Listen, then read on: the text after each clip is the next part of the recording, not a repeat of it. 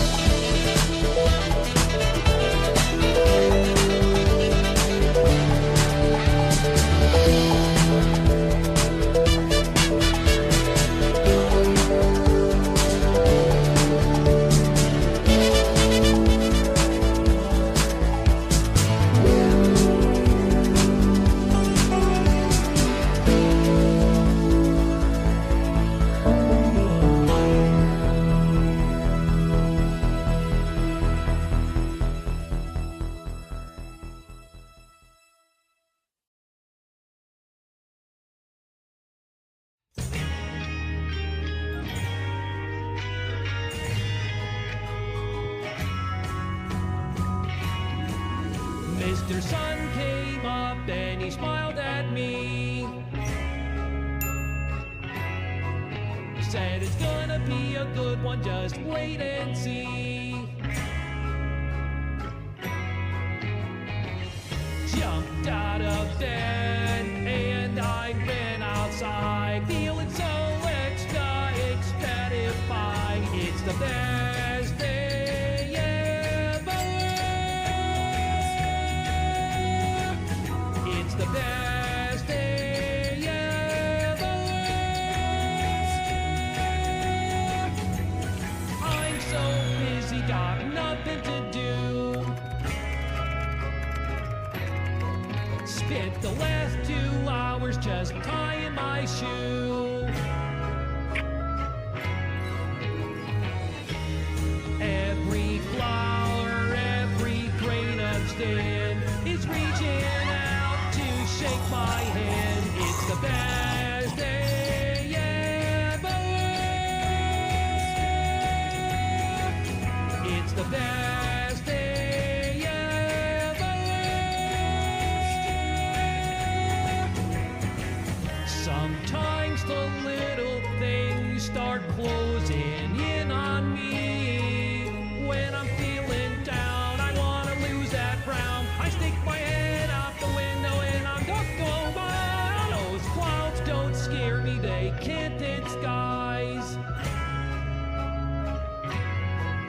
It's magic that's happening right before my eyes. Soon Mr. Moon will be shining bright, so the best day ever can last all night. Yeah, the best day ever's gonna last all night now. It's the best day ever. It's the best day ever. It's the best day ever. It's the best day ever.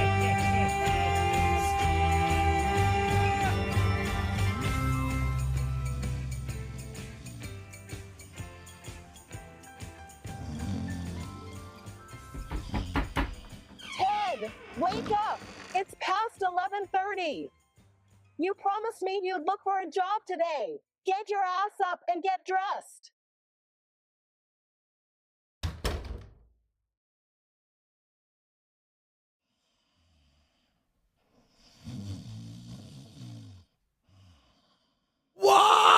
Ladies and gentlemen, welcome to the Kino Casino Bros. for May 26, 2024. Ash. Oh, what a few days it has been since last we were live with Josh Moon. Retweet. Everyone, Hasn't it for been, real. folks? Retweet. Hasn't it been quite a few wonderful fucking days? I need 100 RTs. RTs. Full news report. Yes. Before we get into anything, Retweet. We need retweets on the tweet that's pinned. We need you to subscribe to the clip channel because Yes. this is all going to be clipped up afterwards. Hit like on everything. We're getting over 300 like subs a day. But we get the article. We get the Fox News 9 article. Bro.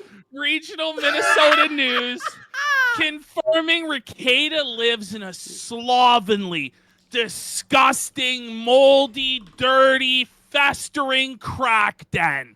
Just a filthy drug den, clothes all over the place, dirty dishes, mold, filth on the floors. It was looking like the cockroaches crack shack, folks. This is what Nick Rekieta was living in. At least with Cog. his 5 children. At least Cog didn't have children. No, at least living in the festering, shitty fucking mess rackets. Right? What the fuck is Buddy, wrong with this bum? When I read that article. But could we even be surprised? He couldn't even be bothered to feed his kids SpaghettiOs, folks. So why are we surprised he couldn't even be bothered to clean up the filth of the drug den? Or his wife take even 5 minutes out of her Xanax-fueled Star Trek day to fucking clean the mess of the filthy crack den? Disgusting. Children living there. Rekieta endangering his child by refusing to open the door for law enforcement, even though they had a warrant, to where they rammed down the door in his little daughter's face. She like 12 years old? This is Rekieta's choices. This is the man that Nicholas fucking Rekieta is. A dirty fucking junkie. He had a dirty fucking filthy polycule mistress around his fucking kids. It's all confirmed. He's a scumbag. He's a fucking lowlife. And a lot of people out there right now are babying this man. They're powdering his ass, putting the, oh, it's okay. Oh, isn't it so sad? Oh, shouldn't we feel bad for him? Oh, you know, guys, we should cut him some slack. Oh, no, not on this fucking show. He's getting enough fucking mercy elsewhere. No mercy in this casino for Rekieta. There's a child abuse neglect charge. Either physical or sexual abuse. May I say one thing? I'm going to guess physical abuse instead of sexual abuse. But when you have to cop the plea to either or, and the lesser of two evils is that we beat our kids, or that we didn't feed them, or that we exposed them to drugs, guess fucking what? It's not good. Let's go. You're right, Ashton. It's filth.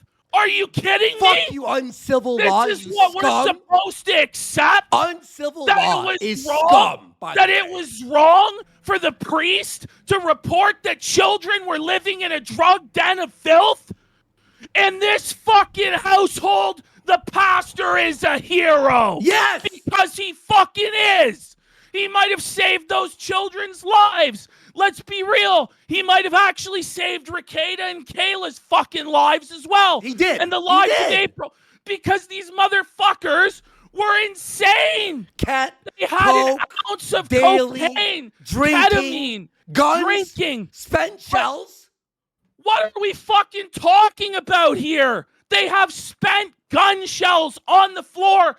They're either one, shooting off guns, fucked out of their mind, drunk and high, in a house with 5 children, or 2, they're taking the fucking gunpowder and mixing it with cocaine like some sort.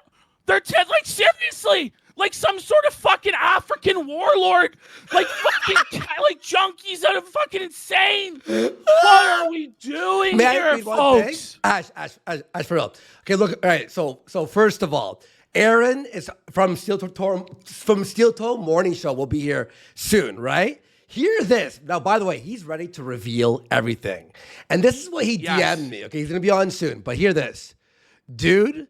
The police report does not do what was happening at the House justice. He said, Andy, I'm ready to expose every little thing tonight. Good. You know what? And I'll say he's this. ready. He's ready. Look, there will be some hard balls towards him, obviously. But I'll say one thing. At least the motherfucker got out and did the right thing. At least the motherfucker, look, we've all done fucking stupid shit in our lives. And, you know, I've been at that phase where you're on drugs, you're all fucked up. But at least he woke up and was like, you know what? This has to stop. I'm going to fucking try to, like, make things right. And I respect that. I got to respect that. I mean, the truth Seriously. will set you free, Aaron. Once you get it all off your chest, once it's all out there in the world, you will have done the right thing. I'm just saying, guys, let's give him a chance here. Yes. Let's give him a chance to speak the truth, to embarrass Rekieta, to destroy him. Yes. Because right now, I'm telling you this. We're actually in danger of seeing the public narrative become that Rekieta was the victim. Yes. Already, LawTube is trying to either blame it on the pastor, which is insane, or even worse, blame it on the children. Yeah. Like, whoa. May I say one thing too? I love this. Hey, LawTube, you fucking retards. A lot of the LawTube people are obviously talking about us. There's a few good ones. I'll say it right now. Sean, he did amazing job. And also, what's the one who wears the blue jacket? It's the children's fault for going to the pastor because they were concerned. Yeah, it's uncivilized. It's the children's fault when they're not getting fed. But hear this. Go to a member of authority that they trust and say, we're not getting fed. We're getting beaten. Our parents can't get out of bed in the morning. This is what the scumbags of LawTube want to tell you. And I'm mad at the internet. I'm pissed. You should be pissed. These fucking scumbags are sweeping for the slightest crumb of clout. The slightest crumb of clout from Nikki Rekieta's table. They don't even give a fuck. They're just like, if I can make maybe $1 more by doing an interview with this guy, by sucking his balls, if I can get one more viewer, $1 more, I'll do it. The fucking shame.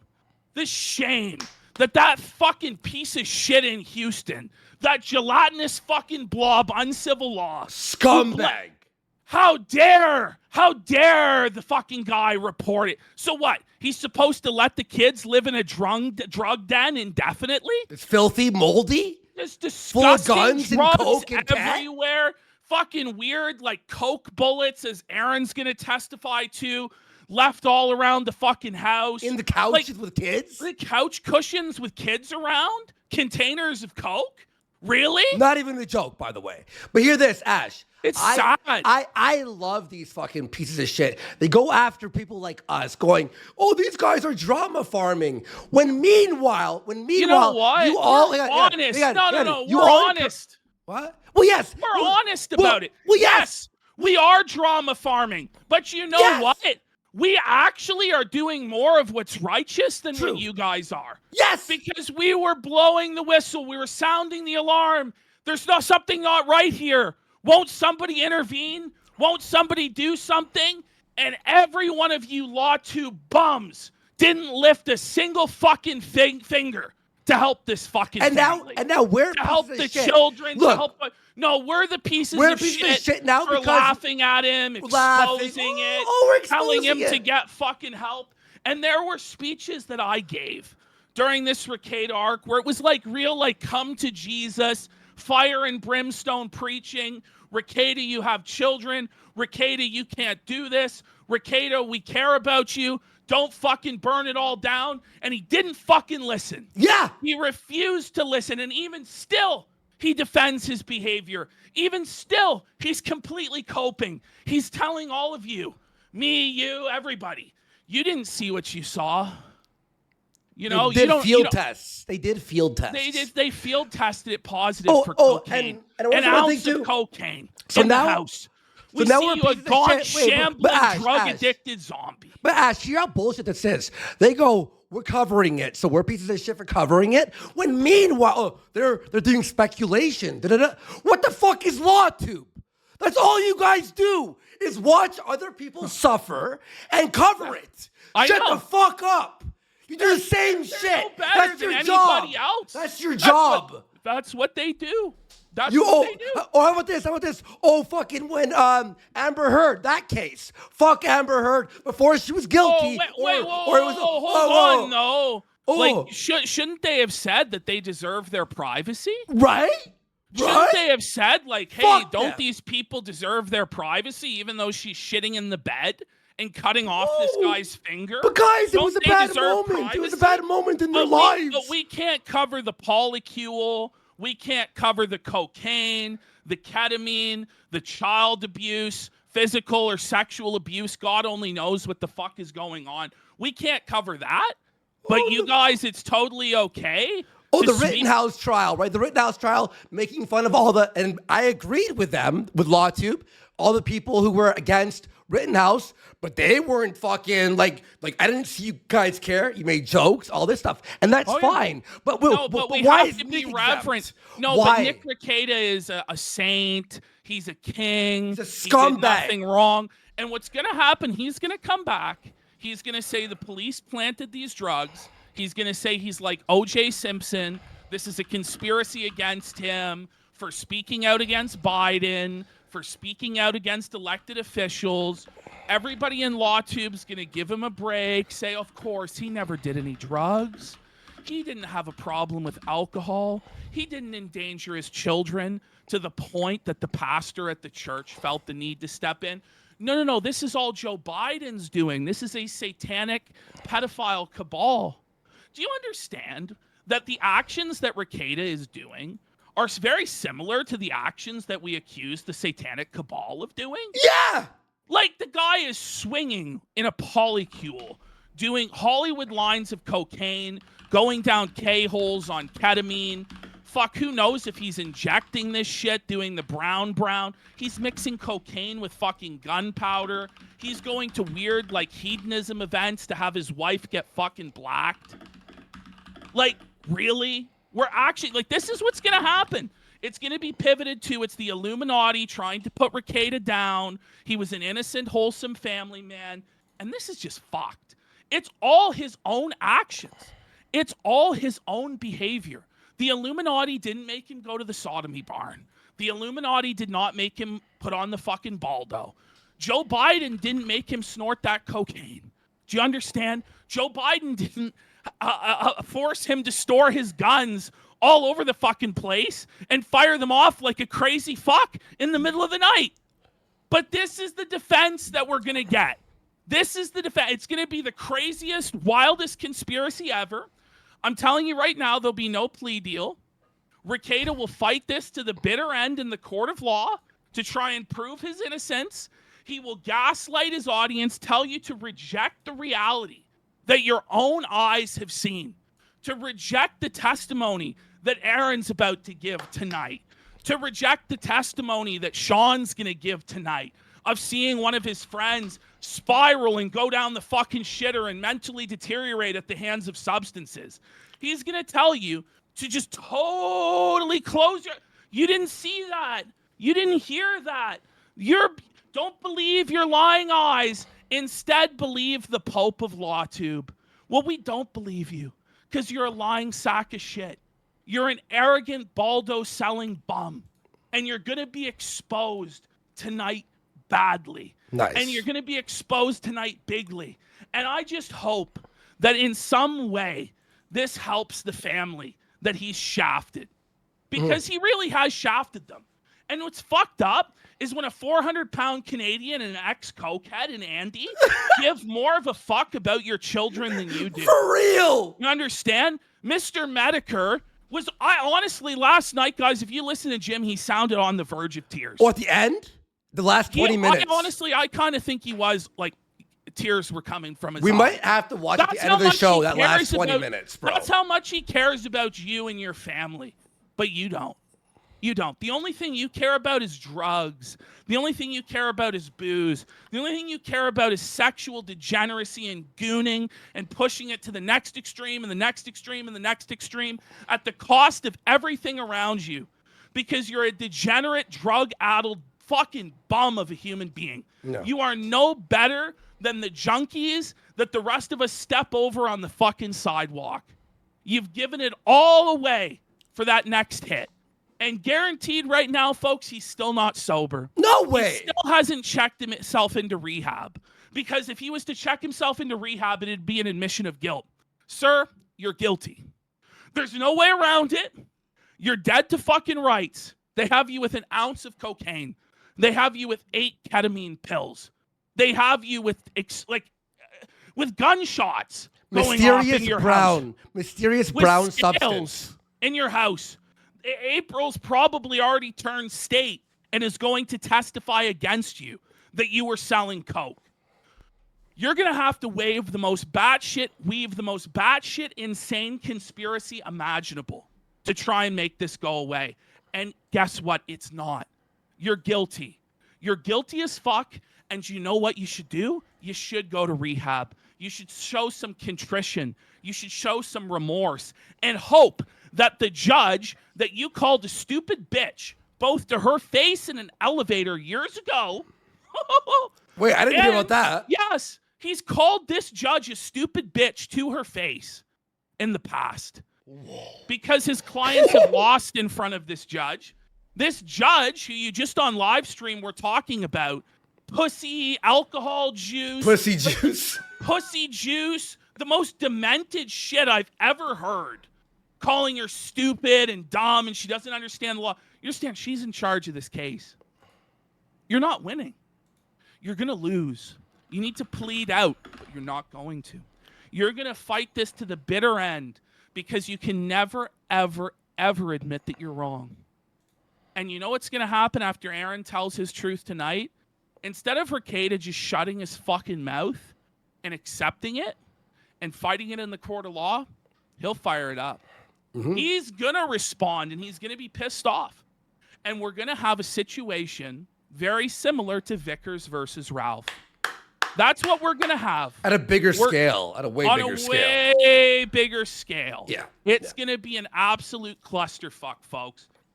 So strap yourselves in. He's here in half an hour. Strap yourselves in. He's going to be here in a half hour. Yeah. And thanks, Ash, an amazing rant in the background there. I was talking with Aaron and with Flaked, making sure all the mics were set up proper, the cameras. We're all ready to. And the way he was DMing me, he's like, Andy, we're going for it. We're going all the way. He's like, and he even said, he goes, by the way, if while talking with about the kids, I cry, please don't call me a faggot, but no promises there. Listen, Sorry. So I'm just kidding. Obviously. I'm not here to call him names. Me either. Whatever, No, I'm just joking. Yeah. But I'm here to just burn Rekieta down. It's about time. Because it's time. You know, he really sowed the wind. He's going to reap the whirlwind on this shit. Yeah. No, he has. It'd be one thing if he'd shown any remorse at all. He should already be in rehab. Yeah. Instead, he's drunk and high. And you can sit there and cope. No, he's not. He's really taking this seriously. No, he's not. Well, by the way, Ash, you know what's really funny? I have to say to you from the last show, I'm sorry. I was doubting you hard on the last show. I was like, this has to be his rock bottom. At least don't respond. You don't want to fuck yourself up in court. I understand. At least just shut the fuck up. But to come out and go, you're all pieces of shit. Fuck you. Fuck your rehab. You know nothing of the situation. You know nothing. How about you shut the fuck up and log off for a second? But you were like, no, guys, this is not his rock bottom. And you were right. Ladies and gentlemen, I was doubting it, though. I was like, there's no way. His rock bottom when he's still got all that money in the bank. He True. Still has the house to live in. Yep. He still has probably his drug dealer connection that he can get drugs from. He's definitely not going to provide that to the police to help himself. You know? Yeah. He's still got an ability to buy booze. And so he's just going to keep drinking. He's going to keep doing drugs. And people have said, oh, well, the conditions say he can't.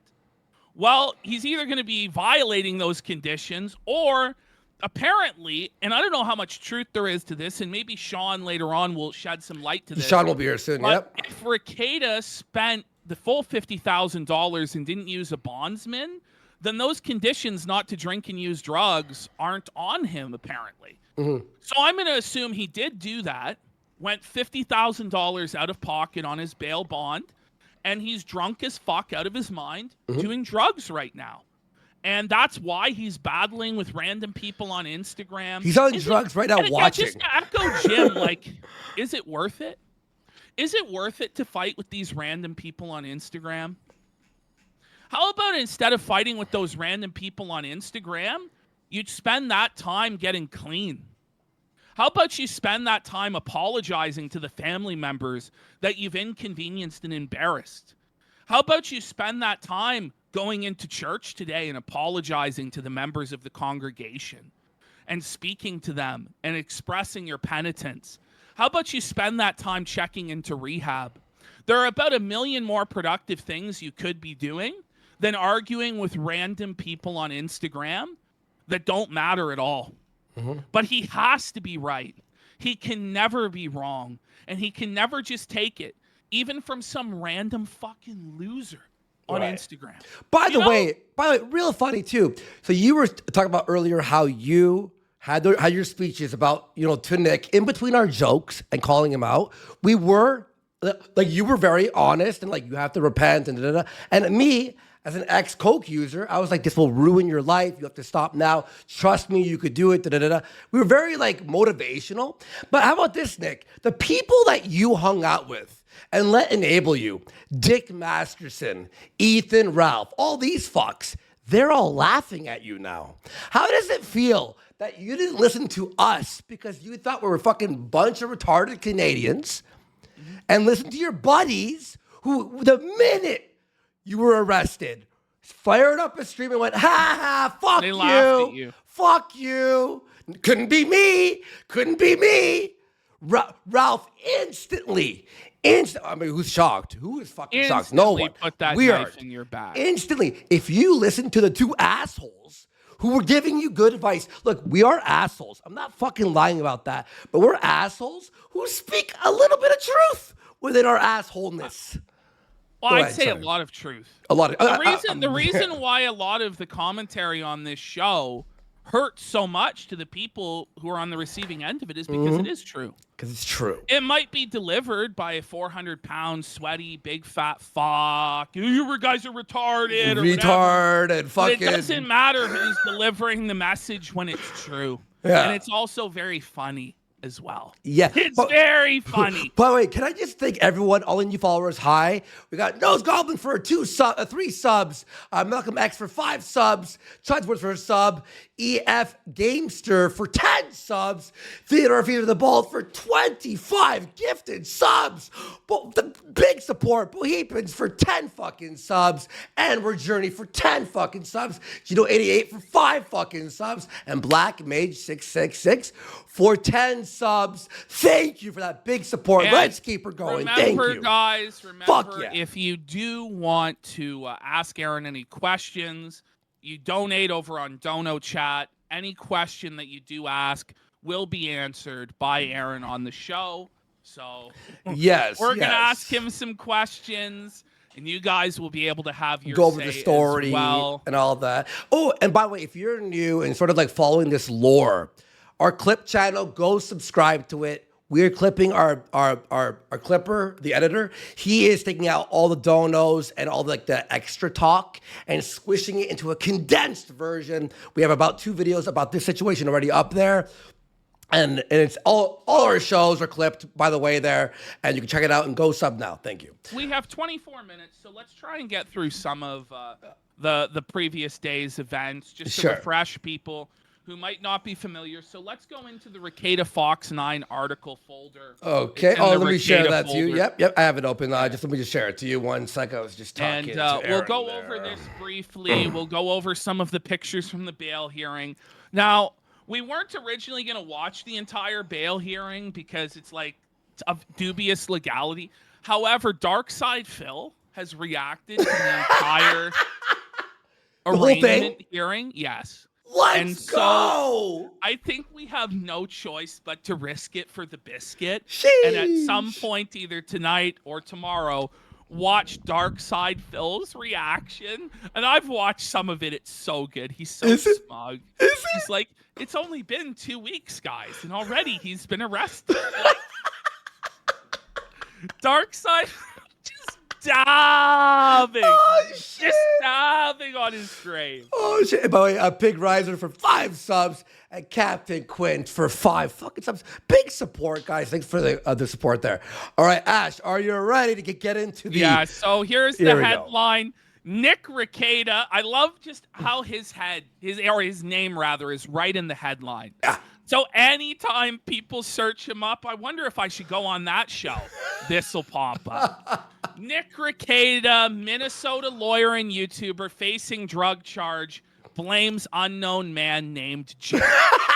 Amazing that Fox News got the whole story, that he's blaming Mr. Medicare for his problems. Yeah. Great reporting from Fox. Let's go into the article here. Let's see if we can zoom in. Yeah, hang on. Let me just...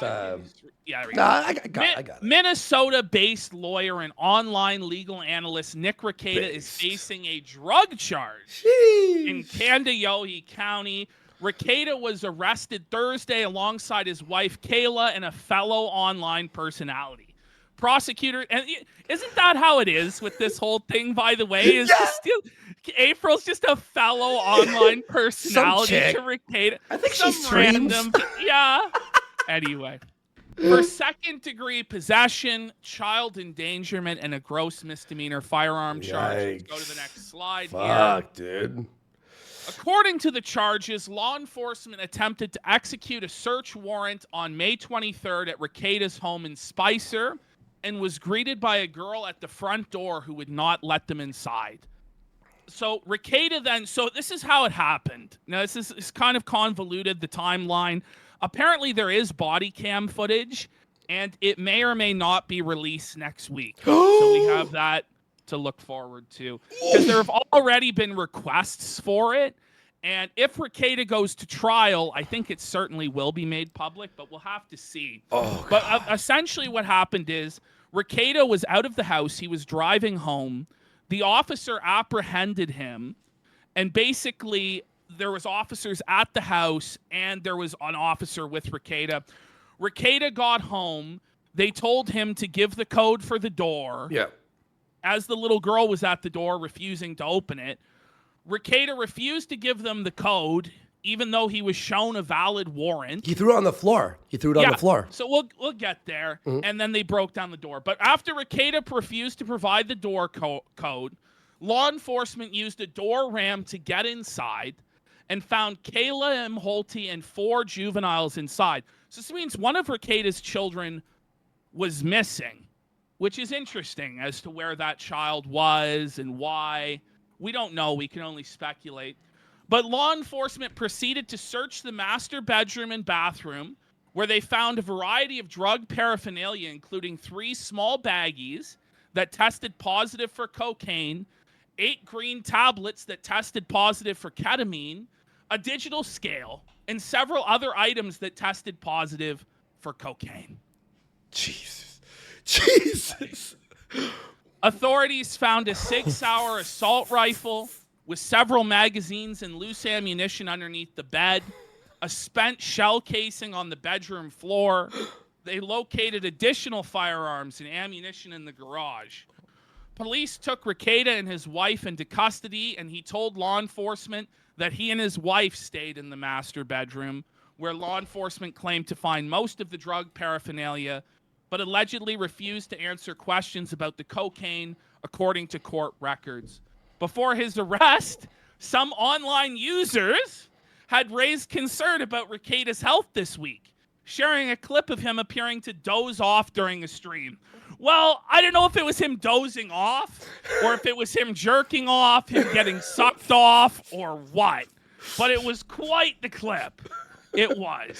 I love how, like, we're the crazy ones for our theories, but it's like, is everyone watching the same clip? They're like, it looks like he's just like having a little seizure. I'm like, Anyway. Here we go. Law enforcement noted Rekieta had several injuries to his arms at the time of arrest. They described the injuries as sores that are common with controlled substance users. So was he actually injecting shit? Was he injecting heroin? Was he mixing the cocaine with gunpowder and injecting it? Like, what the fuck was this guy doing?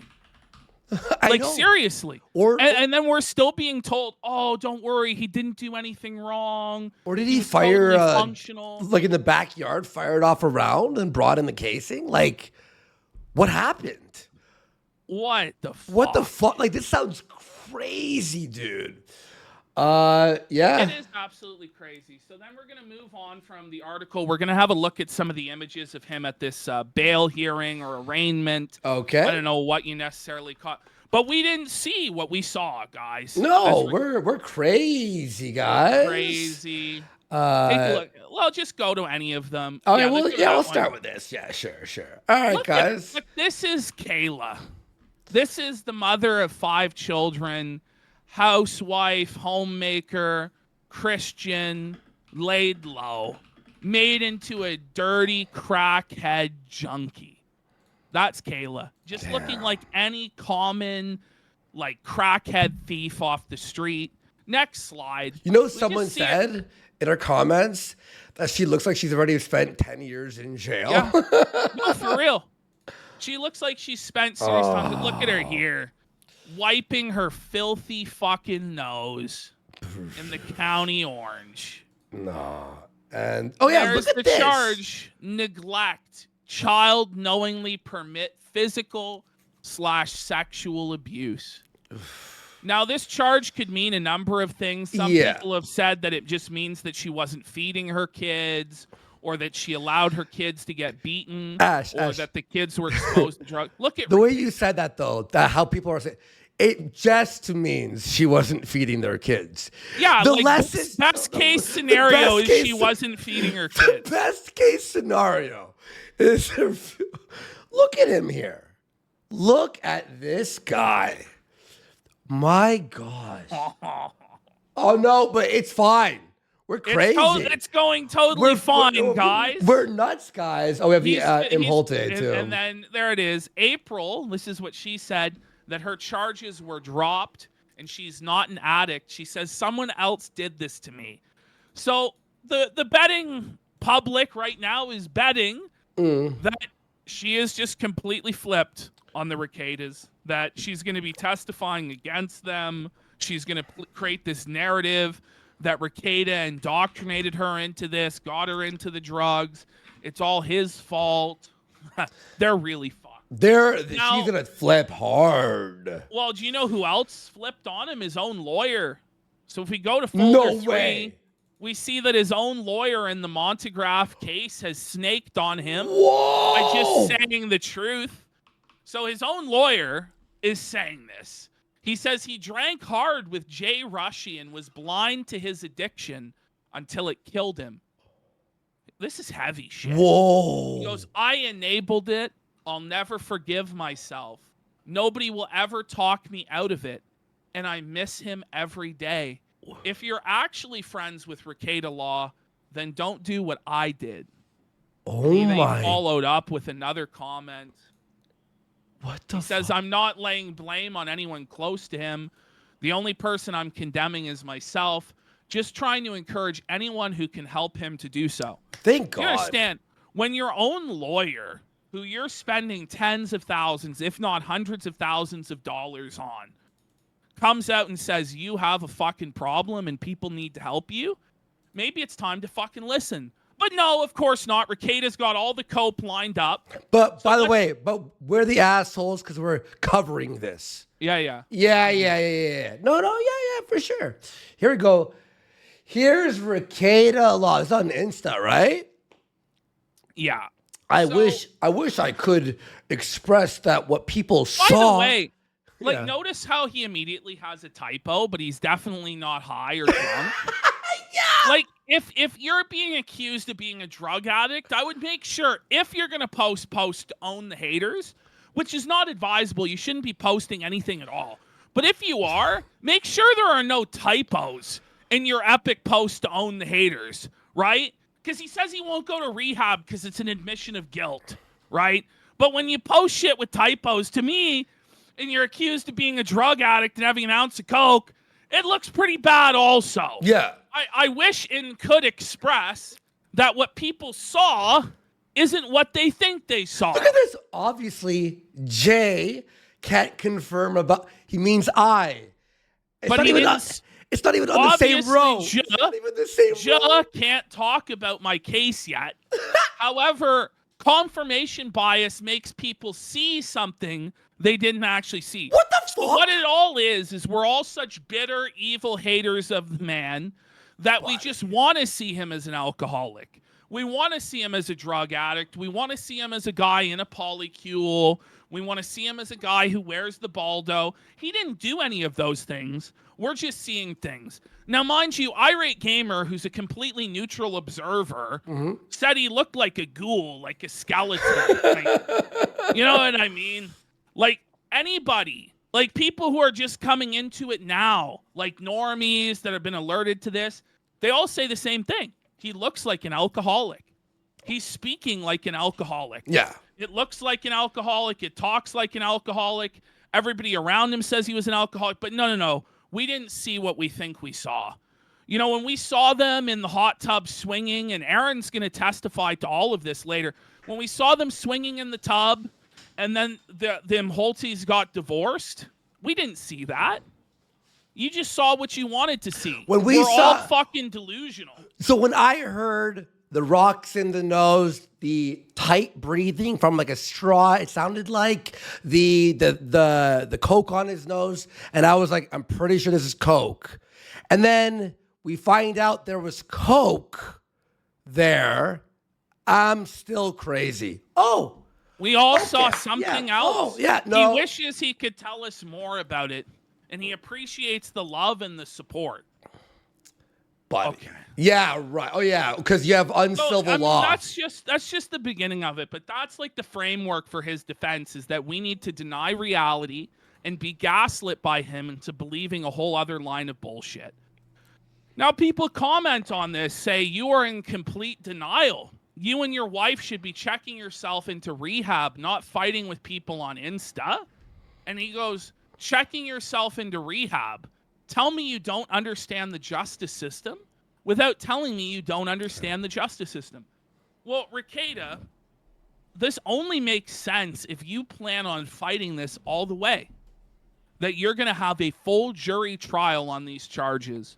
Because if you're pleading this out and you understand the legal system, you would know you would get a way better deal, a way less harsh sentence if you were to go to rehab. But you're refusing to go to rehab, which indicates to me that stupidly you're going to fight all these fucking charges. And you say, well, it's an admission of guilt. You are guilty. Yeah. They have you dead They to rights. found the fucking drugs as they walked in. Like, I'm sorry, but Rekieta, you're not black. You're not O.J. Simpson, okay? Johnny Cochran is not going to, if the baldo doesn't fit, you must quit. That's not going to happen. Your ass should have been in rehab yesterday. Yeah. For real. You should be in rehab right now, getting clean, getting sober, making a case to the judge that you should be able to see your kids. And if he really cared about his kids and he wasn't a selfish fucking douchebag, he'd be in rehab right now. Right now. He would be fighting to see his kids again. Instead, he's pretty much doing everything in his power to make it certain he won't see his kids again. But why would that be a surprise to anybody that he actually gives a fucking shit about his kids? He doesn't care. He doesn't fucking care about his kids because this is the junkie mentality. The only thing that matters to him is drugs. The only thing that matters to him is booze. The only thing that matters to him is his ego and being right. And so he's going to put that ahead of seeing his kids again. Yeah. And I'm going to be the one to say it. He's a disgusting fucking scumbag who resents his children for not allowing him to live the lifestyle he thinks he deserves, that of being a Hollywood celebrity cokehead. Bum. You've been preaching it for years. And I hear now. like all the Megan Fox, what's her name, from LawTube and others saying he's going to do a Robert Downey Jr., that he's going to turn his life around. You know what Robert Downey Jr. did? He went to rehab. He went to rehab and he got clean and he was penitent and he apologized and he ate a big bag of fucking shit over it. And now look. This guy wants us to eat the bag of shit. He wants Kiwi Farms to eat the bag of shit and say they're responsible, that Josh Moon is responsible, that Kino Casino is responsible, that Mr. Medicare is responsible, instead of just taking responsibility for his own drug habit. Do you know what I mean? For taking responsibility for not feeding his kids, taking responsibility for leaving his children in a dirty, disgusting, dilapidated drug den of a home. But it's your fault.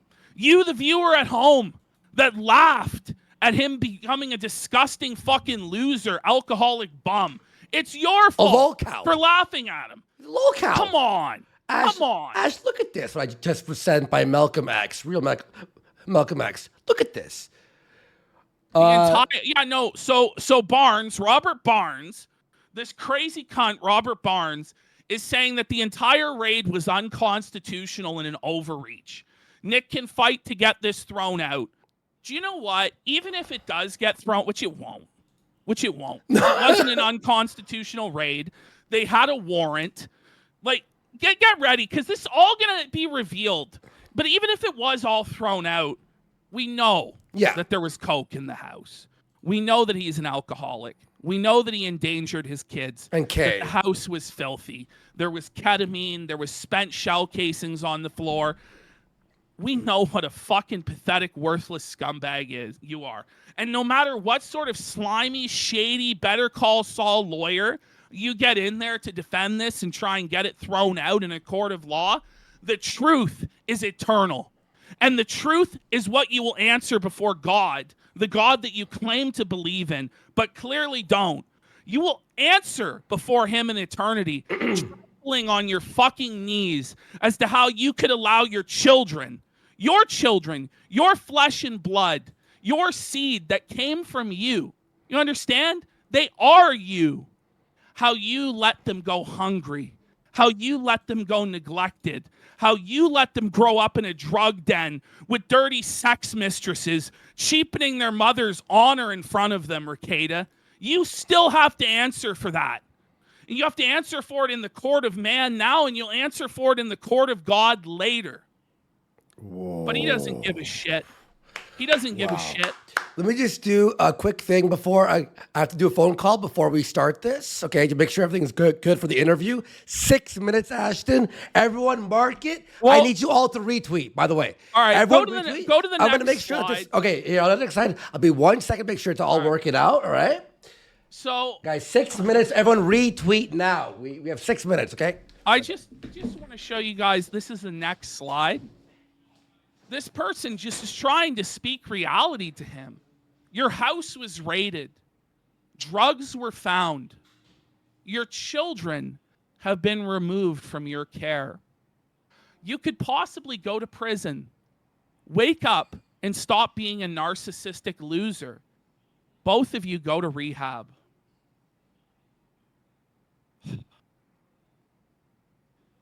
That's just the truth. That's just plain and simple and unvarnished truth. And instead of just reading that and recognizing how fucked up he is and checking himself into rehab, or reading that and just being like, well, I disagree, they don't know the situation, but I'm going to move on and let the court settle it, he has to respond. Why? Why does he have to respond? And he tells them, eat shit. We're all set. You know nothing about the situation. You're a parasitic pile of garbage. Go fuck yourself. That's seriously what he said. You know nothing about the situation. Well, we have the police reports. We have the news reports. This person's probably been a fan of yours for years, that used to look up to you and respect you and enjoy your content. And they've slowly watched as you've deteriorated into the worthless monster that you are today. And you're going to tell them that they know fucking nothing? To not believe their own lying eyes. And you're going to call them a parasitic pile of garbage. Why? But Ash, because they cared about you? even before we saw the police report, before he was arrested, you could see it. You knew there was drugs in the house. You knew, like we knew.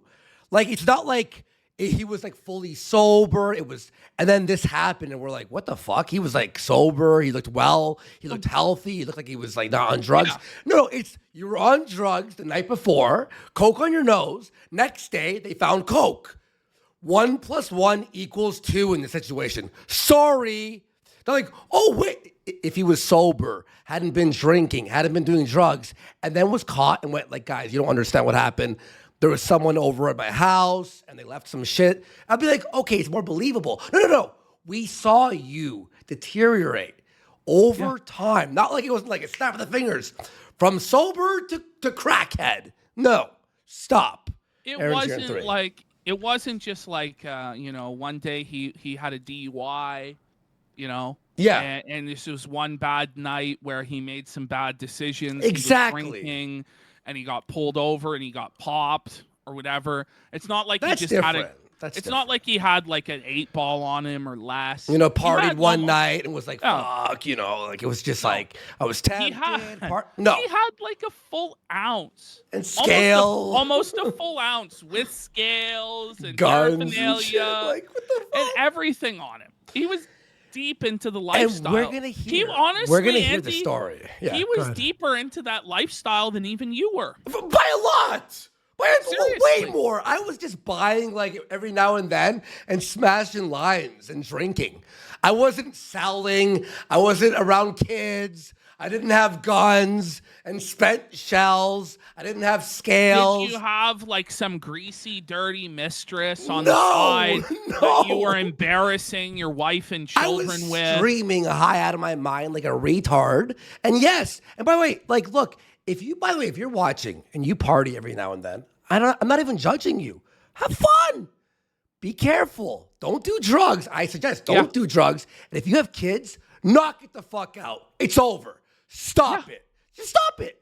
Look, if you're fucking like 23, you're fucking, college and you do a line, I'm not going to be like, you're a horrible human being. Well, No. And let's be real too, guys. How do we know he wasn't dealing? Because somebody in chat's like, he was dealing. Why would he have the scales if he wasn't dealing? Why did he have multiple little baggies if he wasn't dealing? You know what I mean? Like, the thing is, when you're getting into these amounts of cocaine, in order to help fuel the cost of it, you might start dealing on the side. And he would see no problem ethically with dealing drugs. When you're partying with people and shit, and and remember, he's heading to these sex clubs. He had a funnel. All right, guys. All right, Ash, here's what we're gonna do. I'm gonna hide you off the screen. I'm gonna add Aaron to this call. I'll bring you both in, and we are ready. He has already called Flaked, and he has confirmed his camera was working. It took a second to make it work. That's why I was making sure we were all ready. All right, guys. Let me, what I'm going to do? Ash, I'll phone you right back. I'm going to do a separate call. I'm going to add us all into one call. All right. So let's go like this. All right, guys. And Aaron seems to be ready. Hang on. Let me just redo this. Go add friend. Okay. Here we go. Create DM. Go. All right. Turn. Okay. Pop out here. All right. We got Aaron here. Oh, hold on. Yeah, we could sort of hear ourselves there. There we go. You're good, boys. All right. All right. Let me just do this real quick. I just want us all to see on the board behind me. I think it's very important for people to know we are powerless over our addictions. Mm-hmm. Yeah. Very good lesson to learn. Okay. We are already. We need a power. What is it? Greater than ourselves.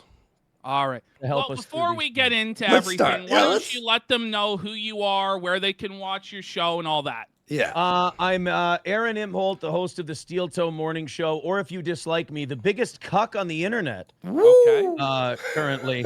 No, boys, look, I know we're going to get into a lot of stuff, and I know I'm here to be Ray Liotta in Goodfellas, but I do have to say, and PPP has said it on multiple episodes, and Andy, I know you and I have talked, I think PPP's coverage of this, Ashton's coverage has been fantastic. I've laughed my fucking balls off. Oh, even yeah. when he's calling me a homosexual, Well, Right.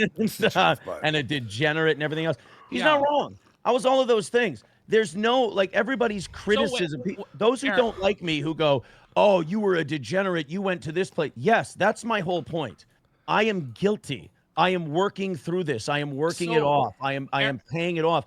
The problem I have is 3 other people who are involved in this will not admit their guilt and atone for what they've done wrong. So, Aaron, can I just get you correct? You're going to admit today that you engaged in homosexual activities? No, I did not engage in homosexual. okay. Nick Rekieta licked my 'cause- face 3 times, and it was always unasked for. Okay. Okay. So I'm just going to You know ask what it you was? before You know we what it get was? into No, Ashton, the Ashton, yeah, real yeah. quick. Ashton, real quick. The only reason he licked my face is because I have a terrible habit of leaving Molly on my cheek. That's the only reason he licked. Is that what is that serious? He was trying to lick No, Molly I off your cheek or what? But Well, here's the in thing this is, yo, in Aaron. this case, it's hard to tell what's serious and what's a joke I have to because be it's careful so with you, insane. yeah. I have Okay, to be now careful listen. with you because you'll take it as serious. No, Yeah, no, so Aaron, listen, but everything is so degenerate that saying that's like, yeah, that's believable. It's not even like No, exaggerated. it really is. It really is. Yeah. Okay, so before we go into, because I kind of want you to give us like a chronological walkthrough of Oh, everything. shit. But before we do that, I want to ask you, what is the crying on the floor story? Can we hear the crying on the floor story? The crying on the floor story. First of all, I should have been more specific. But the crying on the floor, well, is that different than the fix her story? Tell us both. Okay. The fixer story is this. Well, now we're going to jump out of order and we're going to get way ahead in the story, but all right. Yes. So Yes. I don't think it's any secret. And I've received messages from people saying, "How dare you reveal all this?" I'm like, I'm pretty sure you guys getting arrested revealed all this. But it's no secret that, people call it swinging. I would say it was just more straight up, just switching up. Right. More than anything else. And I did, look, whoever she is now, whoever she is when I'm not around, when I was around, I'll admit to you, boys, I did fall in love with the Kayla that was around me. Whoever this person is, whoever she was, and Nick would tell me himself, he would go, "I've never seen her like this in years." There was something about the way her and I connected. There was shit we said to each other that we probably shouldn't have. But there was I just developed a very deep connection. April was, doing the substances she was doing with Nick, and I was not okay with it. Her and I fought about it a lot. When you confront people who are on those substances, they tend to call you a lot of shit that kind of fucks with you. And I started to kind of question my own, worth and sanity and whatnot. And when Kayla hears those kind of things and she comes up and she gives you a hug and she says, "I just want to let you know you're a good man." Like, you're at such a low point when you're doing all this shit that's all it takes. And you're like, you know what? I'm going to cling to this person because they make me feel like I'm worth a shit. And she did that. I will say this, Kayla Rekieta, for all her faults, for all this and whatever we may talk about, I really did develop a deep affection for that woman, and that was reciprocated. It's unfortunate the way things went, but I really did see that there's something in her that wants to be done with this. There's just no, in the position, in the situation you're in, there's no opportunity to actually do it. May I ask you one thing? So you told me, and I'm pretty sure you said this on your show too, there was something about like you guys were like soulmates, like you had conversations about being soulmates. We were in bed one night, and when Nick would be on his streams, April would be the corner demon. Of course, I think that's pretty much figured out by now. I'm not spilling any. But April would go down there, and the sickest part about me and a level of degeneracy I'll cop to is I didn't want to be around my wife. I wanted to be around Kayla. So when those two went off and did their thing, it didn't bother me at all. And as a husband, that's disgusting. Right. That's degenerate. I think, as PPP said, you have to answer to men and God on shit like that. But that was just the way it was. That's the situation I was in. And I'm sorry, Andy, I'm jumping all over the place. No, you're good. Yeah, no. It's very enlightening, everything you're saying. It's fantastic. It's awesome. You're doing Andy, great. Yeah, Andy, you said the soulmate thing. That's The what it was. soulmate thing. Yeah, but no, wait, no, it's fine. were in It's, bed- we it's were in bed one unfolding night. the story. Yeah, go ahead. Sorry. We were in bed one night. We were lying together, and she whispered to me, she goes, I think you're my soulmate. And I, the way we were at the time, I said, I agree. I feel that too. There was just such a deep connection there. It's a connection we definitely got chastised for by the other two parties. How do they find out about that? Not necessarily that. It's just the closeness. We would get They criticized. witnessed you guys getting closer and closer and falling in love. Kayla was sleeping once, and April and Nick, we were in the bathroom where the safe and everything were discovered. We were in there, and I was sitting on a chair. I'm not going to say they sat me down, but I'm sitting on a chair, and the two of them are close to me, and they're going, do you understand that when you and Kayla talk to each other, nobody else can get a word in and you don't even hear other people? It's like you're closed off in your own little world.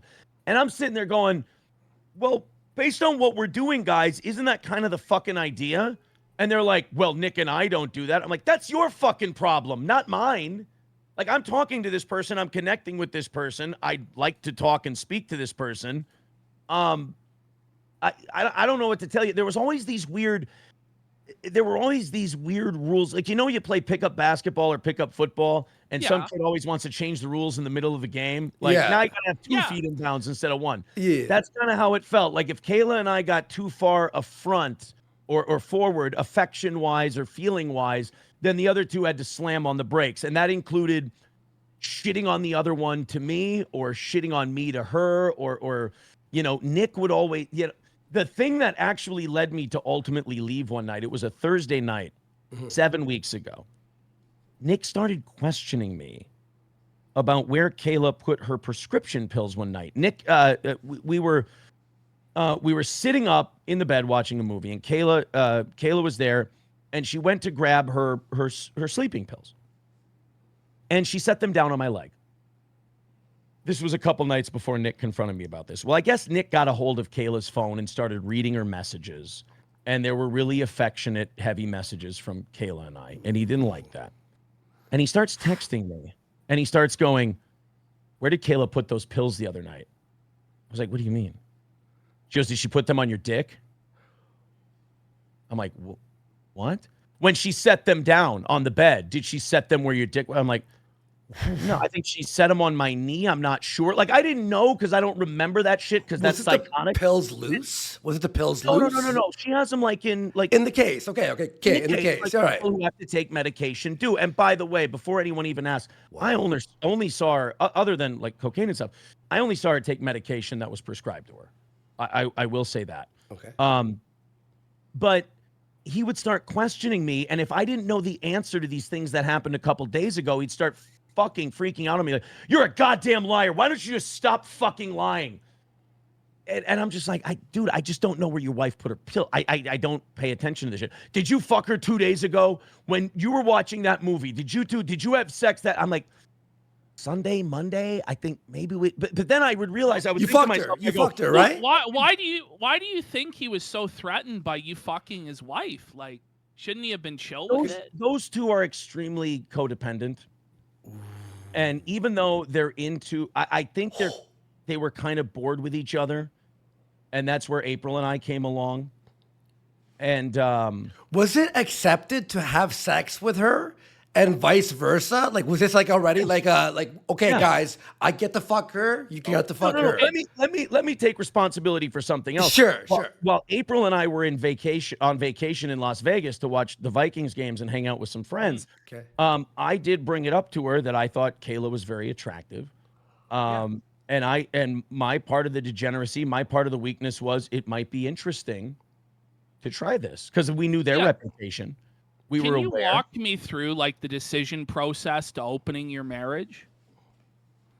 The Wednesday night before we left for Las Vegas, we went out to dinner with the Rekietas. Now, we met them in October at the comedy show. Okay. That unfortunately Chrissy Mayer's father was murdered and she had to pull out of the show.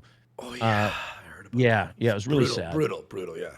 Chrissy, a good friend of mine. Great. Oh, she's person. great. Yeah, I love her. She's wonderful. So that was the one. Sorry it was the one where Nick performed that as well. You brought him in for that show. Yeah, okay, I remember that. Okay, and he told look, man, anyone if we covered that show, he would flag it and shit. But yeah, sorry, go ahead. So it was October. I don't give a fuck. I think people who troll me recorded it and played it on their shows. Who fucking yeah, cares? yeah, I know. But okay, cool. Timeline, perfect. So we hung out.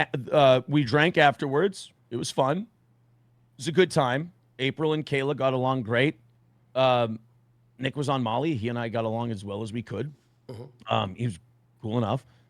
Then we hung out the next day before they left town. We watched a movie in the morning. And then April would go to their land to hunt. April is a deer hunter. I would go sometimes. November's a little cold for me. I'm kind of a faggot like that. And I would stop hunting around then. She would go to their land to hunt. I've thought about this as time goes on, as I've been away from it. I don't know if they introduced her to anything in that time period or not. I have no idea, but I have my suspicions now.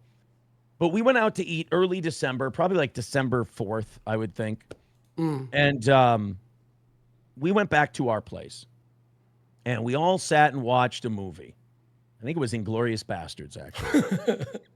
So random. It's just so, Django Unchained. You're all on Molly? It wasn't Django. It was a Tarantino film. You're all high on Molly? Like, let's watch some Tarantino. No, and that's where it begins. no one there? Okay, No okay. high on Molly. We went to dinner.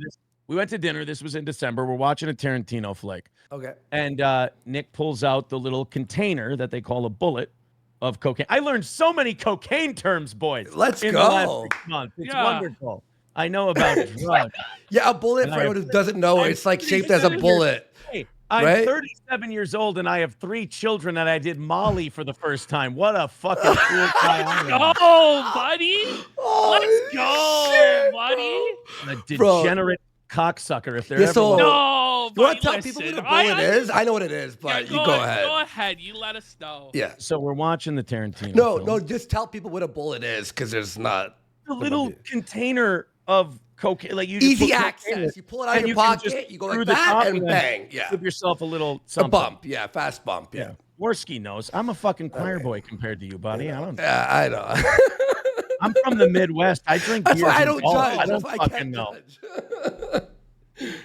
judge. I drink beer and watch Timberwolves playoff games. I don't know what the fuck I'm talking about. Let's fucking go. So we're going. watching it. Pete, shut the fuck up, Ashton. No, I'm just kidding. No, we're watching the Tarantino movie, and Kayla and April start making out. Fun, cool. Right. I said here's something that's got me thinking. I can see it beginning that way, right? Like your wives start making out, and it's like it's cool, right? Because it's like lesbian action. It's hot, Yeah. Wonderful. and that's what opens the door to it, right? Yeah. Boob And I touching and rubbing. And I want to say, I respect I appreciate your respect as a man while I'm talking about that, to have both your hands above the screen. I do appreciate it. Ash. Exactly. We Very got this a fire me up special. You're a godly man. So Very. they're making out. And here's what's got me thinking that I don't know if something happened before this while they were, while April was out there hunting or not. I don't think so, timeline-wise. But who knows? Nick goes to run his hands up April's thigh. And I go, whoa, whoa, whoa, whoa, whoa, whoa, whoa. And he pulls his hand back real fast. Like, I'm sorry. I'm on Molly. I'm sorry. I didn't know. I'm like, all right, just fucking making sure. So I start doing things to my wife while her and Kayla are making out. Nick starts doing things to his wife while they're making out. And then we break. They go in, Kayla and Nick go in one room. April and I are in the other. April and I both do a little bit of coke. Nick pours a little bit of coke out. April does some, I'm assuming for the first time ever, which she looked at me. She goes, is this okay? I said, I had one bump at a wedding when I was like 30 at that time. And I'm like, it's up to you. You're your own person. You can do what you want. Right. And then I did one bump and I'm like, God, I forgot. I really don't like this. It doesn't feel good when it goes. I just don't like shit up my nose. So we do that. April and I have sex. I'm assuming the two of them had sex. And when it's all done, I remember Nick was downstairs April went downstairs. They're in the kitchen. Kayla comes into my room, comes around the bed, stands by me, and starts showing me like pictures of her family and telling me stuff about her family. Like, here's this person, here's that person, so on and so forth. And I'm like, I'm just kind of like, just because of everything that went on, I'm like, does she like me? Like, we're both married. Is this like I don't really You get felt what flirtatious Oh, energy. I felt the flirtation, and obviously I thought she was an attractive woman. I'm not sitting here going, oh, this weird bitch is fucking talk. I was like, oh, it's all right. Okay. So she was coming on to you right away. I don't know. I'm terrible at That's reading. the sense. That's Almost like a flirtation, like the energy was there. We were not being the flirtatious. words, but Right, like you're near her, sort of like arms touching. Oh, look at this! Yeah, We both just had sex. She's leaning over me. Yeah, it is a sexual energy. shall we say. Exactly. Okay. So then April and I leave for Las Vegas the next day, and I am a little weirded out by what happened the day before, and I'm uncomfortable around my wife. But she's talking about this experience like, oh, that's kind of exciting, right? That was kind of fun. And I'm like, yeah, I don't really know what to make of it. I'm not against it. I'm not for it. I'm more in the realm of like, what the fuck just happened? So then we get a day to think about it. Friday morning, we're in Las Vegas, and I go, she's getting ready in the bathroom. I go get her. I go, I want to talk to you real quick. And I was thinking about Kayla standing next to me, and I can't remember if she was naked or not, but I think she may have been topless. I can't remember. You And I can't just remember remember if she was naked or not.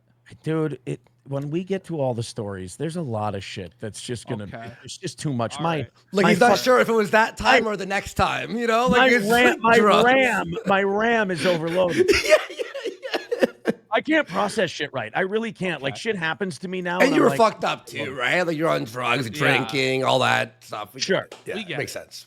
So, I talked to my wife, and we just had a talk about what happened that night, 2 nights ago, and we talk about what we'd like to do. And I'm like, we know their reputation, and I went, I think I'd like to try this. Like, The reputation. again, Could you the maybe degenerate clarify? here that started this was me. I asked the question first. Was it the hedonism stories? Like, was that what the reputation you're talking about? I didn't know about the hedonism stories. I just knew in general the Reketas had swinger stories around them. Okay. Okay. Like, is this a known thing in Minnesota? Like locally, are they known for swinging, or are you going based off of like Internet lore. the Kiwi Farms? Okay, lore okay, or okay. whatever? Okay. Internet lore. Okay. So So you weren't Jackson- surprised that. Right. Okay. Can you answer this for just before we go any further on Oh, this? man. Do you know if Drexel has had sex with Kayla? I can tell you, I'll tell you that Kayla has told me no. Okay. Trust her on that, and I've never met Drexel. I don't You've know. never met Drexel. Never met him. He was never Alright. at the Reketas' house in the 6 months I was there. All right, Okay. back to the timeline of you opening things up and how we Yeah. all So- got here. April seemed way more gung-ho on it than I thought she would. So I was just like, all right, cool. That night, Did that at upset dinner- you? Did it upset you that she was so easily like open to it? I feel bad saying no. I want to tell people this. If you're thinking of opening up the sanctity of your marriage, let me tell you something. You're Sure. fucking done. Yeah. You're done. Yeah. You don't want it anymore. You're bored, whatever.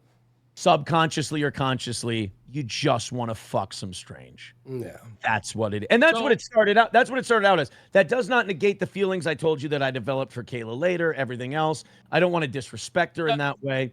But No, I don't want to be disrespectful to you, but do you think it had anything to do with April not like orgasming? Because she said you never made her know orgasm. where that fucking story came from. Our sex life was fantastic. As everything else was fucking garbage, that was good until the last time. She made that joke or something, and then made Red a Bar joke on started the air, talking yeah. about it. Yeah. I I made remember. a joke on air. She's like, "Oh, not every woman comes every time from sex," and that becomes, "Oh, she doesn't come." And it's just like I'm just like, you motherfucker. Like, she wasn't saying anything shitty. She wasn't bashing our sex life, but I looked at her and went, "You know how the internet's gonna take that." And right? you were pissed. Yeah, you were like was- seething. no. Yeah. Well, number one, I'm not saying I'm the greatest that ever lived, but I laid some good dick with this woman, and here she is saying this, and I'm like, she doesn't mean anything by it, but I'm like, you wonder, like, I think more in terms of like what people are gonna say, whereas she just kind of says shit. Yeah. And I'm like, that's why she was so caught off guard when I was like, So, what the fuck are you doing? She's like, what? I didn't say anything. so And I'm like, no, people are gonna take this the wrong fucking way. yeah, I could see that. So are you saying, were you pushing more for it to be opened, or was she pushing more for it to be open? So you're saying It's my idea. this 'Cause was you want your to fuck idea to Kayla. open the relationship. Yeah, this was my idea. Okay. And But then she was open and you were like, that was kind of quick. she was a little bit too quick of a yes. And then we're talking to Nick and Kayla on the phone at dinner that night. And I'm Okay. like, all right. Uh-huh. The first thing, actually, Las Vegas was the first red flag I got from this whole thing. Because as soon as we text them about this idea that I had, the first thing Nick did was, do you guys have the Signal app on your phone? Whoa! What is this Signal app? What is it? And I'm like, I have no idea what the fuck that is. Okay. He goes, it's an encrypted messaging app. What the fuck? And I'm like, well, why can't we just text? No. Let's use the Signal app. And I'm like, well, there's nothing illegal about fucking each other's spouses. Like, I mean, we can fucking talk about this like adults, you know? Oh, no. Yeah, it was just weird. So we had to use this Signal app all the time. And I thought I should have known, like, you're going to realize I can see holier than thou, Ashton, the wheels turning already going, these fucking degenerates, the judgment. No. You're right. No, You're right. this is a judgment-free zone. We've never Much like judged Planet anyone. Fitness. Yeah. Real No. It's a judgment. We have a lunk alarm. You know what? I got. Until I hit the end call button. Listen. Did you make Kayla come when you fucked her? Oh, we did very well. How many times do you estimate that you made Lady Rackets moan your name? Oh, Jesus. How many times did you fuck her, do you think? See, now I was talking to someone before we went on, and they prepped me. They said, Ashton's going to ask some hard-hitting questions. Oh, yeah. Of course he is. And they prepped me for some of them. One of them was, how many times did you guys have sex? Can't count. It was Whoa! countless. It was just It a was lot. dozens of times. Like I said, I loved Hundreds. This. I was obsessed. Hundreds? I was obsessed with it. Hundreds? Hundreds? No, not Maybe, hundreds. like 800? In the like dozens to 100. How many times a week? At first, we always tried to keep it, or not tried to keep it, but it was always more spouses than other spouse. You understand? Yeah. So it'd be like a once or twice a week thing. I'd say at the peak, 4 or 5 times a week. Did she suck your cock? What are you, fucking gay? Of course. Yeah, was like, there what are you, dirty shit like anal and shit? Like that's what you do. You fuck. What am I? Not a gentleman? Did she spit or swallow? Come on. You know what I she will did. tell you this. Listen to me. As a man, and maybe people in the chat will say as a fag, I see getting my dick sucked as a precursor to the main event. So Yeah. if I'm getting close and I'm getting my dick sucked, I'm like, no, let's get to it. I don't. So that Right. Was there toys involved at some points too? Was she good? Was she good at sucking it, or what?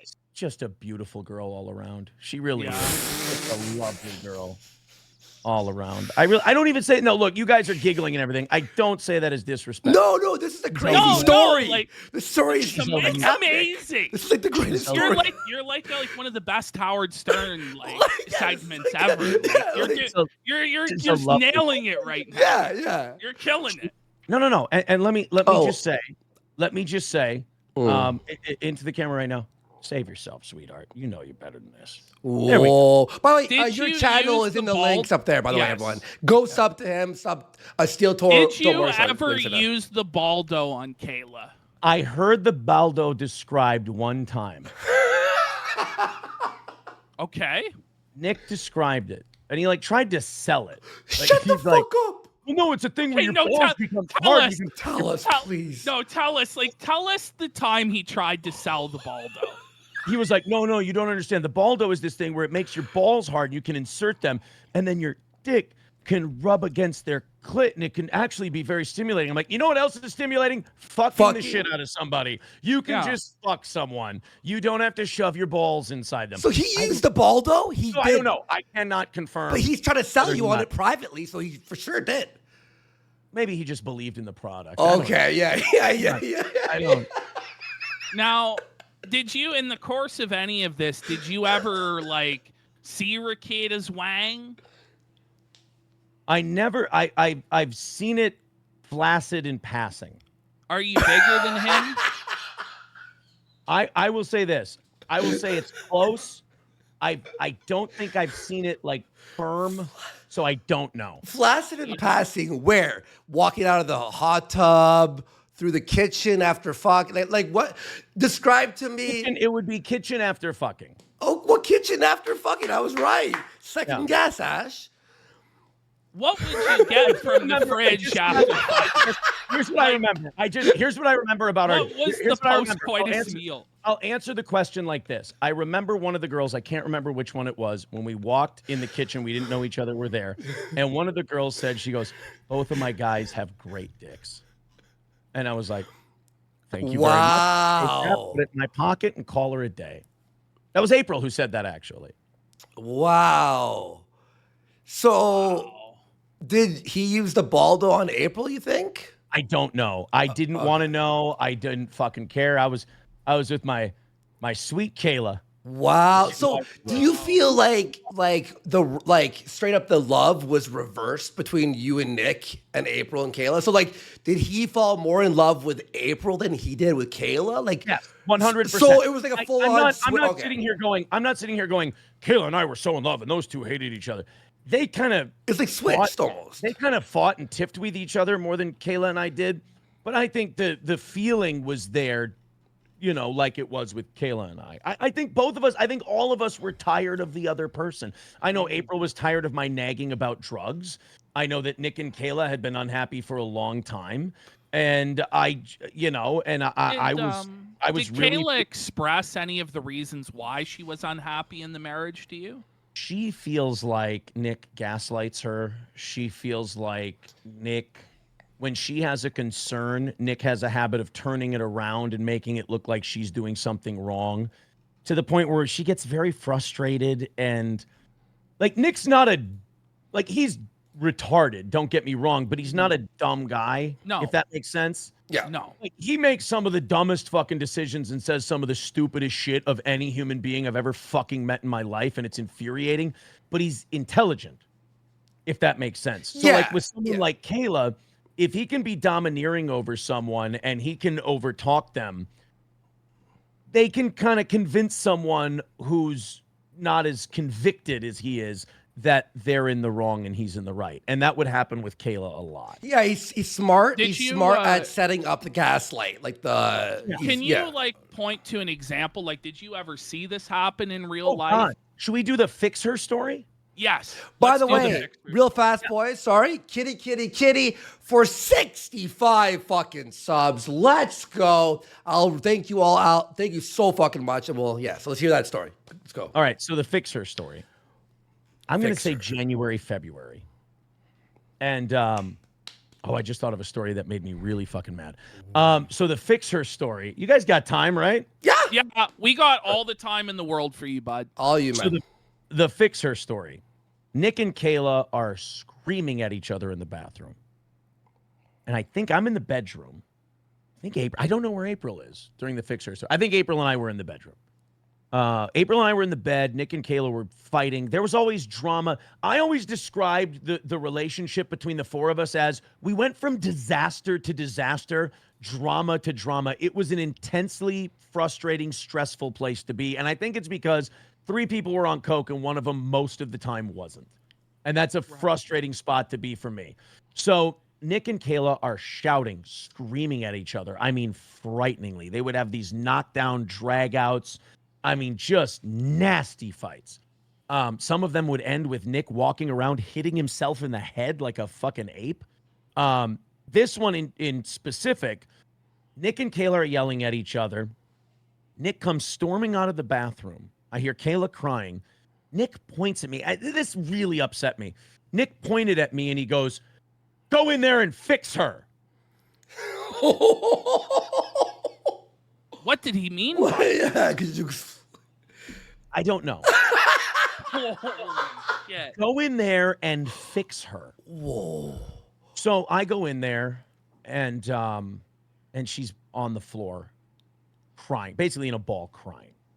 And I comfort her and I talk to her a little bit. And it's just, I mean, I don't know the specific conversation because these all run into each other. A variation on, you know, he's gaslighting me. I'm so frustrated. Nobody understands me. Nobody can see me. Nobody can hear me.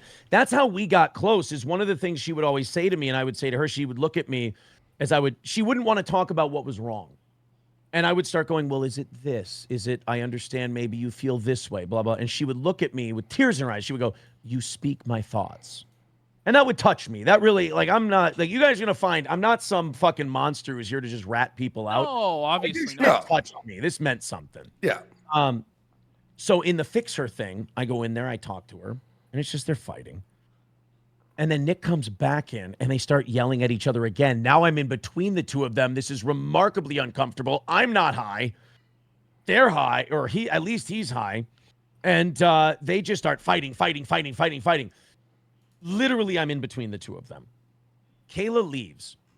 Nick pours out the two biggest fucking rails of Coke I've ever seen in my life. And granted, I haven't seen that much, but bigger than what they usually did. And just rips them back to back. To the point, well, he and I were still friends at this point. Literally stopped, put my hand on his shoulder. I said, buddy, are you sure that's okay? Because he had just done some before that. I said, buddy, are you sure that's all right? I don't want your fucking heart to explode in the fucking bathroom here. Nick always had this way of WebMDing his shit to explain it away. He would go, no, well, what you don't understand is no matter how much I'm doing right now, it doesn't get me more high. It takes time for it to process and come down. And I'm like, that doesn't make any fucking sense. That's not what I'm talking about. I'm talking about a stimulant supercharging the fuck out of your heart and you dropping dead. Like, no, it's fine. Was he actually showing you shit online? Was he actually showing you stuff online? No, he had an encyclopedia of bullshit. So he acted I already looked at this up. I searched this already. One time I asked him, because this was late. This was probably a week or two before I bailed. I confronted him. I said, dude, I know her and I aren't on the best of terms right now. This is when she was out. I was ready to file, like, just about over. Like, April and I crossed the Rubicon already. There was no going back. But I did still care. And I'm like, dude, she's doing a lot. It's like every day. And you guys are drinking a lot. Like, even Kayla came to me once and she said, Aaron, you need to talk to Nick or April because our liquor bottles are disappearing very quickly around this house. I said, okay, talk about it. I talked to Nick. I go, and I didn't really want to talk about the booze. I was more concerned about the Coke. That's what scared the shit out of me. And I said, the cocaine use, dude. Let's talk about it because it's not good. We need to cut back on that shit a little bit. And he gave me this reason. He said, well, Aaron, what you don't understand is, understand how, like, people with ADHD, the stimulants they take allow them to pay attention better because their attention span goes up like this with the stimulant. It meets their demand for the, So he says about cocaine, he goes, well, Aaron, you see, sometimes our minds can only handle this much stress. But we have this much stress. So when I do cocaine, it elevates my body's ability to deal with stress to here, so I can then deal with the stress I face. And I remember just going to him, I go, that's total bullshit. What was the stress? What was the stress that what was he mentioning? Like, what was the stress? Andy, was it kids? What you don't understand is this man was streaming at that point 1 or 2 days a week. Okay. He had a trust fund. Yeah. And that's very stressful. Oh, yeah. Oh, man. Life's tough, bud. Life's tough. I want to ask. There were some times with Nick where, as the son of a fucking baker and a lunch lady, I was like, you entitled cunt. Like, just fucking man up and handle your shit. Yeah. Like, so I got to ask, like, because you were there a lot or a fair amount. What is, like, a day in the life of Rekieta? Like, is he mostly high, like, all the time? I can tell you what I saw from time to time. Again, everything I'm telling you, I don't want to get into speculation. Everything I'm going to tell whatever you guys, saw, whatever you firsthand, amazing, thanks. While I too, again, let's remember, while I too was being a degenerate, going outside of his marriage, scandalizing his relationship, scandalizing his children, all of these terrible things, being a bad father, being a bad husband. But a day in the life was this. I would get up. I'm an early riser. I do a morning show. I would get up on a weekend, 6, 7 o'clock in the morning. And I would just sit and stare at 3 passed out people. Oh, That's it. I would just go, all right. What are we going to do? I'd go take a shower or something. I'd kill some time. And then I kind of wake everybody up like, hey, can I go get breakfast? I remember one common thing with this relationship was that I was the one who was always going, hey, can we go do some shit? Hey, can I go get this? Can I go to... I was You fed the kids, right? You fed them to get out of the fucking house and do some shit. Wait. Where were the kids during all this, by the way? They would wake up later, but they would still come and knock on the bedroom door. Whoa. By the way, we slept 4 of us to a bed. What the? Like, we all slept in the same bed. Yeah, I would sleep with Kayla. Nick would sleep with April. Okay. Okay, so that was the sleeping arrangement. That was the sleeping arrangement. Was April and I on the ends, Nick over by April, Kayla over by me. So sometimes in the morning, the kids would knock on the door and say either I'm hungry or this or that. I would say more times than not, I would go out and I would get them some food, something like that, because everyone else got up a little later than I did. Then there would be times where there would be fighting in the bedroom, or, you know, people were doing whatever they were doing in the bathroom, and someone would want something, and I would, more often than not, it was usually me who went and got it. Wow. I was just not into, like I said on my show, I did coke 3, maybe 4 times in total the entire time. Probably 4 lines, 4 bumps in total the whole time I was there. I did develop an affinity for Molly. It just seemed I wouldn't drink. Pills and I would or powder? I hate powder. I hate it. One time they had me do the licking thing. The licking thing, yeah. Like, you so wanted every more time after that, control. I had Nick use papers and wrap it in like pill form, and I would take it that way. I preferred it that way. And what I would do is I just wouldn't drink that night. I'd pound water and Gatorade, and I would chill because everything was so dramatic and everything else. I would have fun. I would enjoy myself. Yeah. But I'd still realize, holy shit, dude, you're 37 years old and you're a father of 3. Cut the fucking shit. So after about half a dozen times of that, done with that too. So let me ask you, what was the general sense, do you think, of how aware the kids were that their parents were on drugs all the time? I don't think they knew. I don't think they knew. Really? I don't. How about the sense of 2 people? There's a new couple in the bedroom sleeping with them. Like no one, even the high school kid wasn't like, what the fuck is going on there? That I can definitely, I would say, if I'm just putting myself in their shoes, they're thinking, that's fucking goofy. Yeah. You know, like that's a little bizarre. How old was the oldest one? How old was the oldest one? Am I telling any tales out of school here if I... No, it's known. The oldest kid was 16, right? Okay. So he knows something's happening. Like, let's... Yeah. You know, like you're 16, your parents... Every single one of those 5 kids, angels. Every single one of them, great kids. Okay, yeah. But they had to know. I mean, it's... Well, you're 16, your parents are sleeping with 2 other people daily, and there's strangers. Like, you know? Let me ask you this. How were you introduced to the kids? Is it like, this is Uncle Aaron and Auntie April? Or Mr. Aaron and Mrs. April. Right. And that was like, what was the official story as to why you were around all the time? Friends, just really good friends. Right. Okay. Were there any other friends that would come around, or were you the only ones in this arrangement at this time? No. Do you know if anybody else? Maybe that's what Nick meant by aggressively monogamous. Mm-hmm. Aggressive. Do you know if he had done this with any other couples? Did he tell you, like, don't worry, we've done this with somebody else before? You know, this is a really funny story. One time we were at my house, and, I only have my kids 50% of the time, so it was easy to come to our house when there were no kids. And that was important to me. Fuck it. We'll get into it later. Yeah. With the couch story. But as far as the swinging experience and this and that, Nick and Kayla sat April and I down probably about a month and a half, 2 months into what we were doing. And they went, guys, we feel terrible. Feel like we've lied to you. We have a little more experience with this than we let on. and they talked about some of their experiences in Jamaica and this and that and some other things. And we're like, April and I are looking at each other and we go, yeah, we've read the internet. We kind of know this already. It was really weird because April and I were like, yeah, Can you get into some of the details of what exactly he said when he sat you down for this? Let's go. Oh, Nick, I hope you go to fucking prison because otherwise you're going to be at my house. Just move, bud. Just move. He's a $140. I could break him in half. Okay. I know you could. Let's hear it. He did tell me a story about he and Kayla were excited to get into it with other couples. But unfortunately, because of his consumption of cocaine and Molly, he was soft. He was soft. Kayla was able to perform. Nick was not.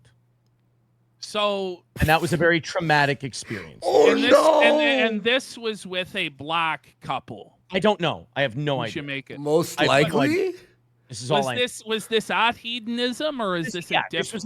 This was the resort. Yeah. Wait, so you're telling me that this black guy probably was banging okay, this gentleman. Or you're being a little fucking black gay on me now. Look, I like to have some fun on the show. Okay, so some guy is banging fucking April and Kayla. But no. He's banging. So Kayla and sorry, his wife, the gentleman's wife, and Kayla. Sorry, not there's April. a gentleman balls deep in Rekieta's wife, and his wife. Rekieta tries to get into the other guy's wife, but he can't. So then both women have to go on. What happened? Did he get laughed at in that circumstance? No, I remember him saying. I will say this, guys. And look, I don't like the guy. As I look back on my time with him, it's worse because I think there was a lot of manipulation and shit going on. But I will say this. He did say it was a genuinely traumatic experience for him. And of all the things I'm going to talk about tonight, I really do feel a little bad for sharing that one. Do you know if he tried to use the Baldo after he was limp or? I don't know. Because maybe this is why more Baldo speculation is like, maybe like this is why he would use the Baldo, as he had a recurring issue of being soft. I can only speak to a couple times where I've. Did you see him personally fail to perform and be soft with April? You did. You did. One time. Whoa. Now wait a minute. Can you tell us? Look, I'm not saying there were not times, especially at the beginning for me. I will say, I will cop to this personally, where it's a weird thing, it's a weird sexual thing you're into, and there will be some performance anxiety. Right. And you need a little help. I will admit to that happened to me a couple of times. 100%. Was he popping like Cialis or Viagra? Was it Cialis or Viagra and stuff? Once in a great while, I will say again, because at the very beginning, I was like, I'm really anxious about this shit. I just want to make sure that if I have any problems, I've got an in case of emergency break glass. And I purchased some things. Right. He already had them. He already had them. It's a known issue. Yeah. And I think when you do cocaine, you gotta have that back. Yeah, whiskey and shit. Yeah, whiskey, dick. Yeah. Okay. So there was it's probably one of my favorite moments with the beautiful Kayla Rekieta. We were at our home, of course, no kids. And we had gone out that night. We came back, and Kayla and I, we were upstairs in my bedroom. And this was such a high schooler, fucking gay, fucking romantic, queer thing that happened. We would have sex, and then we'd run out. It was February. It was wintertime in Minnesota. We'd run out onto my deck. We were very hot. We were very warm. And we would run out into the snow, jump into the snow, make a snow angel, and run back inside. It was just this funny gay thing that we did. Laugh, faggot. Go ahead and laugh. No, laugh. It's amazing. So you and her, it was so romantic. You guys are doing snow angels together in the yard. And then April, isn't that nice? I said a story like this, like fucking a few months ago when I was drunk. I did that before, so don't worry, it's all good. We do that. That's not the fun part of the story. The fun part of the story comes when April comes upstairs as Kayla and I are making all kinds of noise and making snow angels and just being complete homos.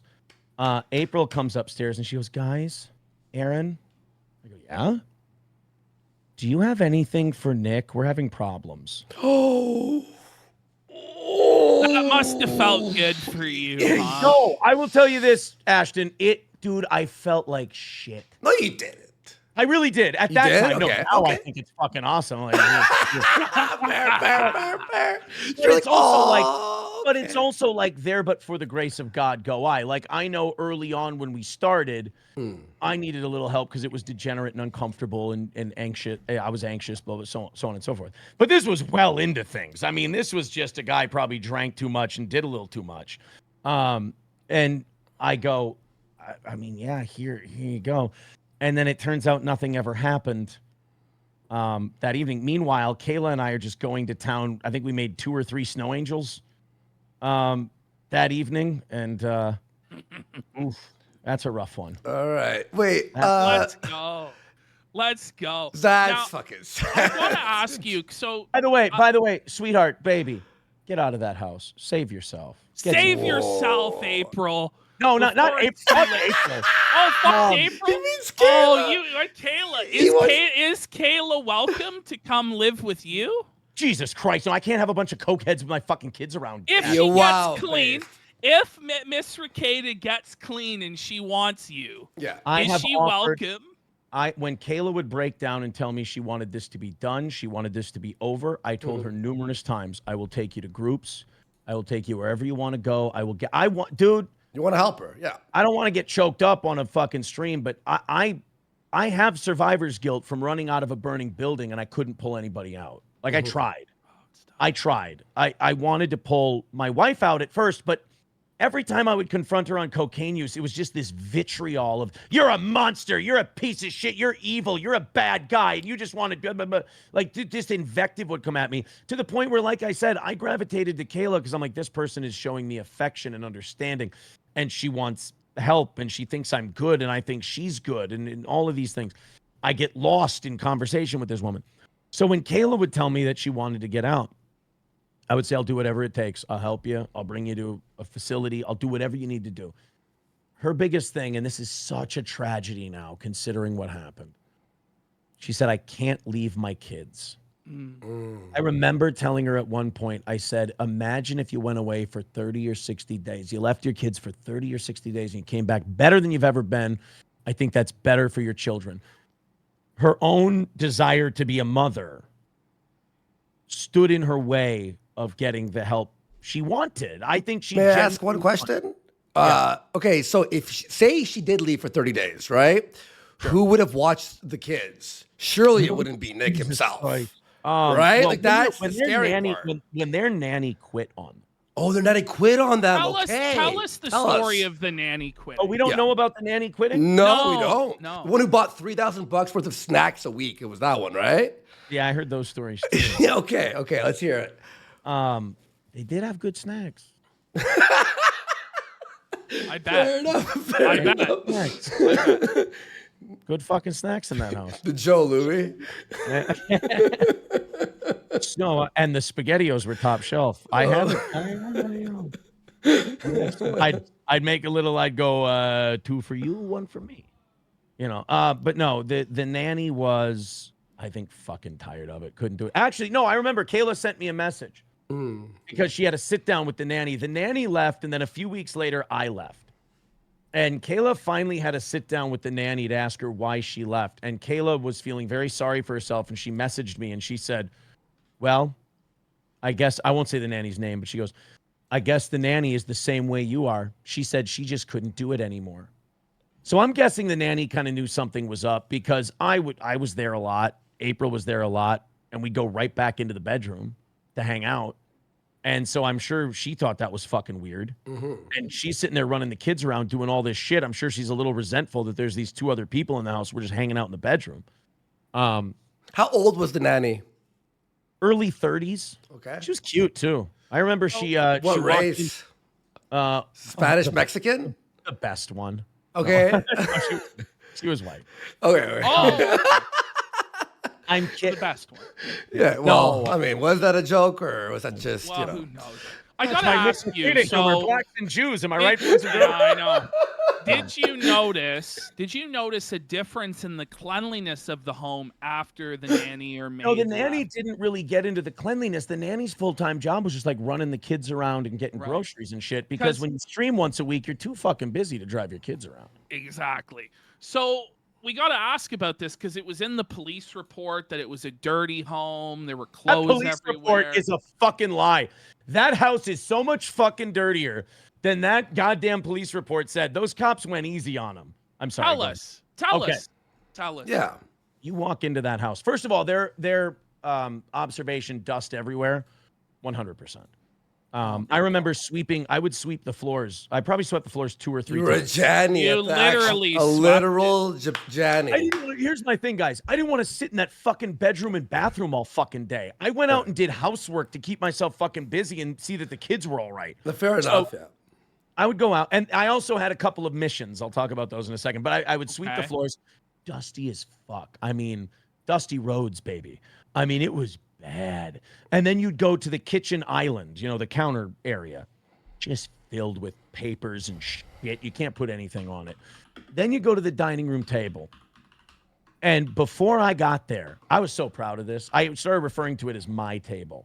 Their dining room table was full of just papers and toys and all kinds of garbage and shit. And to me, like I'm an old school, you know, I was raised old school Americana, like the dinner table, that's where you all gather and everything else. And I'm like, well, let's give these kids somewhere to sit and eat and everything else. So I got the kids together one day, My God. and Kayla came out for this too.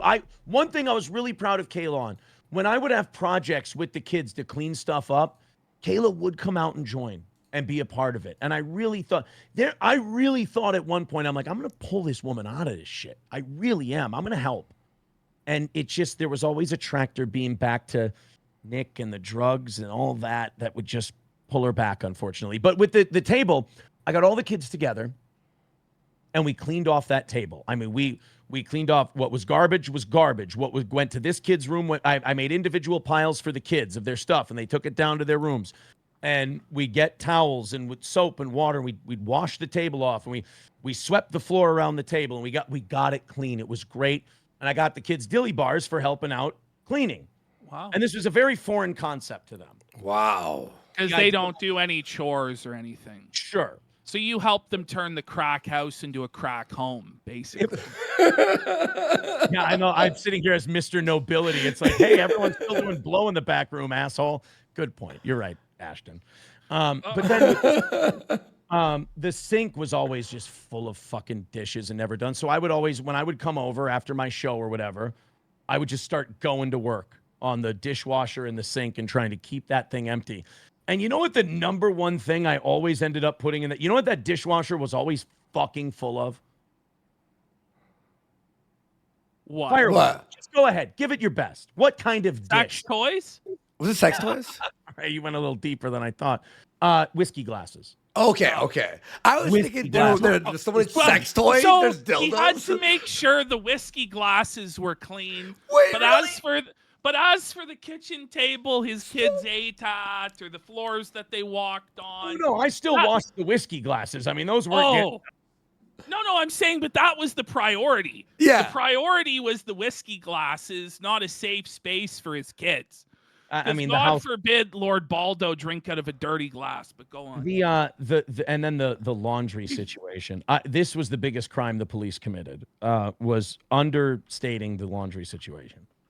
There was dirty laundry from the laundry room in the middle of the hallway, out the door, around the corner, down the hallway, into the kitchen, like into the kitchen area. There were dirty clothes. There were clean clothes in the living room, all over the furniture, all over the floor. They would be getting ready to take the kids to dance or something, and they'd be pulling out, like looking for tights and pulling in the living room for clothing. And you couldn't have company over at this house because where would you have them sit down? The carpets were disgusting, never cleaned, never vacuumed, anything like that. I vacuumed their upstairs carpets once. It was an exercise in futility. I never did it again. Tell us why. Why was it an exercise in futility with the carpet? Because there were, stains in it. It was so dirty. It's like daily though. It was just like okay, you'd vacuum it next day or 2 days later. Boom. It was more like the damage has been done. Oh like wow, so it's that bad. That bad. Okay. And here's the saddest part: beautiful home. Anybody who worked for their money and actually valued what they had would thank Christ every day that they had this home. And this one was just treated like fucking shit. Yeah. How about the mold? Was there mold? Did you see mold? I didn't see mold. All right, because the police said that there was mold in it too, which Okay. is kind of fucking, I'll take their word. I'll take their word for it. They found cocaine. I'm sure they're not lying about that.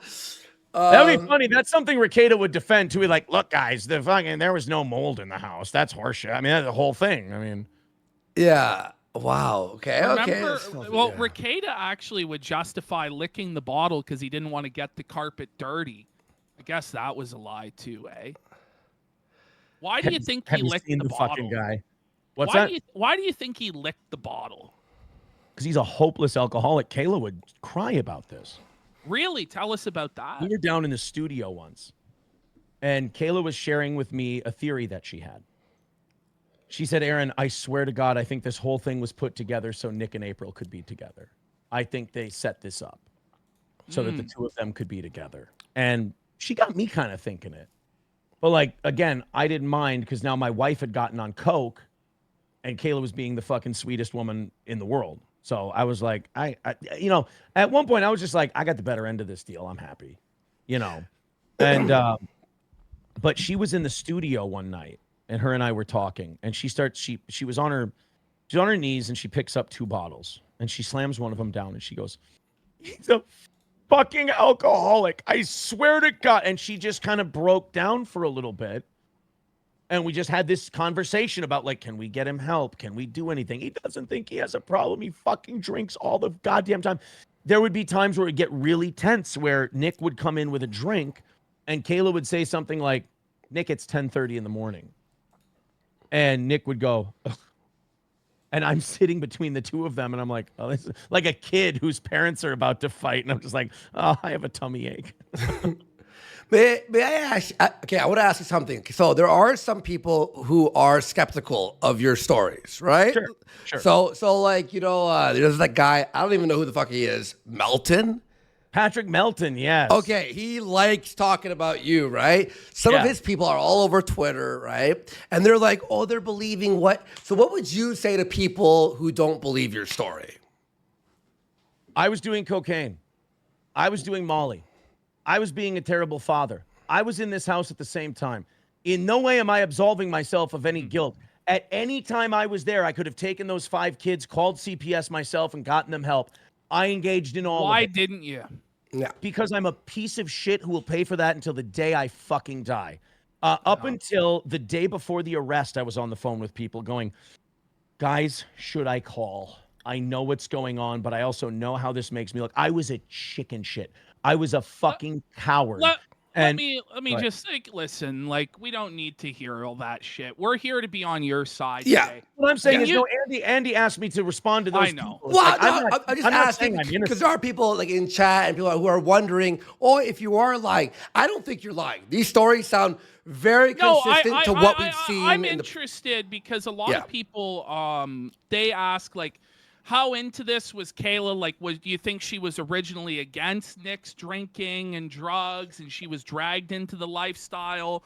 Or was she just right there with it the whole time and pushing for it? I will. Here's one time in this whole thing to prove this isn't just a shit on Nick Rekieta fest. And boys, again, I can only tell you what I've experienced firsthand. What I heard, what the story Nick told me. And I cannot remember if I got confirmation of this from Kayla or not. But the story Nick told me is that around the time that he turned 40, Kayla either started doing these things or wanted to start doing these things because she thought that's what Nick wanted in a woman because of the things he would talk. Oh, that's what it was. He said that Kayla started doing these things because she thought that's what he wanted. Now, Kayla would expound on that and go, well, I was only listening to his show and listening to the things he said and listening to the kinds of people he talked to. And I thought that was the kind of woman he wanted. I just wanted to be the woman that I thought Nick wanted. And that kind of led to this And then Nick just leaned the fuck in. Is that what Nick's worst day ever was, or do you know what his worst day ever was? His worst day ever? Yeah. The stream? Yeah, when he said like I had my worst day ever, and then that's like led to this decline. Is that what that was, or do you know what I'm talking about? No, I don't know what you're talking about. Okay. Rekieta has referred in the past to having a worst day ever, and I was wondering if you had any insight into that. I would think it would be when I let another man fuck my wife, but apparently that was out the door. So a lot of people in the chat are asking about Kiwi Farms. How much do you blame Kiwi Farms for all of this happening to you guys? None. I feel like they were reporting. So you don't feel like they made you guys, swing or do coke or anything? Because that's what a lot of law tubers are saying, is that this is all the fault of Josh. Yeah, and then he spiraled or whatever. Because these simp cunt assholes. Nick has loved every fucking minute of it and never once has wanted to stop. As a matter of fact, a few weeks ago, the last time I saw Kayla in person, I don't know if Nick and April know I saw her. I'm not sure. But this was after I had departed. I met her on neutral ground. It was great to see her again. And she told me the story of how she had told Nick. And this is so fucking tragic because this may in fact be the batch they got caught with. Kayla said to me, Aaron, it's done. It's over. She even said to me, Aaron, I hope you're proud of me. I've been clean for days now. I said, I had tears in my eyes and I'm so fucking proud of you for that. Because that's all I wanted from any of them. Like when I said I couldn't come back, I'm like, guys, I have kids who don't want to come to your house anymore. I'm hanging around my friends right now. See, the thing about hanging out with people addicted to drugs is that you get shut off from everyone else around you. And I have a lot of friends. I have a lot of family. I like hanging out with them. And I know, Ashton, I'm getting away from it here for a second. But when I told them I wasn't coming back, I was like, guys, I'm in my backyard right now. There's kids all over the lawn. They're playing with their friends. I've got friends and family and neighbors over here. I can't leave this again. I love this shit. We'll get to that later because that's when the Nick kill yourself. Did Rekieta say stuff about Kiwi Farms in private? Like, okay, can you give us some examples of times he would seethe about it privately? Yeah. Well, Andy, let's talk about the thing you and I talked about privately because I'm sure you want to clear this up. Sure. The one thing Nick told me, and I got messages whenever I would mention your guys' show, like when I went over your guys' coverage of the hot tub thing, and I thought it was jacking me off. We'll get to that, yeah. But no, I don't know if it got back to you guys, but I watched you guys cover the hot tub thing. I thought it was fucking hilarious because I'm like, yes, we do look like fags. Like, there's no getting around it. It's a fucking cringe thing. It was my idea. It didn't fucking pan out. Those three would defend it to the hilt. I'm like, guys, we look fucking ridiculous. And everything that came out of my mouth, I remember going, this is criminally unfunny. Like, this is really... Okay, hold on. Let's go into the decision to do this hot tub stream. Fine. I'm going to answer your question. Okay. I'm going to get to this because I'm doing a terrible job. Andy, Nick would always tell me the reason I don't like Worski is because he went on the air and he said that when Kayla was walking him back to his room, he said on the air that she tried to give him a hand job. I never said that. What I said was when I was drunk in Knoxville at the bar, and there are witnesses to this, she was getting really touchy-feely and flirty with me with Nick there. It made me uncomfortable because Nick was like watching, and I was fucking fucked out of my mind. I never said that she jacked me off. I said that she was getting like flirty and touchy, and Nick was like looking over like, and then I brought that story up because I was like when we were hearing about all the stories about them possibly swinging, I'm like, oh, maybe, I mean, like she did seem like she was down to probably fuck other guys and being flirty with people. In fact, she was being flirty with me and touching me and stuff. I never said jack off.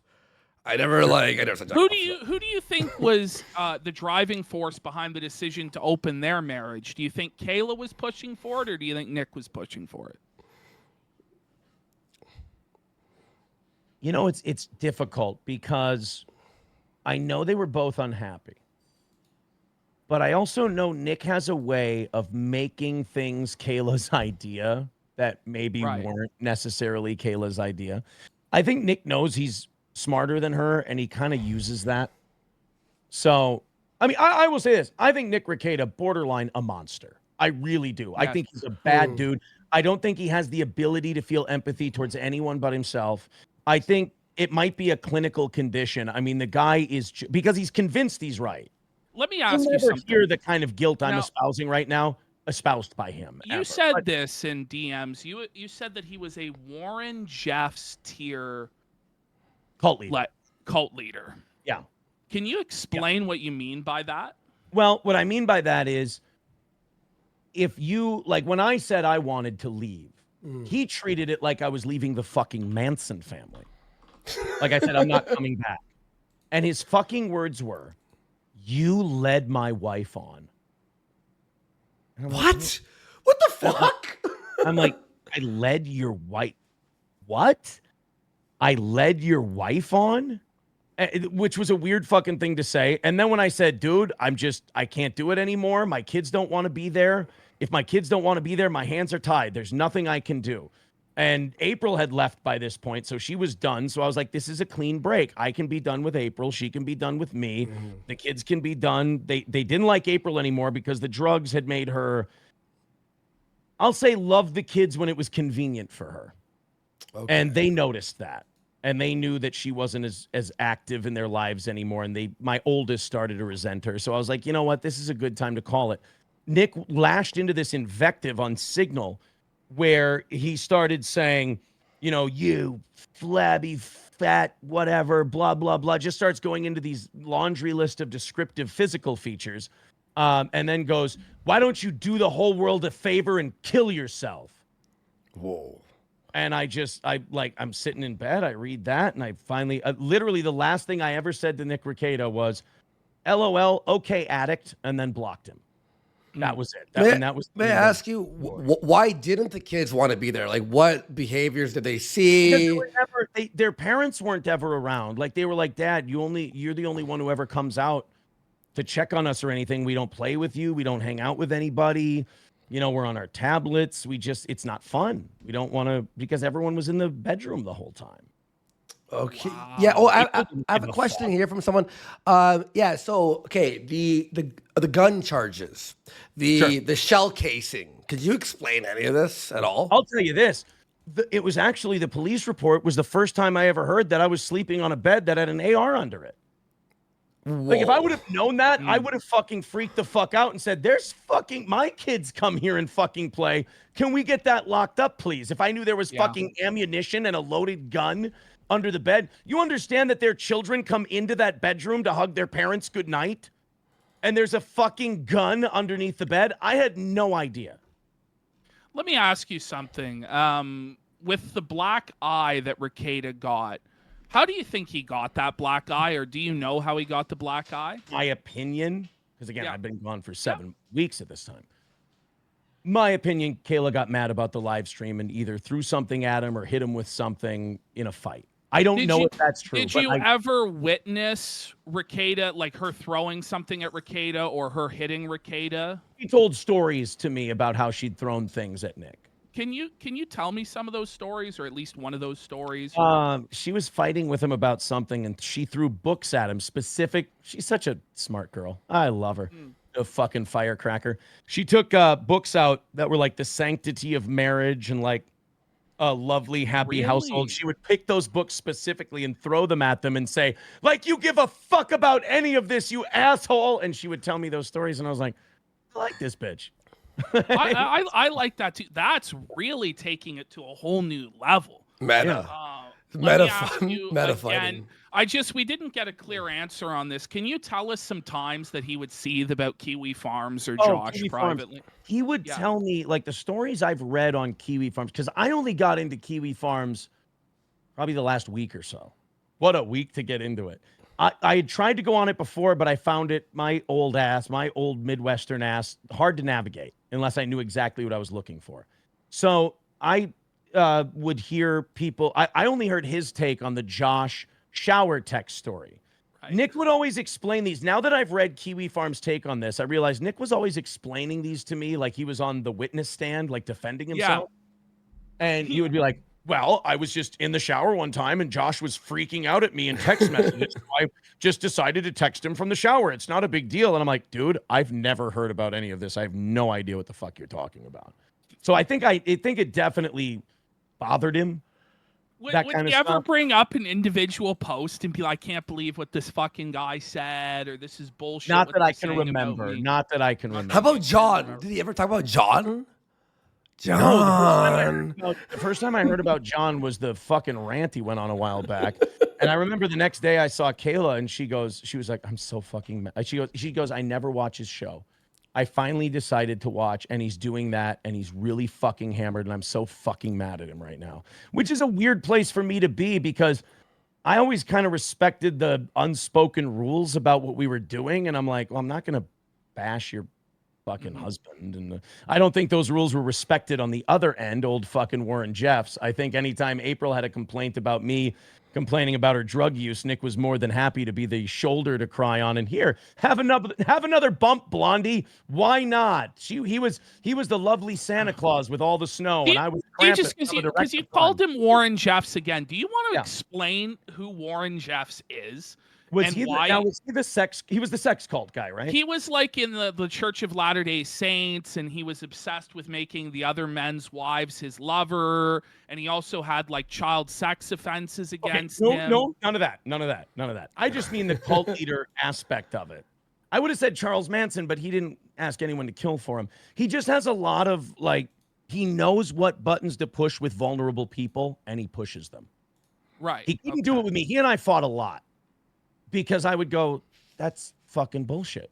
And Nick throws a fit when you don't buy into what he wants all the time. I remember he yelled this at me all the time. He goes, why don't you just stop lying and be honest with yourself? I'm like, what, you want me to just tell you you're right and we'll just move on? Is that what you want?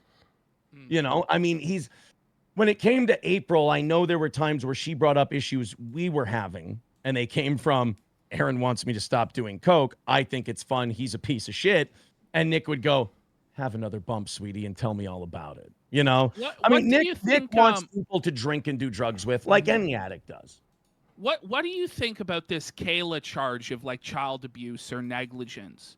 What do you think that is? If you had to speculate? I really hope that maybe she just yelled something out while the cops were there that got misunderstood.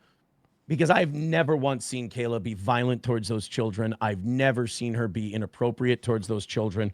I've only seen her love her kids. Have you seen Nick be violent towards the children or neglect the children or abuse them? I mean, neglect. I mean, the whole thing's fucking neglect. Everything was neglect. But never abuse. No, never abusive towards them. Yeah, because we're just wondering what that charge is about, and nobody can seem to make heads or tails of it. Maybe it was just that it was such a shit. We just don't know. We just don't know. So I was hoping you might be able to. I don't know what that could be. Okay, what about the homeschooling of the kids? Like, how did that work? Was Kayla active in that at this point, or was she just kind of strung out all the time? It's like a homeschool collective. Right. What does that mean? The kids go to like a church school kind of a thing, or they go to someone's house, or they have different teachers, like different parents inside the collective, the co-op teach. And so you'll go to different places. And I remember Nick was teaching for a little bit. He got kicked out of it. The school kicked him out of teaching because he's a fucking degenerate on his program for everybody to see. Yeah. Okay. And then I remember one night he punched a hole in his bathroom wall, bitching about the collective kicking him out of teaching. And I remember saying to him and Caleb both, I was like, dude, you understand, like they had every reason to kick you out. If they watched my show when I was teaching, I would hope they would kick me the fuck out. One of the big differences between Nick and I was that I knew what I was, and Nick thought he was like a fucking clergyman, I guess. Right. I don't know. Like, I was like, Nick, you understand we're garbage, right? Like, you understand we're shit. Like, we're degenerates and all of this, and like there's, we got work to do. And he would go on his stream and pontificate about family and all this other shit. Sometimes it made me want to fucking puke. It still does. I remember one time he said, I might start a religious podcast. And I remember looking at Kayla, I go, if he starts a fucking religion podcast, I'm duty bound to stop it. That's not okay. Now, do you know, like, speaking of the church and all of that, Do you know how much intervention they tried to do with Nick? Like, did they sit him down and were like, this is crazy or what? Because the rumors that are swirling around is the mandatory court report or was a pastor at the church, right? Yeah. And people are like, did the pastor try and intervene? Did he talk to Nick? Do you know anything about that? I don't know a lot about that. I do know if you tried to intervene with Nick, you'd get a giant speech about how right he was. And it would be like standing in front of a full speed freight train yelling stop. I mean, it wouldn't have done anything. Do you think Nick actually is religious? Do you think that he actually believes that he's sincere in his faith or what? Now you just asked two completely different questions. Yeah. Do I think Nick is actually religious? No. I don't think he holds any of the tenets of faith. Do I think Nick believes he is? 100%. Right. Okay. I think he believes it. Let me ask you, a lot of people have been asking about this. Did he ever talk bad about anybody in LawTube or any of his YouTube friends behind their back? I know that he'd trash Vic a lot. He'd be really, he'd be really dismissive towards Vic. You know, what would he say? Just about his sexuality and shit like that. And like, it was just all very catty.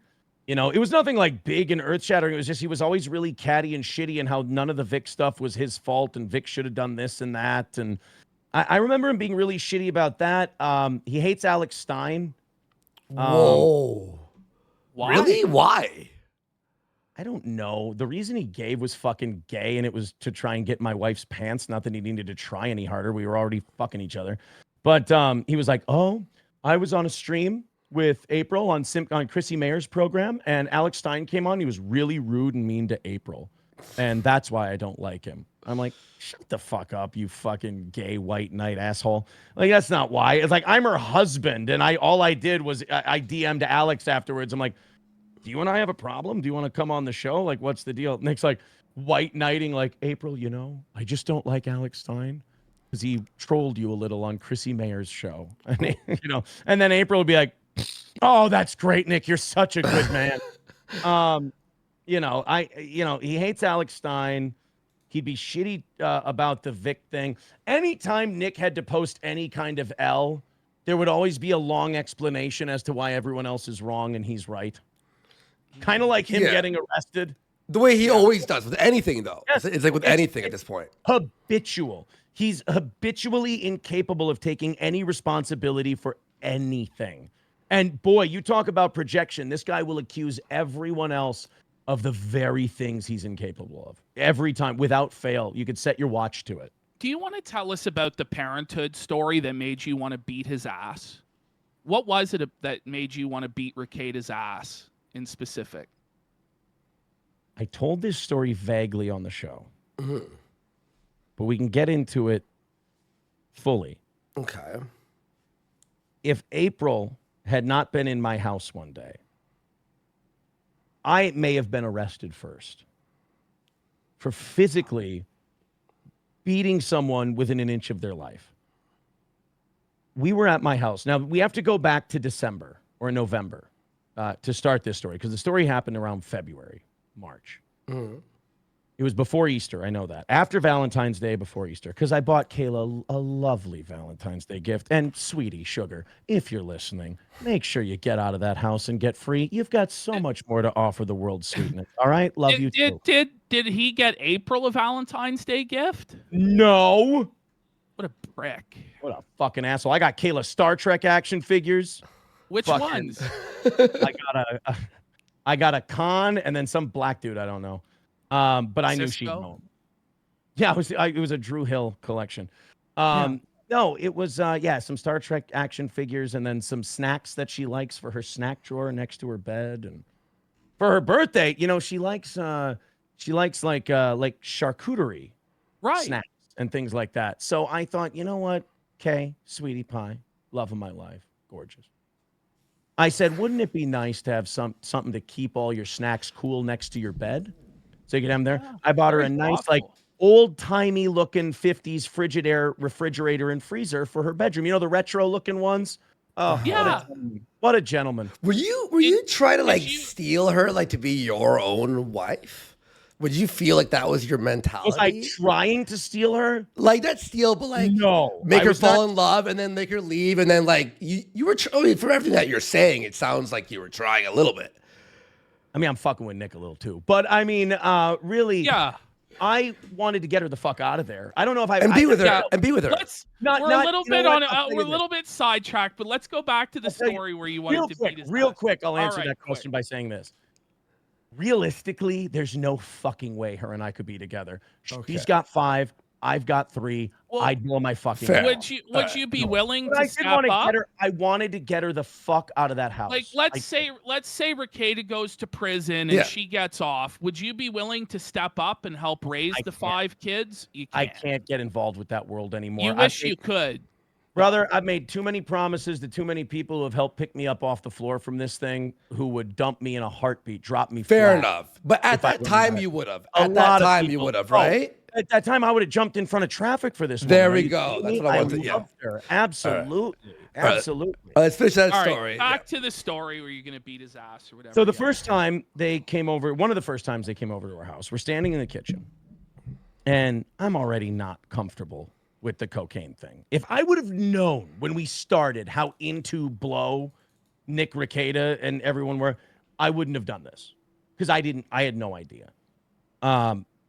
But he takes the little bullet, the little container of cocaine out of his pocket, puts a little line down for himself on my kitchen counter, and just takes it up. And I look at him and I go, dude, what the fuck are you doing? He goes, what? I go, I got 3 fucking kids and an ex-wife who, if she found a speck of that shit in my home, my kids would be gone fucking tomorrow. Don't ever bring that shit into my house again. Okay, I understand. Yeah, I get it. No, I'm a lawyer. I get that. All right, fine. I'm a lawyer. So, Sorry, that's funny. Okay, good.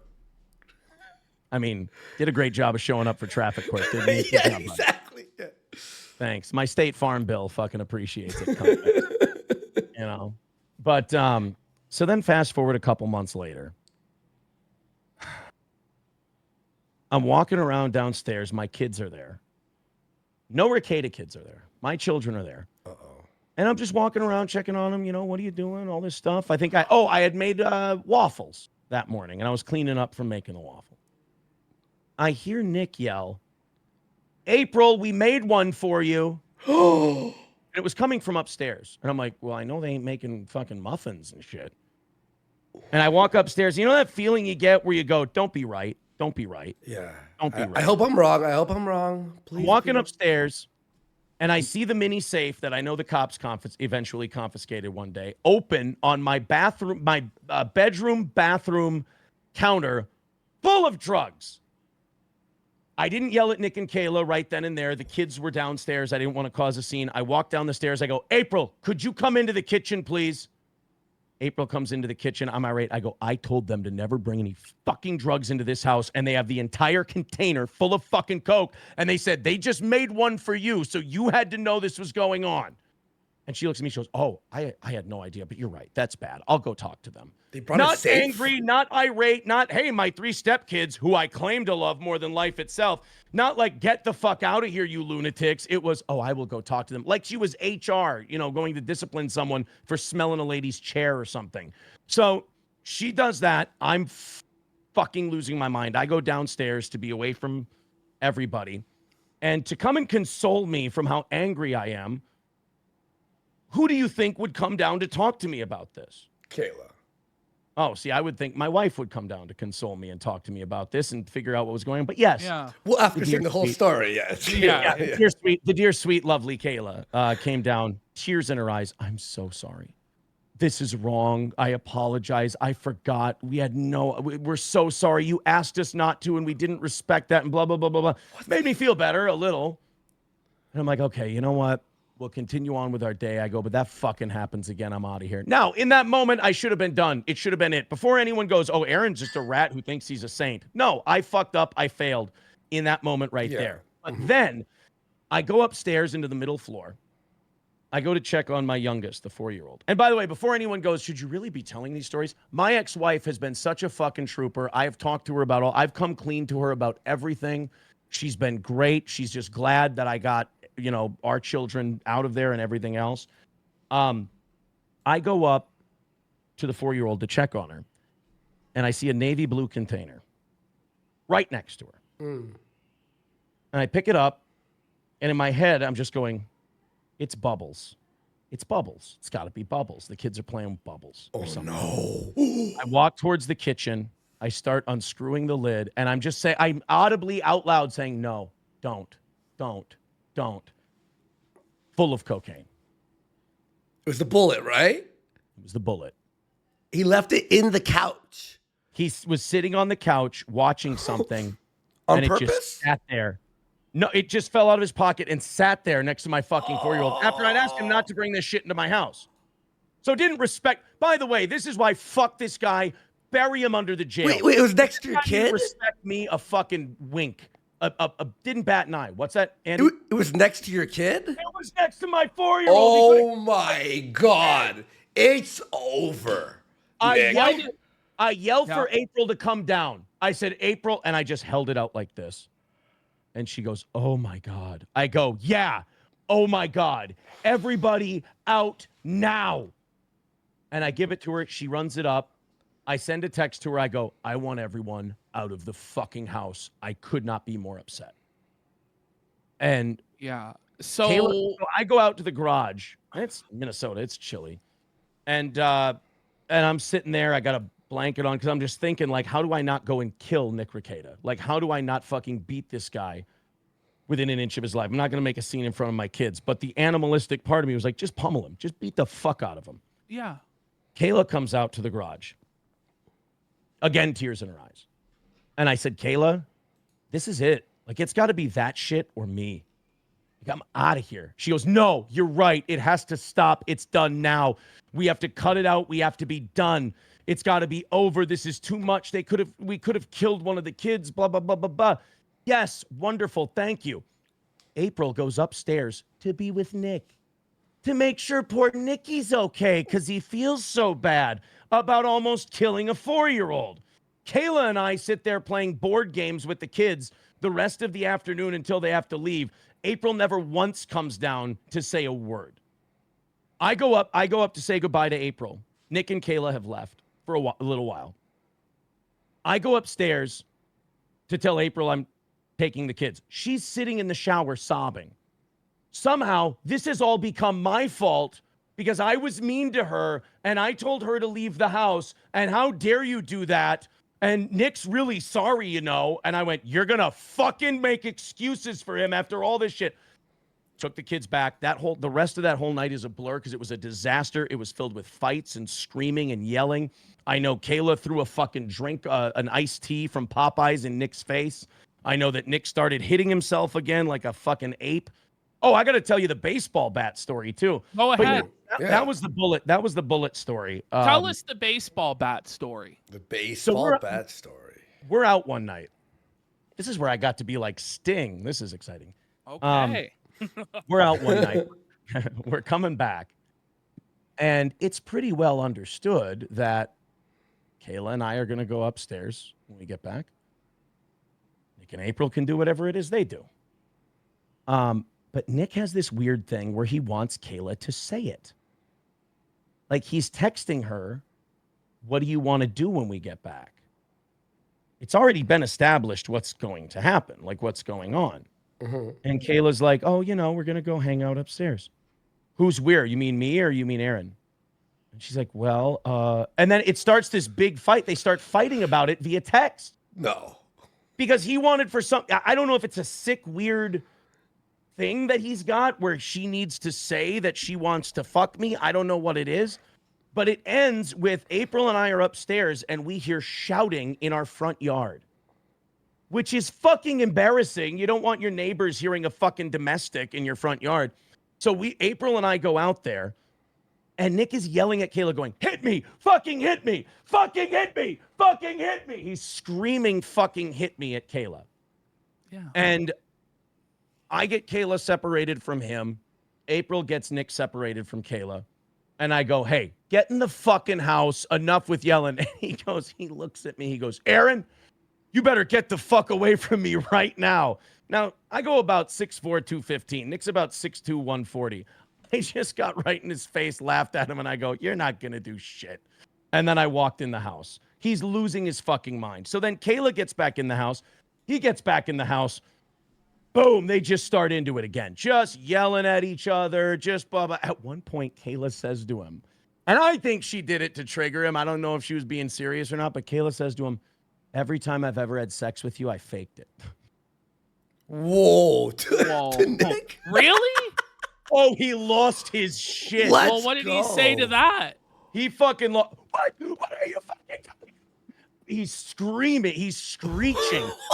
Of all the things I've ever heard anyone criticize Nick over, questioning his sexual prowess set him off more than anything else. You could have said he was a cokehead who neglects his kids, and he would have went, "Well, I've read some articles that say actually when you do What? coke when your kids are You're around, better. He was found out. He never pleased his wife. He was always soft, had to take boner pills. Well, you used So the what ball, you're though. saying is it was in fact him who had never made his wife come. I don't know that. According to her.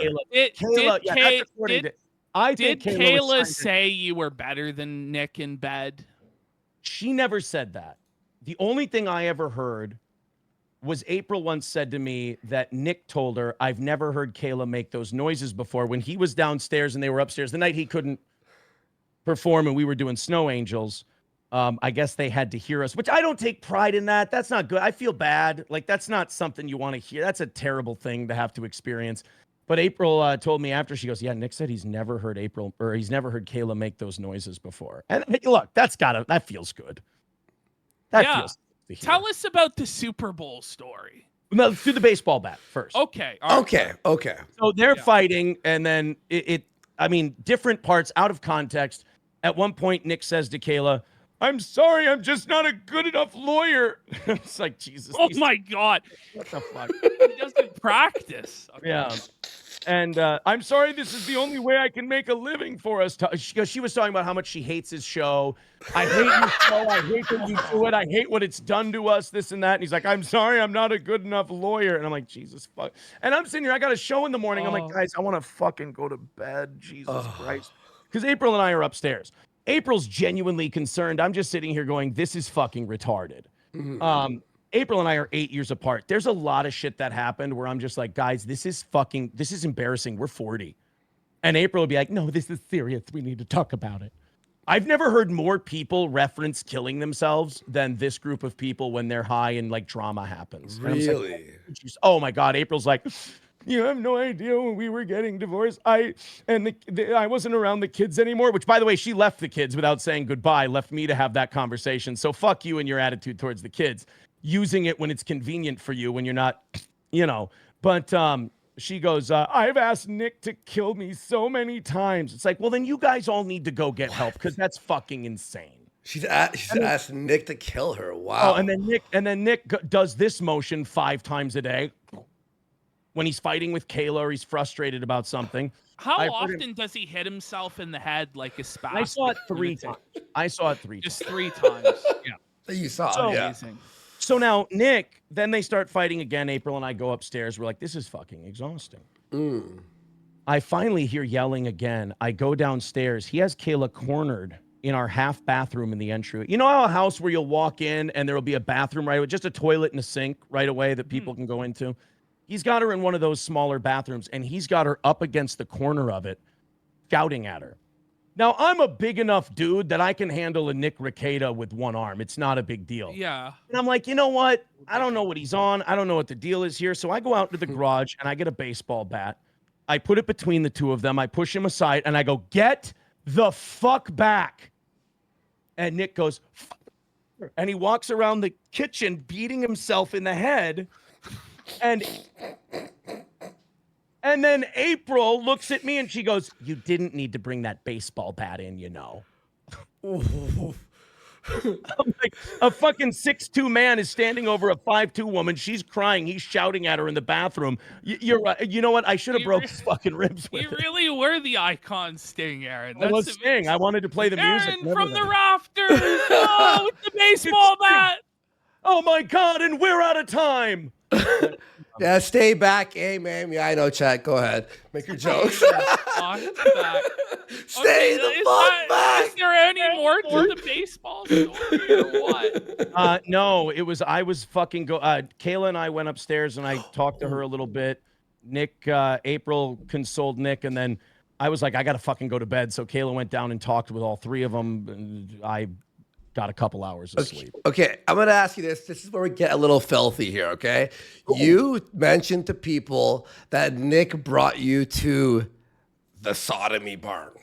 Okay, what was it called? Pure Pleasure? Pure pleasure. Okay, so let's hear about Pure Pleasure, where they sell used dildos and have at the back, what was it called? Like little booths to watch? Yeah. I will say this, boys. I hate to ruin it for you. I didn't know anything about the booths until I saw your coverage of it. Oh! Okay. I So don't know about you didn't go into the booth with Kayla or No. did he go into the booth with April or No, nobody went to any booths. Again, I didn't know there were booths. So You know how I told you. You know Yeah. how I told you that I was a complete gentleman and bought Kayla lovely, thoughtful gifts for her birthday? Yes. Well, Nick thought that we should buy April should buy her a sex toy from Pure Pleasure for her birthday. What a gentleman. What a gentleman. So New that or was how it used? came up. So that's how it came up, right? The idea of going to the sodomy barn or Pure Pleasure. Yes, picking something out for April for her birthday. So you're gonna go with him to buy a sex toy for your wife. Was it remarkably uncomfortable? Yes. Okay.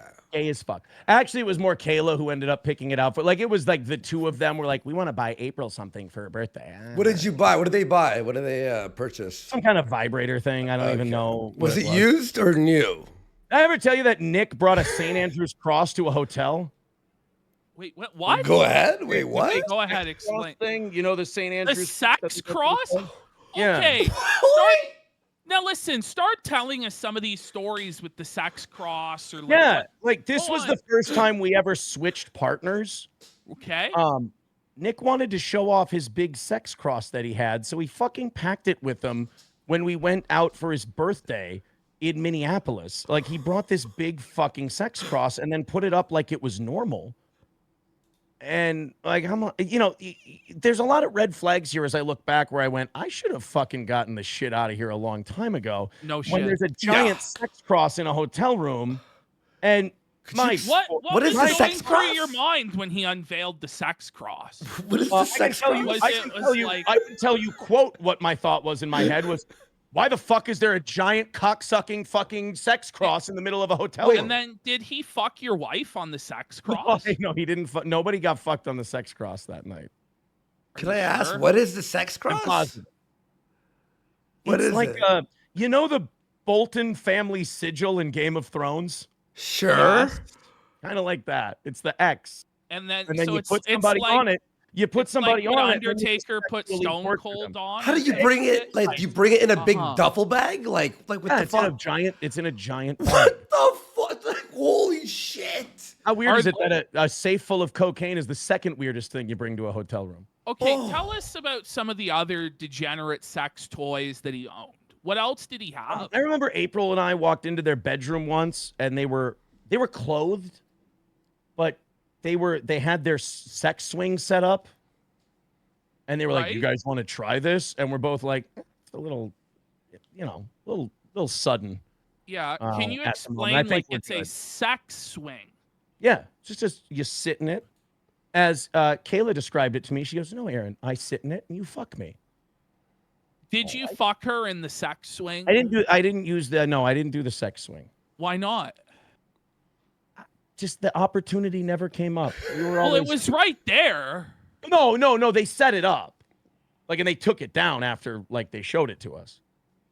Like, it wasn't like always up. Okay. It's not like you walk So in we there like their have- kids walk in and there's a So they fucking like hung it like on like a fucking chain or something, right? So Like, it was- Andy, don't you ever show off your sex swing for your friends? yeah, all the time. Yeah, what the fuck is wrong? So what he other was sex gonna toys? build a sex dungeon, right?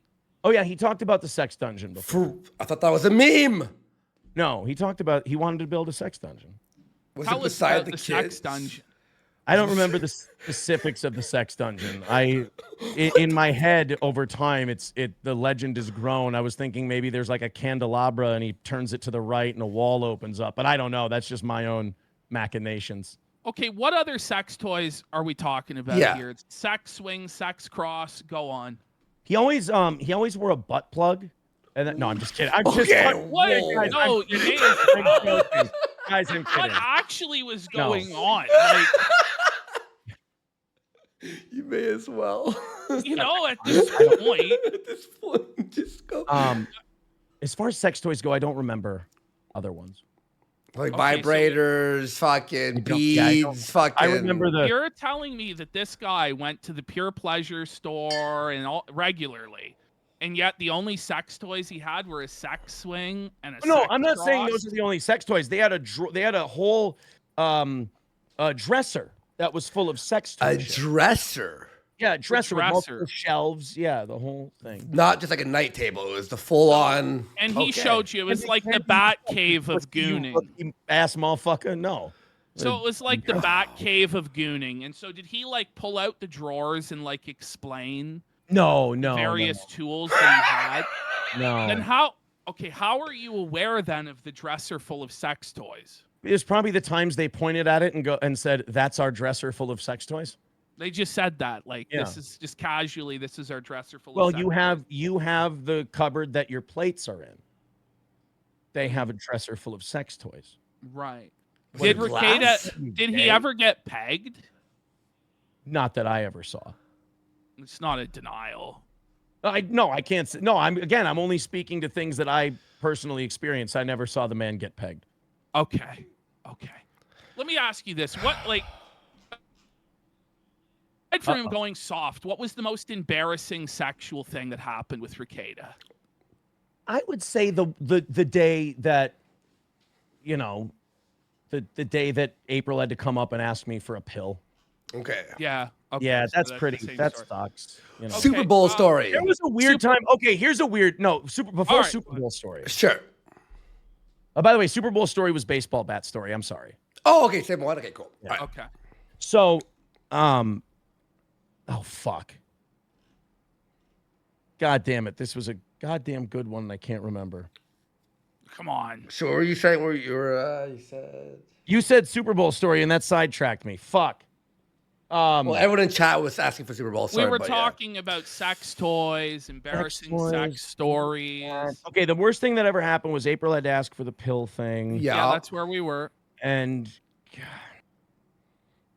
nope. Sorry, Sorry, I bar. lost. Okay, how about this? Gay bar. Gay What about bar. gay 90s? Boys, Gay you're gonna 90s. hate. You're gonna hate this, because I would react the same way you're reacting. I had a fucking blast at that place. I'm not Yikes. surprised. Fuck you, Ashton. No, it was. I like karaoke. It's probably the only thing Nick and I have in common. By the way, Kayla and I had a very special song we would always sing together. I don't even know if I have the strength to listen to it ever again because it was such a beautiful tune that me and my baby always sang.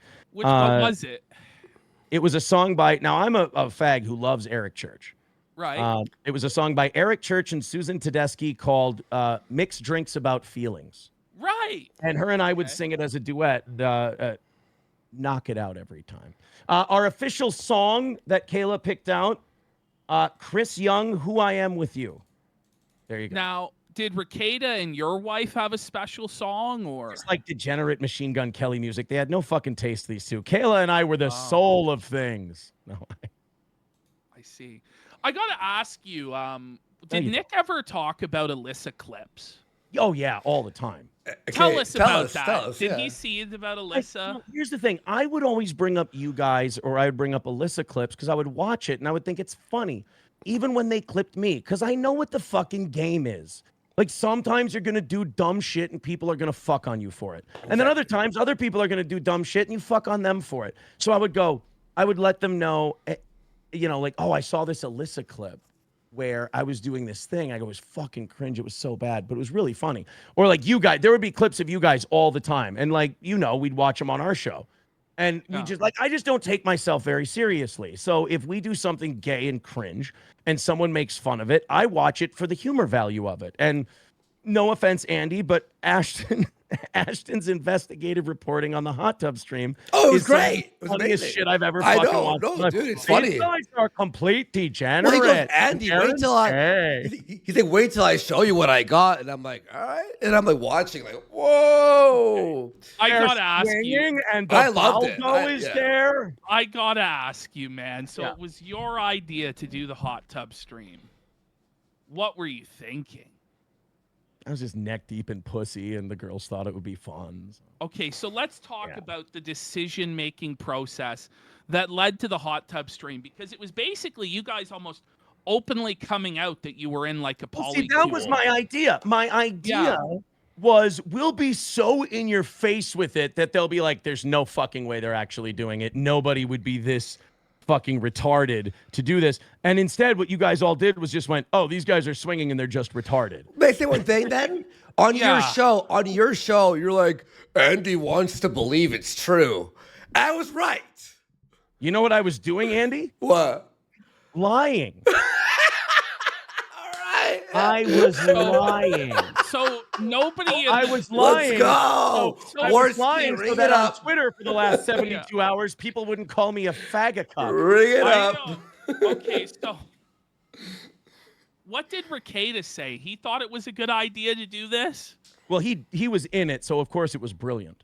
Oh my god. He never thinks he does anything wrong. Dude, I mean, some of the, like, I've always said this about like Kiwi Farms and other places, like some of the theories people come up with, 20% of them are fucking insane. Yeah. 50% of them, there's some truth to it. 30% of them, it's like they're in the fucking room. I have Yeah. thought before, I've been like, is the ex-nanny leaking information? Am I sleep texting people? Like, how the fuck? Like, because this is like spot fucking on. Because it seems like in this circumstance, with a lot of what you're saying, everybody was right, you know? Yeah, and I lied my balls off to protect everybody involved. But now that they all got fucking arrested and humiliated me, and then when I contact them, they're all still in denial that they have any sort of problem. And then one of these motherfuckers left deadly amounts of cocaine next to my 4-year-old. I don't give a fuck if I bury you under the jail. I don't owe these people any fucking loyalty. It could have destroyed my fucking life. I made terrible decisions, and it was all with that's them. okay. What did you know anything about Mandy, or did Rekieta ever mention Mandy? And what happened there? Mandy. I read the history of Mandy, so I don't know if he ever talked about it, but I know I read the lore. I can't remember if he ever discussed it. Okay. What about Dick Masterson? Did he ever talk about Dick? Oh, yeah, he talked about Dick Masterson, and love Dick Masterson. Oh, he's a cool guy. Oh, he thinks you guys are really funny, too, and we'll hang out with Dick Masterson and blah, blah, blah. And he used to tell people, and he's not close with a lot of people. It's unfortunate. He always says, like, I feel like I have to buy friends. And then I see the way he treats people who don't 100% go along with what he wants. And I'm like, well, now I understand why this guy thinks he has to buy friends. But Dick Masterson was always, he goes, I told Dick, I've never seen Kayla more happy in years than when she's with you. And I just told him how great. I'm like, Nick, you probably shouldn't tell too many fucking people that. That's weird. Wow. People are going to hear that and they're going to go, that's a little fucking creepy. So you're saying Dick Masterson was aware this whole time of the swinging arrangement? And I don't everything? know if he knew how deep it went, but he knew that I had gotten very close with Kayla. And I'm sure Nick probably told him that he had gotten very close with April. Right. Okay. And what other things would he say about just that he was so cool, that he looked Yeah, up And Vito, to how him? about And Vito? like How about live Vito? events they'd done.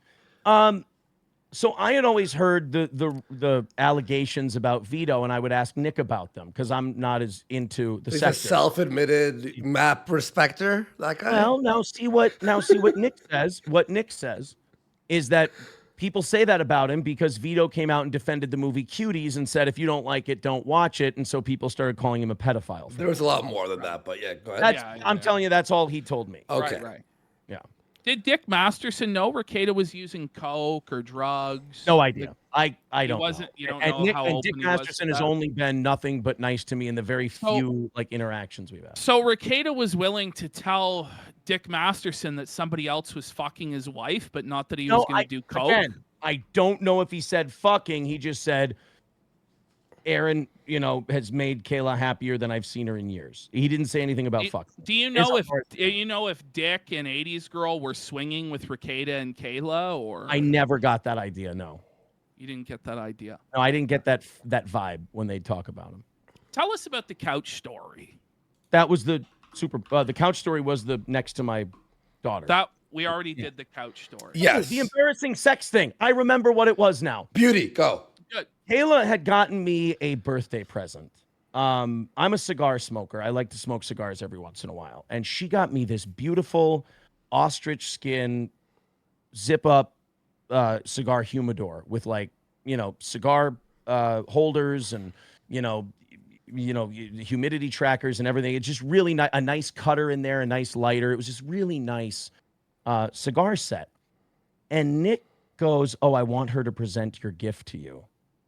And so Kayla got completely naked, came down the stairs. This was at my house. I was seated on the couch, and Nick was seated on the couch too. What? And she brought the gift down to me and sat on my lap and gave it to me, but Nick's right there.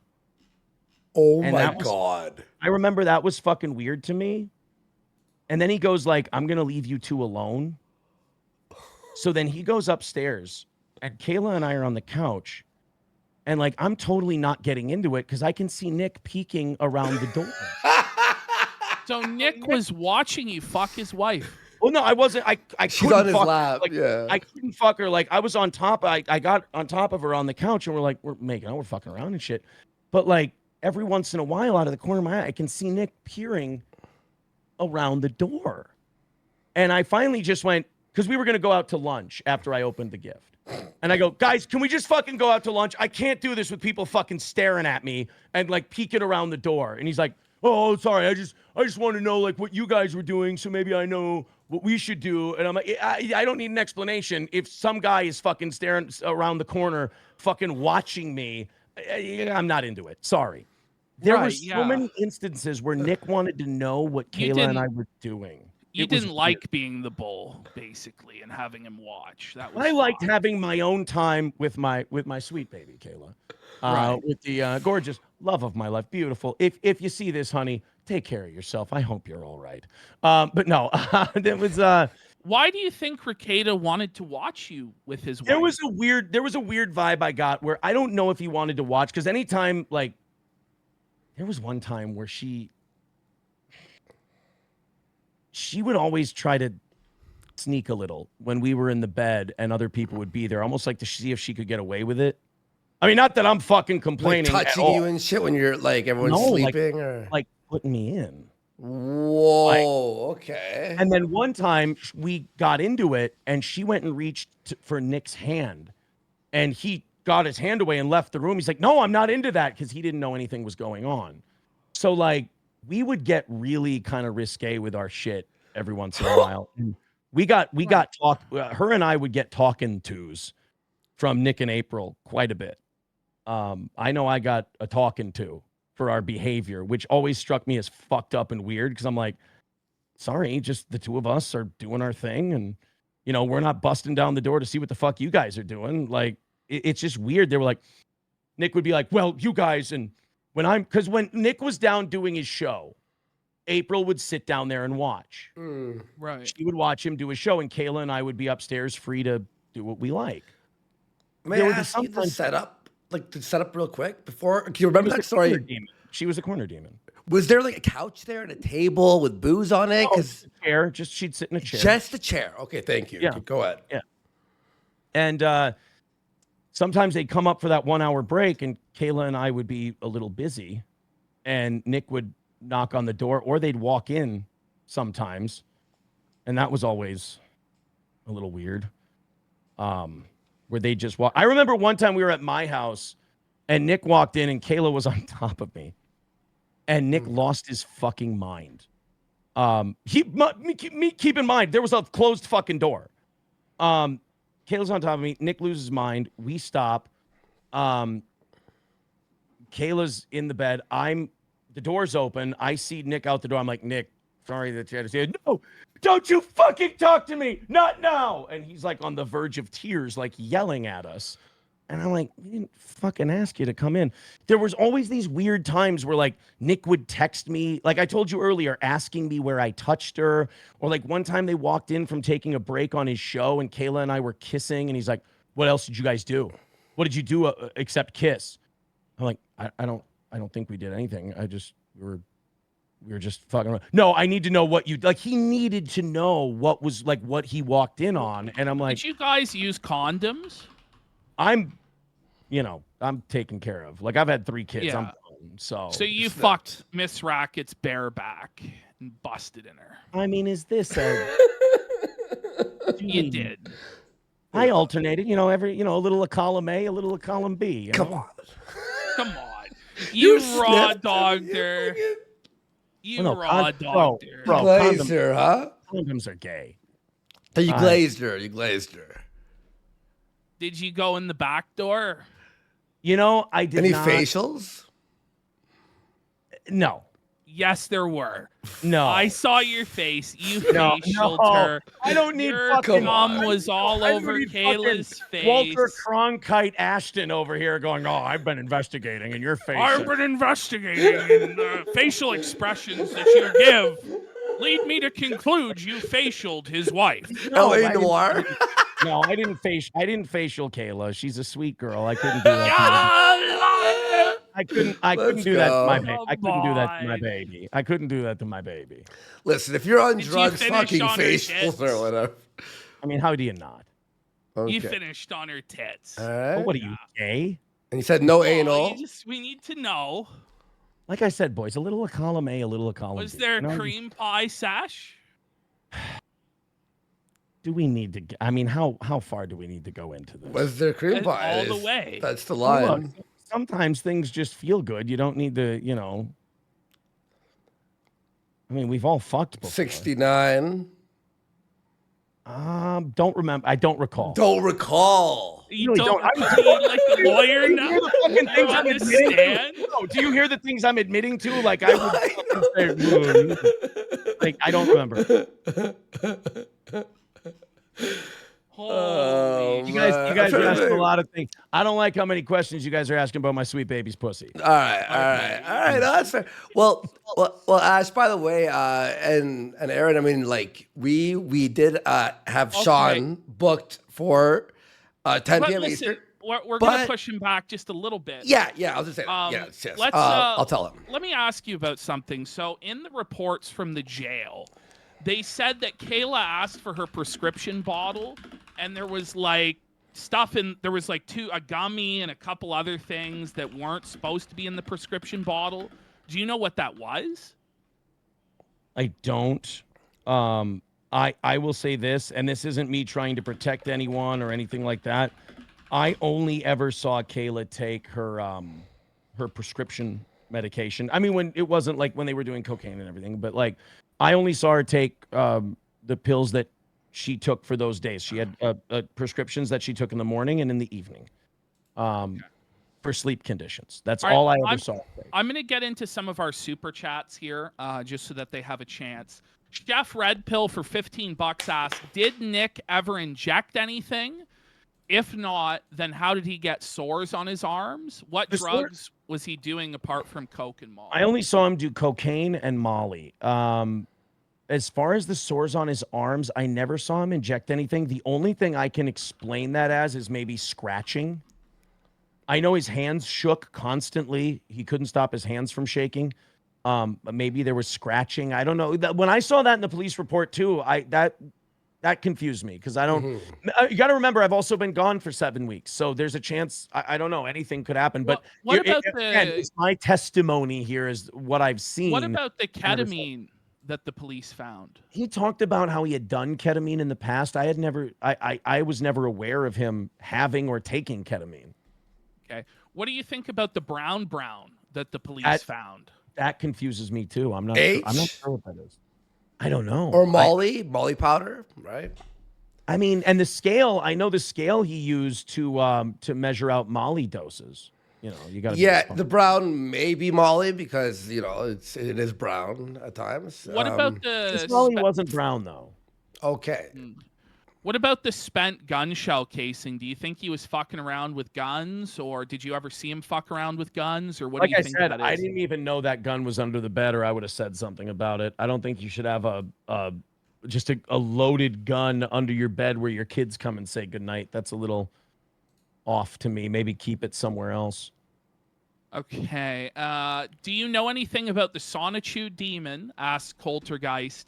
What are your thoughts on that subject? I've heard about it since the arrest. I'm not well versed in it enough. I just know enough to know I don't want one. Okay. Now, Figure asks, ask about the can't even hint at that story. It might have been one of the ones I told. Yeah. That was like before you started opening up like last week, I think. Yeah.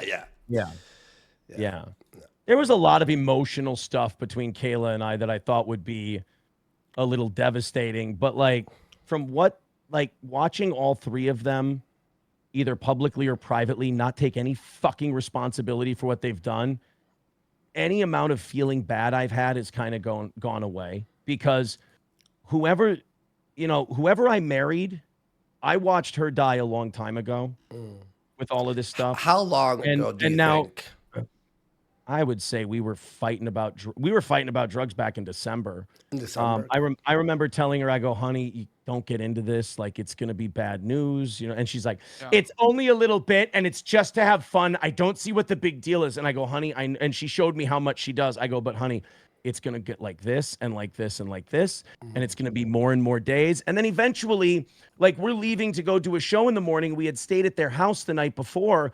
And it's 4 a.m. and she's doing a line of coke to fucking get up and do the show in the morning. And then there's one day where I see her do 2 lines of coke before 8:30 in the morning. And I'm like, this is what I was fucking talking about. Do you think letting Rekieta fuck your wife at all contributed to the divorce, or was it just going to be a divorce anyway? I think going down this road sealed the fate of our marriage. Like, I'll tell people, if they're ever thinking of doing this because they think it seems glamorous and fun, it's a fucking disaster every time you try it. And then you throw booze and drugs into the mix, you might as well just kiss your marriage goodbye. It's over. I honestly think that once you even suggest it, you're probably done. It's over, either consciously or subconsciously, because I wanted to fuck Kayla. Like, all right. Well, Captain Cisco for 4 asks, did Kayla like Star Trek Enterprise, or what was her favorite show? I know she hated Discovery. Right. Discovery she thought was too PC and shit, which I watched a few. I sat up and watched some Star Trek with my beautiful Kayla. I think she liked Enterprise, or she liked the series Picard. She enjoyed that. And then the one that had Picard on it, I can't remember which one that was. Next Generation. Okay. Next Generation, yeah. All right. So I'm glad we know a little bit about her Star Trek preferences. John Potter for 10 asks, did Nick ever talk about Ethan Ralph? He talked about Ralph once in a while. He would always kind of say that he was okay with him. Like, he and Ralph were okay. They were bad for a while, and now they're okay. But nothing real specific. Did he tell you about the farting stream where he shit his pants on the stream? No, he did not tell me about that. Pretty funny story, by the way. I've gotten in between you and Ethan apparently here with my dual appearances, and I don't need to get any further in between you and fucking the Ethan. Oh no.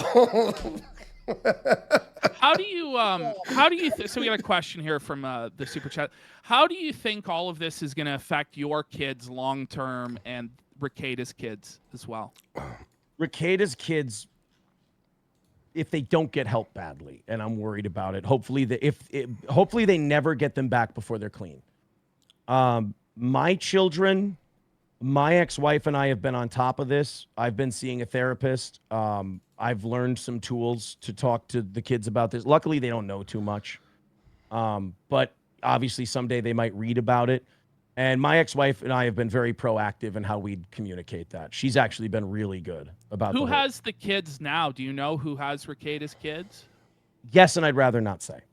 Okay. Can you say, just to end the speculation? I don't want to, because all due respect to everyone on the internet, I don't need to be responsible for any fucking lunatics doing anything. Yes, swatting her or Do something you like that. think that your kids will speak to CPS, or are you worried about a CPS investigation? Because you said that your 4-year-old was like touching cocaine. She did not touch cocaine. It was sitting next to her, but yeah. No, I mean, I've been very open about everything. Like I said, with my ex-wife and everything else, she knows all of it. And a lot of people, yeah. Sorry. A lot and of again, people, it wasn't me who did it. So. Yeah, no, yeah. We got Vulcan who asks, Aaron, can you look at the camera and say, my name is Aaron and I've been felted?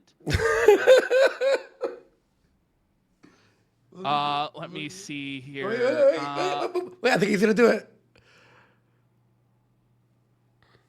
My name is Aaron Imholt, and I've been felted.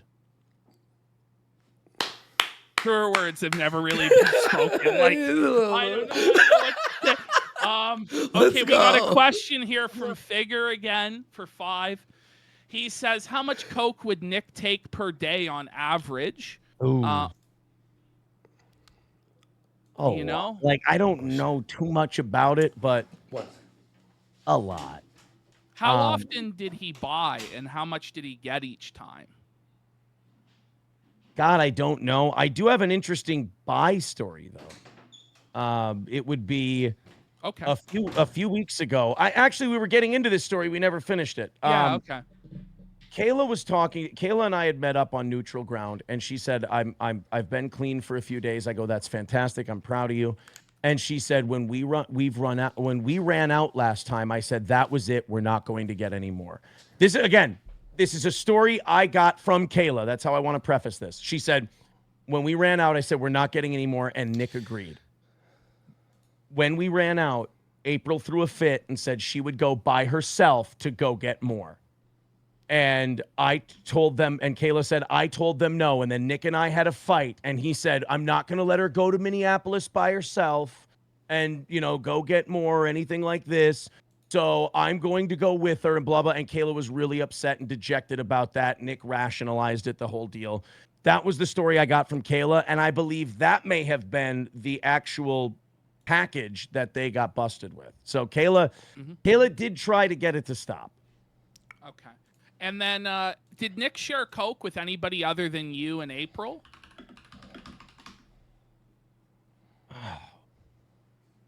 Not that I ever saw. Not that you saw. Not that I ever saw. I can't say yes, can't say no, but not that I ever experienced or saw. And how much did I'll point this out. Nick never took money for any of it. But I was going to follow. How much did he give away? Do you know? It was always, he was gratis. He's always on the house, so to speak. He was always giving it away. Okay. Yeah. Okay. Let me see here. Who else asked a question? LawTube, somebody here says you really need to buckle up, Aaron, because LawTube is not going to be happy about this stream. Somebody here, Greed, says show text or it never happened. Well, I imagine the next step is are you going to be revealing text messages on to your show or something? corroborate this story? Because you have said a lot.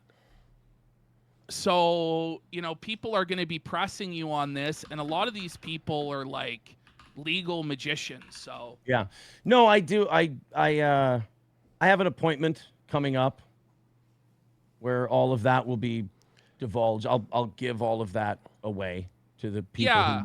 Yeah. You were saying you were going to talk to the police and basically tell them everything you need to tell them.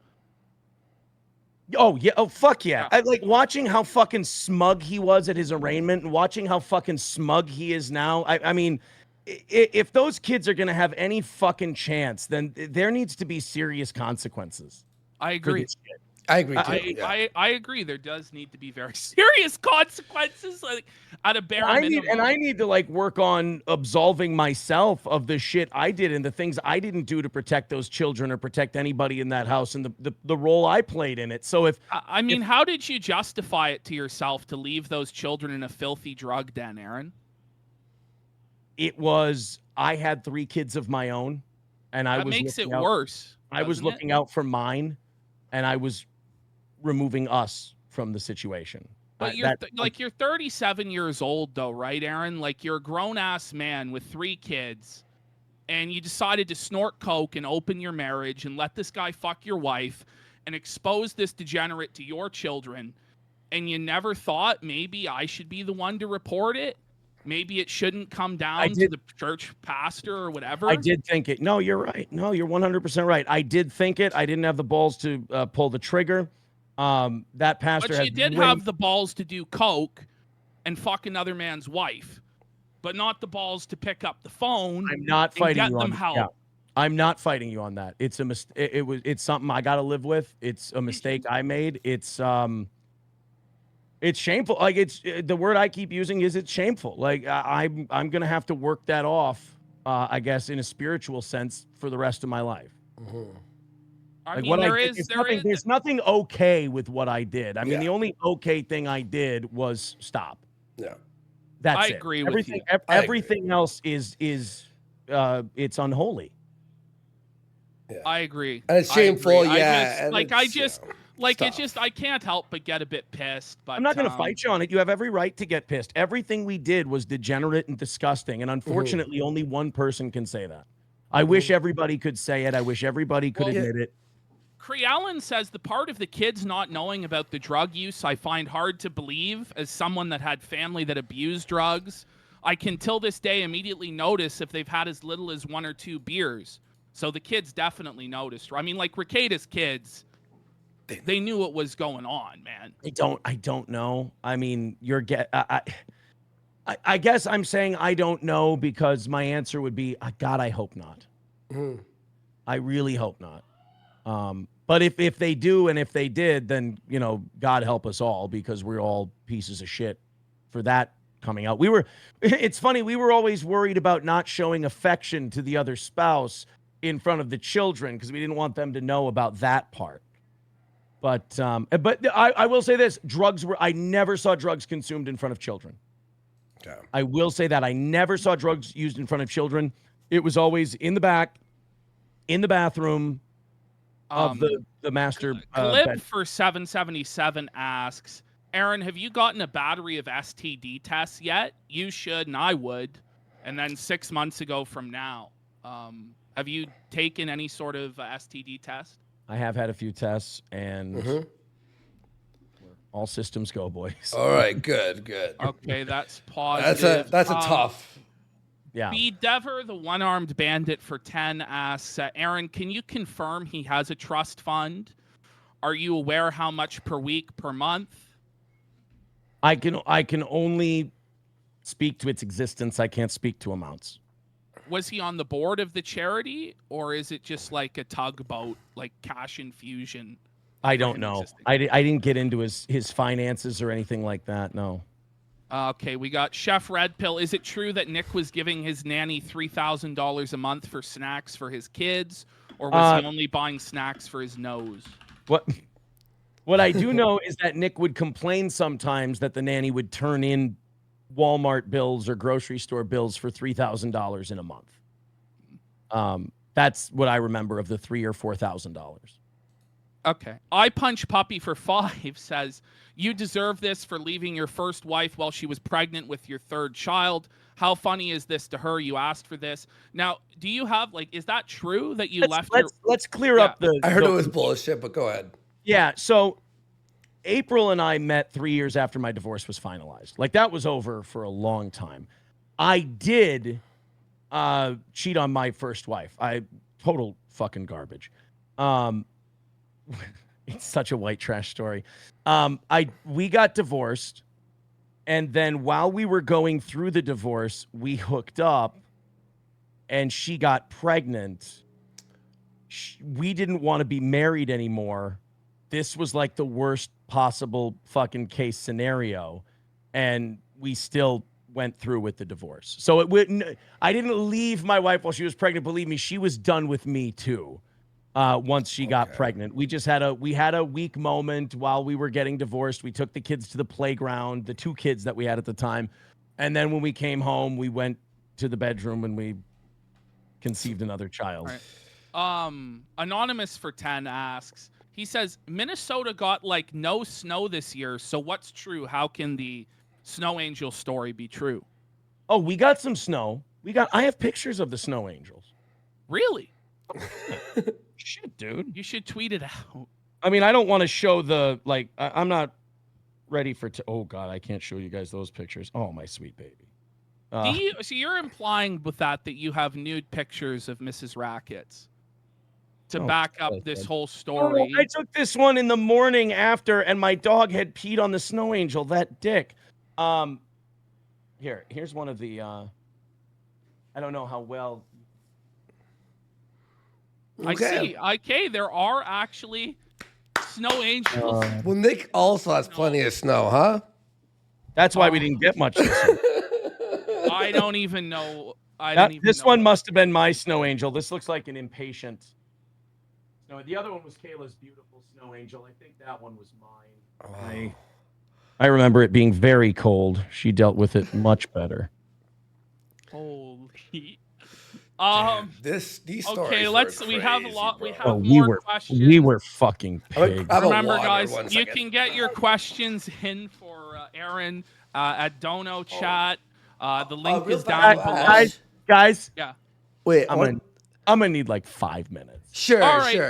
Take 5 minutes. I want to ask one thing to you, Ashton. Yeah, go ahead. I was gonna say, okay, so Sean, he's waiting. Did you want before Aaron left to get Sean? Maybe Sean has a couple questions that LawTube might. If Sean wants to come on, I'm sure he would. If you're okay with that, Aaron, it's up to you. Would you? I'm here for you, boys. All right. All right. Cool. All right, so let's take a little break here. Sure. We'll do a few more super chat questions, and then we'll get Sean on, and we'll have Sean ask his questions, and then we'll ask Sean about his whole take on either what we just heard or what happened in the past with Rekieta. So all of that coming up. Stay tuned. We're gonna take a piss. Yeah, we'll be back. Yeah. Right. We'll see you in a few minutes. I'll Get your questions in. Yeah. I'll add a song here, guys. Thanks for the support. And we'll be back in 3 minutes. This is a prepaid call from an inmate at the county correctional facility. To accept this call, press 1 now. Ever since the beginning, you were just so different to all of these women because you didn't have an opinion. You just did what I said in my twisted dominion. You're one in a million. These other motherfuckers just act like children. Oh, they love me on the kill streak, but then they call me trash when I get out the building. It's such a disgrace. Now they gotta turn around before I fuck up because they're only nice to my face. Bitch, you're bugging. I'm nobody's husband. I'm nothing. I didn't do nothing to nobody, nothing. So how the fuck did I end up in this space? Guess a thumb in the butt ain't worth nothing but 713 days. Yeah, I whipped your ass like a slave. The whole world found out you were paid. I needed a maid, and you had the costume mouthful of AIDS. That's what it cost you. And I watched you break down in the courtroom. Ralph could no longer support you. Nigga, fuck the retort. If you'll be my baby, I'll never let them abort you. Gator, you're loyal, and I know you want me. Unload those fucking balls on my face. Let me taste your loyalty, cause it's sweet and salty. Your ass is sweet and salty. Gator, sweet and salty. I gotta get that loyalty.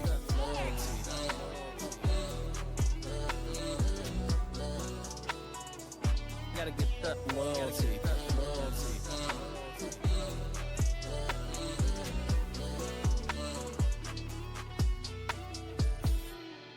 I couldn't resist, Gator, you know. All calls are subject to recording and monitoring except privileged attorney-client communication. Man, fuck. This is bullshit. Your call has been accepted. You may begin your call now. Remember my favorite musician? He needs to be gunned down with some ammunition. Find whatever the fuck town he lives in. Pop that bitch nigga right in his kitchen. Hold on, Ralph. You ain't black. Can't say that to Bibble. You ain't black. Even though I'm from Memphis, and they gave me an N-word pass before they put the dick in my crack. I'll trade pins of cowboy for Brokeback. Trade a Ford truck for a coat rack. Depending on how things go, I'll trade Southern Dingo for a Mandingo. I just hope that you won't burn me like kerosene. I guess that's the jealousy. How they make every effort to have with me. Quit your jobs, never to question me, never to mess with me. And shake the pill bottle endlessly. Go and fetch me the Hennessy. I know where Meg keeps the edible panties and ketamine. Bibble is your autistic energy to follow me to wherever Nick Fuentes be, like a dog of the lead. But I did more than take photos of you while you sleep. Ha! Bibble, you're loyal, and I know you want me. Unload those black balls on my face. Let me taste your loyalty, cause it's sweet and salty. Your ass is sweet and salty. Bibble, sweet and salty. Negro loyalty. Bibble, you're loyal, and I know you want me. Unload those fucking balls on my face. Let me taste your loyalty, cause it's sweet and salty. Your ass is sweet and salty. Okay, what up, guys? Sheesh. I'm sure. Yeah, Ashton still. What? Okay, Aaron, you're back. I'm here, buddy. Yo. Okay, Ashton's obviously still in the washroom or whatever. There we go. Back. Oh, he's back. Perfect timing.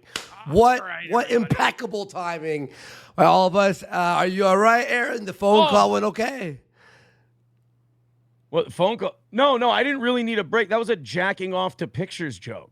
Oh, I thought someone was calling like, whoa, I thought you guys were really taking a break. I was just making jacking off to my I needed phone. water and I had to take a piss. But, buddy, what I got to say something. These stories have been wild, but not surprising, to be honest. I'm going to ask you again, just coming out of this break, are you planning on testifying in court if this should go to trial?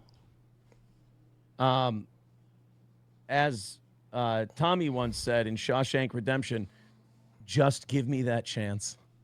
Whoa. Wow. So, I mean, you're of the opinion that Rekieta should, settle these charges. His arrogance has made me fucking sick. I would have shut my mouth.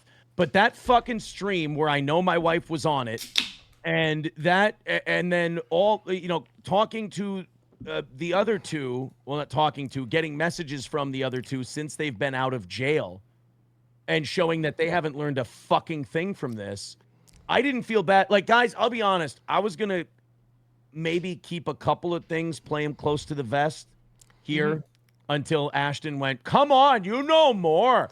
But it was, but once, well, you've once made the right choice. Thank you, buddy. Once I heard from all three of them, either Nick's public, disgusting fucking copes, and then getting messages from the other two showing that all they give a shit is about me keeping silent so they can save themselves instead of admitting what they did wrong and repenting. Like, I'm the only one here who seems sorry for what I did. And I'm the only one who got away before I could get busted. But rest assured, if they would have, just fucking listened to me on a couple of things, I probably would have been there getting arrested too. I mean, damn. And as far as Nick saying to the cops that April was just visiting, then why, when she moved her clothes out of my house, did she put them all in the Rekieta's house? And why did Kayla say to me, I'm fucking furious, there's another woman who's moved into my house in my bedroom? What have they been texting you? I think you guys saw on Twitter the April text. I think Ethan Ralph, she messaged Ethan Ralph. Why she would, I don't know. Nothing against Ralph. It's just, why? She had this weird boilerplate text that she sent out to everyone. And to me, it was, charges have been dropped. I'm not an addict. Somebody did this to me. Yeah. And to me, that is such a fucking addict answer to something. Like, just this whole, I'm a victim. It was me. Like my friend Gino Bisconti said on his show yesterday, you were caught in a house with drugs, guns, and children. Don't say anything was done to you. Don't say you're innocent. You were handed a literal get out of jail free card. And also, this is what a great operator Nick Rekieta is. This is fucking brilliant on his part, the way he can prey on people. He told cops that she was just visiting, so the charges get dropped. So then Nick can go back to April, and instead of going, yeah, I gave you coke, I got you into this downward spiral, I helped you into this world of degeneracy, she'll now think, my white angel, my beautiful angel Nick saved me when the chips were down. I think she's just throwing everyone under the bus. Have you already archived all of the messages on the Signal app and everything? Because you should do that. Because I'll be honest about the Signal app. A lot of those messages have been deleted by the other party. I screenshotted what I could, I didn't, because when they got, but until they got arrested, I didn't think I'd need these Signal messages. Yeah. But on Signal, you can delete your messages so they can't be visible. Okay. Right. So by the time they got arrested and everything, I do have text messages from 2 of the 3 of them. I'm sure if I went back in my texts with Nick, I'm sure I have a few text messages, but Nick's a pretty slippery dude. He only operates on encrypted apps. Yeah. Okay. Do we want to bring Sean on at this Yes. point? And I was going to say, real fast, my opinion, I think April, like the reason that she's not being honest is she's throwing everyone under the bus. She is going to do whatever she can to be the victim. And, well, fuck you, Nick. Fuck you, Kayla. You're going to get this. You're going to, yeah, I'll sing. I'll talk. Gino read a text from her that kind of blows Nick's story out of the water. And that was, she sent Gino a text that said, when my life was hard, these people have given me a place to live. And that kind of conflicts. And the messages I got from April. Do you know where she's living now? No idea, and I don't want to. How would you react, or how would you feel if she if she goes down to Mexico and fucks Ralph for drugs? I'm glad it was after me. Yeah, I mean, that's about the best answer you can give Right? at this That's point. about it. I'm glad What do it you was think after the me. likelihood of that is? Because she obviously wants to be like in an e-celeb type relationship, do drugs, and have no accountability. I mean, he would fit in well with the lifestyle she wants to live, right? Are you, I mean, you've got a pretty decent sized following there, Ashton. I mean, You think I should fuck April too, buddy? Is that what you're recommending, bud? no, you put the image of Ralph fucking in my head and you upset me. So I was trying to throw it off. All right, let's get Sean in here. All right. This is too degenerate. All right, guys, I'm gonna make the call here. Just give me one quick second, folks. And everyone, if you're enjoying, remember to go over to our clip channel. Everything will be archived there and trimmed down by the editor. live? Flaked. Yeah. No. I was like, wait, what? Sorry, I'm focused. Okay. I just added him. Hopefully, it should all be good. Do you Okay. think Rekieta tried to sell the ball? This is from Gino. The fuck? He asked, do you think Rekieta tried to sell the Baldo when he Oh. got caught wearing it during the strip search, or was he too embarrassed? His All right, guys. behavior I'm gonna make a call. during that police thing was such an infantile, cunt, arrogant response. It was so, when I was reading the police report, I was like, all of this is so perfectly Nick. Okay. Yeah, me too. Oh, Sean, right. We got buddy. Sean. Yeah, Sean, man. Nice to finally talk to you. Yes. It's Wow, been, Sean. yeah, we've talked about you. You talked about us, and now we're talking to you. Wow. Sean, do you have any questions for Aaron or any thoughts? I mean, I know you've already talked a bunch, Aaron, and I know you've admitted to a bunch of things that are technically, I don't know whether or not you could be charged with crimes or anything like that, but have you been interviewed by the police at all since Not yet. last Not week? yet. I've been called. I've been contacted. Yeah. Okay. Can we boost Sean's volume I a did. little bit? I did. Okay, cool. Yeah. Yeah, All I'll I boost all I it. can say is I would recommend you speak with an attorney, not Nick, but another attorney. No, Go and talk with them. I've talked with an attorney in conjunction with the authorities before these appearances. You have. Okay. Yes. And what did you tell them? Like, if you could give us the gist of, like, did you say, oh, I'm going to reveal the story and everything and all that stuff? I've been told the degree to which the crimes I've personally committed, as far as my contact with the police, are not crimes that I can be charged with. Like the consumption of drugs and things like that Yeah, is not that something can't. they're really interested in after the fact. Mhm.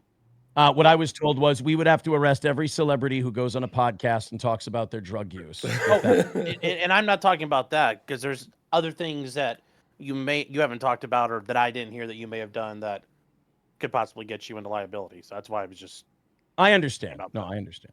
Like dead hookers and shit. Well, you know, you were yeah. saying earlier. Speaking of which, I wanted to get I've this in. given you. I'll tell you this, boys. I've given you the worst of what I've done. Okay, cool. I've Chef, given you the yeah. worst. Well, Chef Red Pill asks, how often did Rekieta drive drunk or high?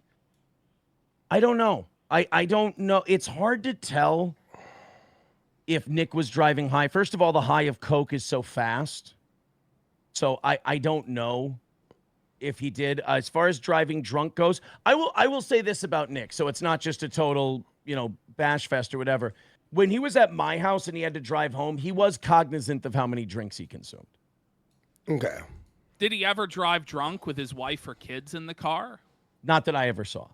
Do you know if his Rumble contract was ever renewed?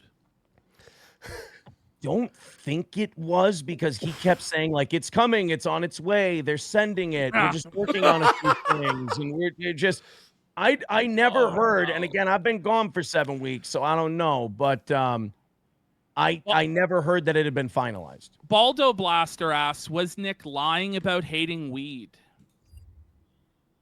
Nick wasn't a weed guy. Okay. Nick liked to skip right to the, the hard top stuff. of the food chain. And Anon for 5 asks, do you believe that Rekieta got sloppy toppy from your wife on the Coke stream? Or do you believe in an alternate theory? Was he jerking off? I watched your guys' coverage of that. She would have had to be like way worse off than I thought she was. And again, I've been gone for a while. Because that wasn't really her style. But she was fucked out of her mind, Yeah, if she was out of her skull, who knows? If she was at his level, which she might have been, because they were taking the breaks together, drinking. We heard some bottles and stuff. And I swear, I know Medicare was saying yesterday he's like skeptical. But if you boost that audio, you hear.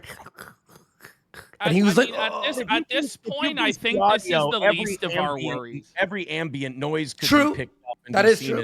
Hence the ghost hunting shows. At this point, I think that's the least of everybody's worries based on what's been revealed tonight. Yeah. It was a lot more than some sloppy toppy and many, many times allegedly. But Sean, welcome to the program. Sean! I think those are all the main super chat questions. Yes. Sean, give us your thoughts on what we've just heard from Aaron. Did anything you anything you want to say, and then we'll start getting into some law stuff with you. The only thing I do. Oh, hold on, guys. A second. You're good. I got to get the dogs. Hold on. No problem.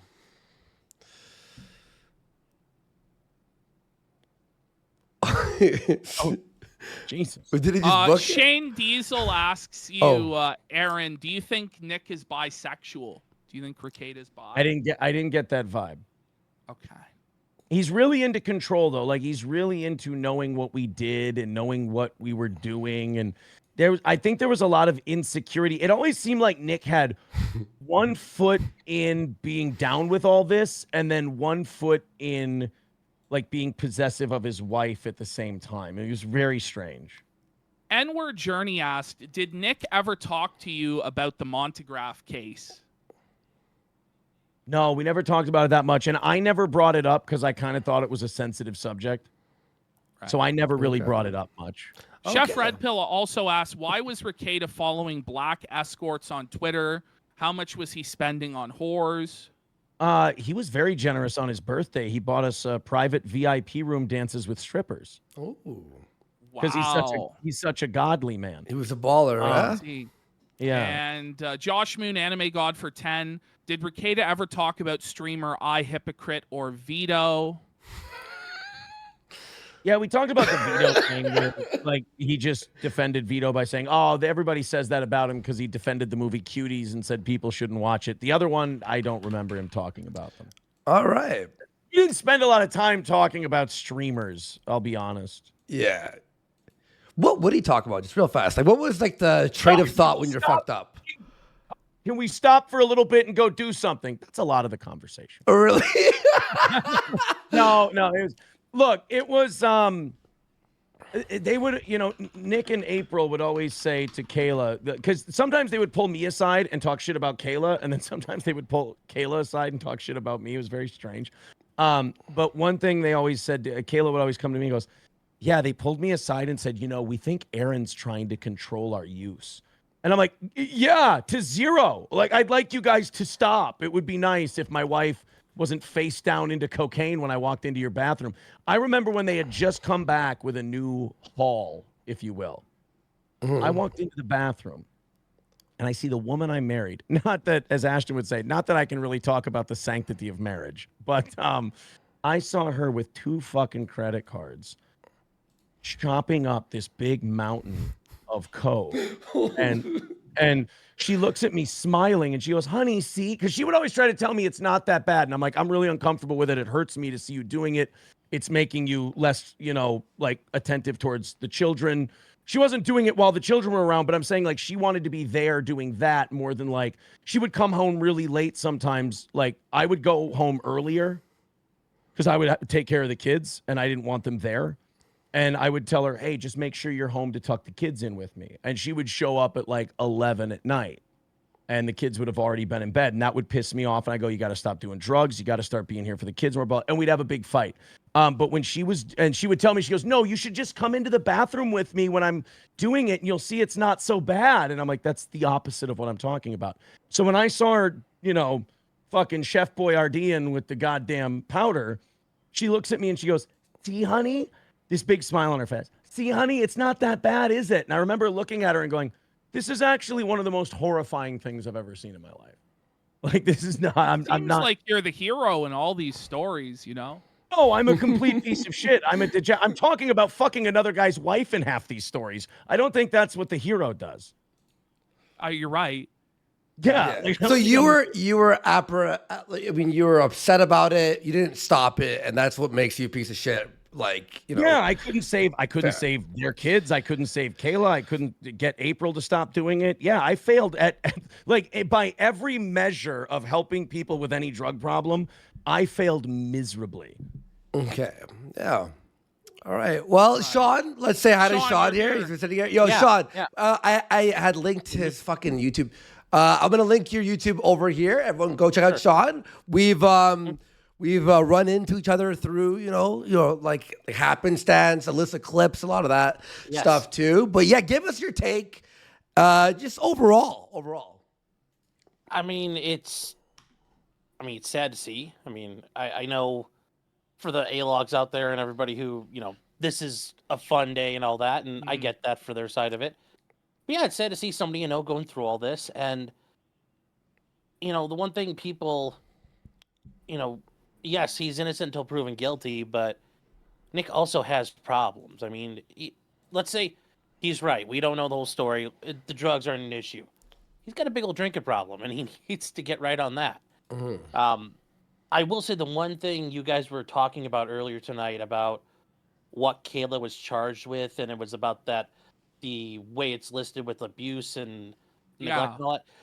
I think that, they're government workers, so whoever typed it in put in the wrong code section, because instead of A2, there's a B2 section, which reflects with the top one, which is, neglecting the children in a way for just their normal care, and that lists out the penalty for it. Okay. So I think that's... Right. So the charge is more that they just didn't take care of their kids, not that they were molested or beaten. No, I don't... That's... Thank God. I don't think anything... Well, yeah, because I couldn't see her doing that. That's so out of character. Okay. And once again, that's all we have from that. I know you've said from what you know, Aaron, and from what you've been there, and I can't take your word for it at this point because I don't know anything else about it. But yes, the police said like, oh, the house was all, they said it was fucked up, but what does that actually mean? And I will say from where we go from here, we aren't going to know a whole lot right away because the way it works in Minnesota, Nick's been charged. That's basically his indictment. That hearing in August is going to be the suppression hearing. They're going to challenge everything. That's where the fight's going to happen if they do have a fight. So what we know now, we'll probably know a little bit more drips and drabs, but I don't think we're going to know a ton until we see the filings from his attorney and whoever he hired and whoever Kayla hires. Maybe also just I want to say one thing here. Okay, thank God there was no sexual or physical abuse. But with that being said, not feeding your kids, being on drugs, being drunk, doing all this fucking degenerate shit with kids in the house is not as bad as raping them, but it's fucked and horrible. And it's like, thank God, it's like the lowest bar possible. Thank God they weren't molested. Yes. Like, that's the I will say lowest this. bar in the world right now, okay? Correct- Guns correct and shit, you on- yeah. To correct you on one thing, their kids weren't starved. I mean, they didn't eat the best. I mean, there's a lot of fast food and easy to make stuff, but they weren't starved. They didn't eat the best. I'm sorry. This guy's supposed to be a pillar of the community. He's supposed to be the father of 5 children. You're He's talking about supposed to be a lawyer. Aaron. He's supposed to be a lawyer, for fuck's sake. He's supposed to be a leader in his church. He was teaching children at the church, and his own children are having to eat fast food, while his wife is supposed to be a stay-at-home mom that takes care of them, but they're too strung out on drugs to figure it out. I really have to. I really have to stop splitting hairs around Ashton. He'll eat you alive. No, but this is really just crazy that people are coming out here and defending this today. Like Uncivil Law, Buddy in Houston, is sitting there defending this shit, saying the mandatory reporter was wrong to report this, that the children should have been left in this drug den. And it's like, I just can't understand how these people just have zero humanity. They're only looking to make $1 off of their association with Rekieta, and it's shameful as fuck. Nobody can just come out and say the truth. And you, Sean, were probably the closest out of all the lawyers in LawTube to really actually saying the truth to Rekieta, and you still made it very, round off the edges, be very delicate with this guy. He wouldn't fucking listen. Yeah. And these people are still sweeping out. What do you think of this shit, Sean? I mean, when it comes to the whole issue about the pastor and what he did, he went a week ago, and the police had their warrant. Obviously, the pastor coming in and saying, I think them darn Rekietas are dopers. They aren't getting a search warrant for that. I think they probably had a lot more collaboration for whatever evidence they had. Now, do I trust the police? No. Do I think the government's full of crooked people? Sure. But going off of my practice and experience of doing this for a while, something happened and they got some information. I don't know what it was, but this also turns into the police, if it wasn't, if it's not 25 grams of snow, what was it, 4 or 5? I mean, that's kind of Sean, you know what I hate mean? to That's cut my you off, point. but is Rekieta O.J. Simpson? No. Is this where the defense is going? That the drugs were planted? Well, I don't know. I don't know. This is a conspiracy by the law department. They might... Sean, I'm going to just be honest with you.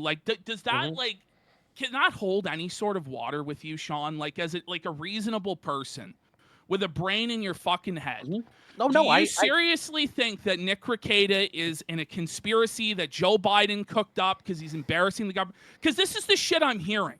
Yeah, like I said, based on my experience and how things have gone in my time as an attorney, no, something happened. Now, this is where you have a client. I didn't do X. Okay, well, did you do Y? Or did you partially do X? How much of X did you do? They're claiming you did X 7 times. Well, you only did it 3. Okay, this is where, there's more to it. Well, I don't know how much more there is to the cops claiming they found a bunch of stuff. Now, yes, there was a search warrant. Nick can contest that search warrant. Maybe he gets it suppressed. Cool, if he does, great. And the cops fucked up, then that's it. But the idea, that it's all planted, or the preacher did something...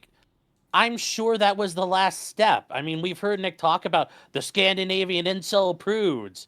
And I'm sure they said, hey, Nick, are you doing okay, buddy? How are things going? Can we help you at all? You're looking a little rough. Was it a rough night streaming? And I'm sure there were multiple attempts, just like all of us who are honest about it, have said, hey, Nick, you all good, man? Is there anything, what's going on? What, talk, oh, it's all good, man. Don't worry about it. Yeah, I'm sure that it wasn't just the pastor going. But firsthand, Sean, how he is.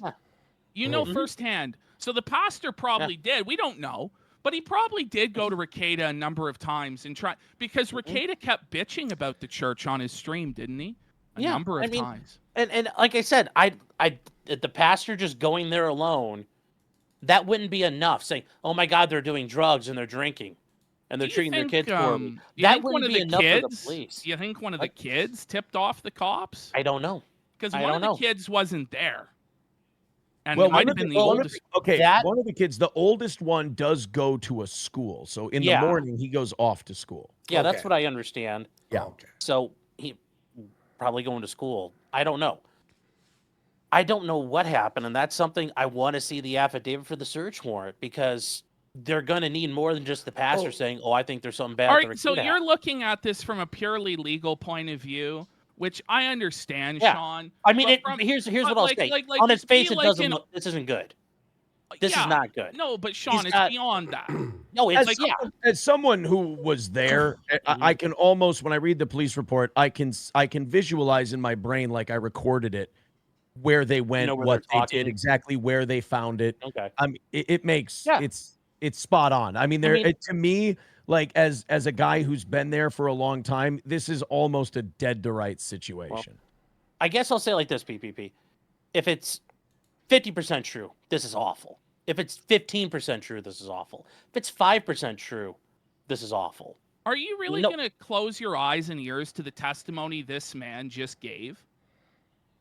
Are you actually going to close your eyes and ears and pretend like nothing is the miss? Because let's be real, it's probably I said? No, but it's like let's be real. This is 100% true, and probably more so than even what the charges are. Well, that's the thing. I'm trying to tell you. I don't think the cops planted 25 grams of coke in the house. Yeah. Okay. I'm sure that's what they found. And people are online saying, "Oh, well, they were doing it in their safe." It's like, yeah, that's not how this works. You don't responsibly ride the white stallion in a home full of children. I suppose. Okay, what's happening here is. No, yes, I do agree, but I'm also trying to explain it both ways.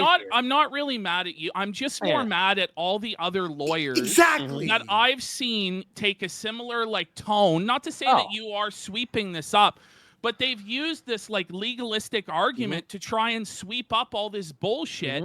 And this goes beyond just the bounds of the law. This is decent humanity and morality in this instance. And unlike many of the times where we cover stuff and we're like, we don't know shit about the story other than what's in the news or in a court filing, we know quite a bit because we've dealt with Nick or interacted with him. Yes, Aaron, I don't doubt you are telling the truth to an extent. I just don't know how much truth you're telling. Okay? I mean, I'm not everything I've seen. I can't tell you anything I haven't seen. No, I understand that, and I understand that, but I think you get where I'm coming from. That I don't know fully everything you've seen. I fully don't know all your intentions or motivations. I don't think you're making this all up, but I'm not 100% somewhat. Yeah. Okay. I think you have to. I think you have to be fair on that. I think too, what's annoying is people who are covering it, like us, who might add a joke or here, or maybe laugh at watching Rekieta be out of his mind and whatever.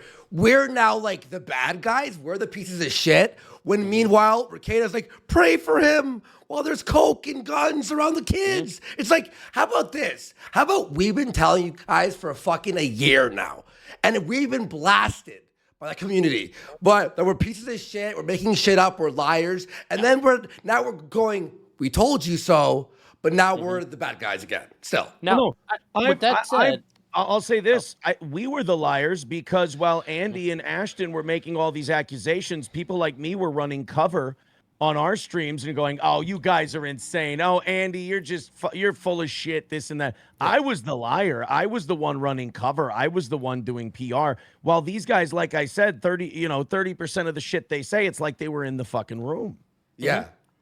And that's why, But we understand. I understand, Sean, your point of view. You're, in law tube, and you look at things from a legal perspective. Looking at from a purely legal. Exactly. Well, I look at, but also I think yes, he needs to get his shit right. I've said that many a time. You have. No, I'm saying that you have for sure. He needs to get right with his life. Let me ask you something, Sean. I will say this: he won't because he doesn't think he has a problem. That's where I was about to go with this. So, Sean, Rekieta has been posting on Instagram and on locals. Would you advise him it's wise to do that? No, I tell him to be radio silent if he was my client. Okay. And I mean that's follow up. Just like Follow Alec up. Baldwin It's funny because after Alec Baldwin shot that lady. yeah, No, it's we're funny not giving a fucking interview. We're shutting the fuck up. Follow up. when He said that he wouldn't go to rehab because he knows how the criminal justice system works. that it's Would funny you advise because for him if you were his lawyer, Sean, would you advise him not to go to rehab on the basis that it would make him look guilty? Or would you advise him to go to rehab to try and make the plea deal better, Sean? From someone who has experience in the criminal justice system, I've had clients, hey, you got a DUI? Are you going, do you have a problem? Okay, cool. Let's get you into AA. Let's get you into some groups. Get you into something. Because I don't have to go tell the prosecutor you're doing all this stuff. And the idea necessarily they'd show that against you, like, what's the relevance of that? Because that's a thing way after the fact. You don't have to tell anybody you're in rehab. You know, but yes, so get Sean, he's clean. just It would totally show the full of court- shit.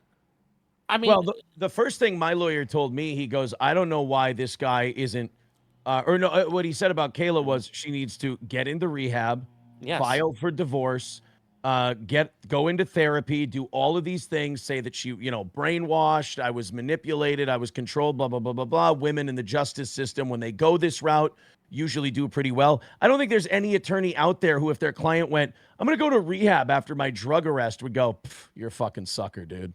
Yeah. Like, No, I wouldn't run around screaming to the world all your actions. Keep your shit private. But Yeah. what? I mean, he's telling people, Sean, on Instagram I've that seen we those haven't comments. saw what we saw. Like, what are your thoughts on that? I mean, well, to be fair, we haven't seen. We've always seen his words on a paper. But once again, PPP, is he going to say, haha, it was only a little bit of what they're saying? If it's only a little bit of what they're saying, that's an absolute fucking disaster. Yeah. So that, Can you that's walk my me point. through? So we don't know exactly for sure, Mm-hmm. but the cops did have a warrant and they showed it to Nick. Now, we don't know the timeline of when they showed it to Nick. Do they have to show it to Nick before they go into the house? No, because like if they want to serve they just have to show. He has the right to see the warrant as they're serving it. So Right. there's no. I don't know the exact. When you read the complaint, was he on the road when they still stopped him, and how all that worked out? That's not that big of a deal. That's not like a. You have to do the magic spell in the right order, it falls apart. It's really about, was there enough probable cause in the search warrant? And once again, I'm sure that what the pastor said is in there, but part of a search warrant is you've got to have particularity. Like, how do they know what they're going to find? And getting a search warrant for kids getting neglected isn't how that works. If there's allegations of kids getting neglected, that's when the lady from Children's Services comes and knocks on your door and says, hey, I'm here to make a house call. They were going there because they were told there were drugs, and I'm sure for, Cooterville County, Minnesota, 25 grams of coke is probably one of their biggest drug busts they've had in a very long time. Yeah. Candy Ojai, Sean. Yes, Candy Ojai. I know. So, I know. Sean, I'm not asking you this from a legal perspective because I know what your position is on the police and cooperating with the police. I know you don't believe in cooperating with the police under any circumstances. However, from a moral perspective, Sean, how do you feel about Rekieta with his daughter at the door, not giving the code and forcing the police in the face of his little girl to break down the door with a battering ram? Like, how do you feel about that? Well, that's where I think there's an issue. Because, yes, they hit the door. I know they clearly did because they had to open it that way. Now, did they hit it like the SAS hitting the Iranian embassy in 1980, like on TV, where they just like blew it off the hinges? No. I'm sure they gave it a couple of whacks and went in, but I'm sure those kids seeing a couple of deputies running in with rifles like this or shotguns like this wasn't the thing those kids needed to see. Yeah. No, I think that was I think that's going to be horrible for them. I mean, that alone is going to be a traumatic experience. Seeing your mom and dad getting hauled off in cuffs, and then your grandparents coming to get you, and the kids are going to know. They might not know exactly what's happening, but they're going to know from looking at everybody else that, shit's not right. I mean, yes, that was probably, Nick talks about the worst day of his life. This is probably the worst day of those kids' lives. Yeah. Okay. I just wanted to get it from you, like, as straight as I can, because I know Yeah. you're a lawyer, and I know Yes. the way you have to answer. And we'll ask you lawyerly questions, Sure, and you can sure. I mean, pontificate to us about the yeah. law. But yes, was it the smartest move in that regard? No. But I also the idea, like I know on the farms, a couple people are saying like, oh well, the kid could have got hurt, but like they, if you've seen the house, there's like windows. They probably like get back from the door. It wasn't like the kid was sitting there playing with like marbles and the door got smashed open. Like, you know, we need to have a little bit of like balance on like how this actually occurred. Okay. Do you Yeah, have any somebody's asking, am I questions on the for? farms? Yeah, I am on the Yeah. farms. Yeah, you are on the farms. Okay. Yeah. I gotta ask believe you, that's like, do real. you think it was Kiwi Farms' fault that all this No, happened? none of this is the No. farm's fault. And the funny thing is that when the last time I was on with Nick, and we were talking about shit towards the end, I mentioned it. It's all self-induced, and Nick said, "I agree." The farms have not like this is not attributable to the farms at all. Like, what did they do? They documented stuff, and it turns out a bunch of it was right. Sure, was some of it speculation at the time, speculation based on, you know, reason and hunches and just common sense. Sure. But they were right. The farms is right, and sometimes they're wrong. Mm-hmm. But the idea that like, oh, the farms made you do something, that's the farm. If they made you do something, then you are a horrible fucking excuse for your human being that these people can manipulate you into doing Because something. I'll ask you, like, directly, like, Megan Fox has been out there saying it was Yeah. Kiwi Farms that led to this happen. Like, you don't agree with her? No, and I'm sure she thinks, oh, it's the Kiwi, like Russell Greer, Kiwi Farms is the hardship. It's all full of Nazis and horrible fucking people. Like, no, they're not. The Like, farms Megan put the Fox coke up did his all the nose. Yeah, nobody did any of this. You know, the farms didn't sit there and make him like butt chug half a fifth of vodka before he came on the last No, time. that was my idea, actually. It's a pretty slick idea. Worked good. Pretty good, right? We have a direct question Yeah. from the super chats for you, Sean. Sure. He says, "Is Rekieta going to lose his license for child endangerment? It's a crime of moral turpitude." No. No, I mean, you could get suspended for a lot of things, but like the death penalty, like complete disbarment, you've got to be stealing client money, things like that. Otherwise, yeah, that's the death penalty for attorneys. That's the cardinal sin. The other stuff, yeah, attorneys have a lot of problems. He'll get suspended at some point, but that's if he gets convicted. I mean, for right now, they aren't going to touch him. But yeah, certainly that could be an issue for him. What's your bearing on this? Do you think he'll take this to trial? I do. I'm sure he's. I sitting do there, too. I think he will.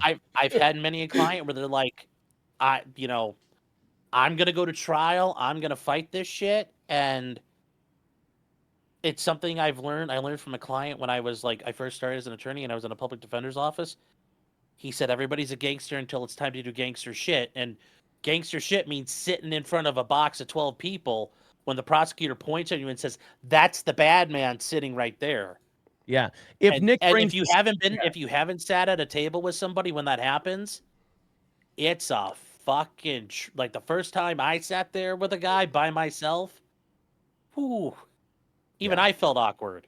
I don't know who can talk sense into him, because it sounds like he doesn't think he did anything wrong and there's still a way out. I mean, he's Hitler in the bunker at this point. He's commanding fake armies in Downfall. Like, this guy still thinks there's a way out of this. And also, if he brings that same retarded lawyer that he brought to his first court appearance into trial, he's going to get fucking smoked. Yeah, Sean, right now, sure. I would, if I was his attorney, I'd say, sure, right now we're prepared to go to trial. Then once we get all the evidence, that's when we might have to have a sit down and say, okay, here are your options. Do you really want to go to trial? And that's when we talk about whether or not it's a good idea or a really, really bad idea. How do you think, I know this is like a little bit out of the blue, but how do you think that all of this will affect the thing with Montegraph? Like, do you think he's going to be forced to settle, or what? It's not, well, I mean, it's one, now Nick's got a real problem. I mean, Montegraph, that lawsuit was a problem, but now he's got like a real problem, a criminal problem hanging over his head. Yeah. I mean, I don't know if that's going to incentivize him to want to settle. I mean, if Monty's out there, Monty's going to be able to sit there and like, no, fuck you. Now I don't want to, like, I want to settle for even worse. Yeah. I mean, Monty might twist the knife. I don't know. Monty might be magnanimous. thoughts on this. The judge in that civil trial is now the same judge assigned to his criminal trial that Nick Rekieta, called like a stupid bitch, and there's been a past between them. How do you see that affecting things, Sean? Well, I mean, it sounds like she's got some fucking issues because that trial Nick had where his client got nuked by her. Yeah, it wasn't good, but that judge did a bunch of bullshit. She punished that woman for having counsel, that she retained counsel. All the shit she did should have been appealable. And, Nick challenged her in the elevator afterwards. Like, homie, that's where you need to stand up and call the fucking judge out. Like, that's the time to do it. And he just kind of... Yeah. He sat there and got, kind of cucked by her. Like, he didn't have the... Like, you got to say, no, Your Honor, that's wrong. So, if I was Nick, does he probably have grounds to possibly show some bias? Maybe. But there's a couple of the judges in that county. She might just wipe her hands of it and be done. I don't know. I think she would want that case, to be honest. Well, yeah, but that's why she shouldn't have it. I know. But personally, she wants it. Yeah. She might want it. I don't want to deal with his retarded ass too, though. Yeah, I don't think she's recusing herself, though. She might look at her like judge across the hall and say "suffer" and kick the but, case over to him. But Sean, when you're a lawyer and you're in like a small like state or community, is it really wise to shit talk a judge in the elevator after a trial? Like, is that really wise, Sean? No, I don't shit talk the judges in my state because I might need to be in front of them. That's why I shit on judges everywhere else. No, Sean, how is this guy a lawyer, Sean? Sean, I have to ask you, is it less or more so retarded to talk shit about that judge when you also have a bathroom full of cocaine in your house? I mean, I would argue that's probably not a strategy. Really? It's not brilliant? It's not smart? No, I wouldn't say that's well-advised. There, but for the grace of God go I, Mr. Rekieta. All right, Aaron, I'm just wondering what we do at this point. Do we keep the full panel? Do we bring it to just Sean? Aaron is... honestly, dude, honestly, I can, make a dick joke here and there to the brilliant legal perspective that Sean gives. I don't know how useful I am with him. I'm not F. Lee Bailey. Don't kid yourself. I don't know. See, you just said that, and I just went, does he mean the guy from Scarface? No, the guy who kept on dropping the N-bomb. I'm kidding. Well, I was going to say, okay, everyone, go follow Steel Toe. I'm sure you're going to be talking about this. We'll go on tomorrow. I think Gino Bisconti and I are going to go on Gino tomorrow. Bisconti, yeah. Bit. All right. Gino and I will go over the arraignment stuff. And I know we're late to it, but I just want to keep my normal streaming schedule. Yeah, I don't of want course. to sit here and go live all the time like some kind of fucking, vulture. So we'll kind of go over the arraignment and the police report. Again, like the total retarded, non-legal person I am. And I'll just kind of talk about more shit that, I might relate to in those reports. And then, we'll do that tomorrow, probably around 7 o'clock Central Time. Now, we got a question for you, Aaron, from Tallyman. Did Nick ever force you to watch... He's a dipshit. Did he ever force you to watch American Beauty, or did you ever watch American Beauty in Rekieta? Or did he tell you about American Beauty? We never watched American Beauty. He's got a thing for the shittier John Carpenter films, but never American Beauty. Oh, I have a question. What was that joke about the Denny's and the cop at Denny's? Yeah. Do you know? Can you describe the joke? No, you don't know about the cop at Denny's. No. All right, you don't know. I mean, that. Anyone? Yeah, I don't know. I still don't get it. Oh boy. I don't know the Denny's cop joke. So we have a pretty. Cops are too retarded to understand what they order at Denny's. It was really. Yeah. I'm guessing this joke was not good. It was no. It's been a meme. I spent time trying to think about this joke one day. Now, I would really prefer that Ashton tell the joke. Yes. Oh fuck! I couldn't tell it in a million years. Oh, yeah. Red Tail asked Sean, "Will we for sure get the body cam footage, and if so, when?" It's gonna. I was just thinking about this. There's only like 40,000 people in this county. They may not have body cams. We might just get a stack of pictures. Okay. Okay. So, But there might yeah, be we'll get it pictures. at some point, but it's Really? Yeah, I mean, Holy. what? That there's places that don't body cams? No, I'm Oh. saying that like there's a possibility Oh, that this I have a footage question. really will be released. That's crazy. Well, I have a well, question. at the end of the day, it's once the case is all said and done, 100%. But in the meantime, people are trying to FOIA it a special way. Minnesota's got some weird laws about that, and who's to say Nick doesn't get a hold of the discovery and start showing it on his own, or it leaks? I mean, we got that police report talking about the preacher, which kind of leaked. Like, stuff drips out all the time. Here, I have a question. Some What asshole will might go on the internet and say everything. Listen to this. What will Latu's cope be when the body cam footage is released with mountains of cocaine and ketamine? What will they say? What will Latu say? I don't know, because I can't speak for I can't speak for them. No, somebody's telling me apparently they do have body cams. Okay. It looks like they might. Oh So- God. Oh, no. And you're saying that it's pretty much inevitable that if there are body cams, we will see it at some point. Yes, at some point or another. Even and if at the very least, once Nick's attorneys start challenging things, we're going to find out a lot more, because they're going to be filing stuff, and there might even be exhibits attached. So, and the state will probably respond with their own stuff. So we're going to find out a lot.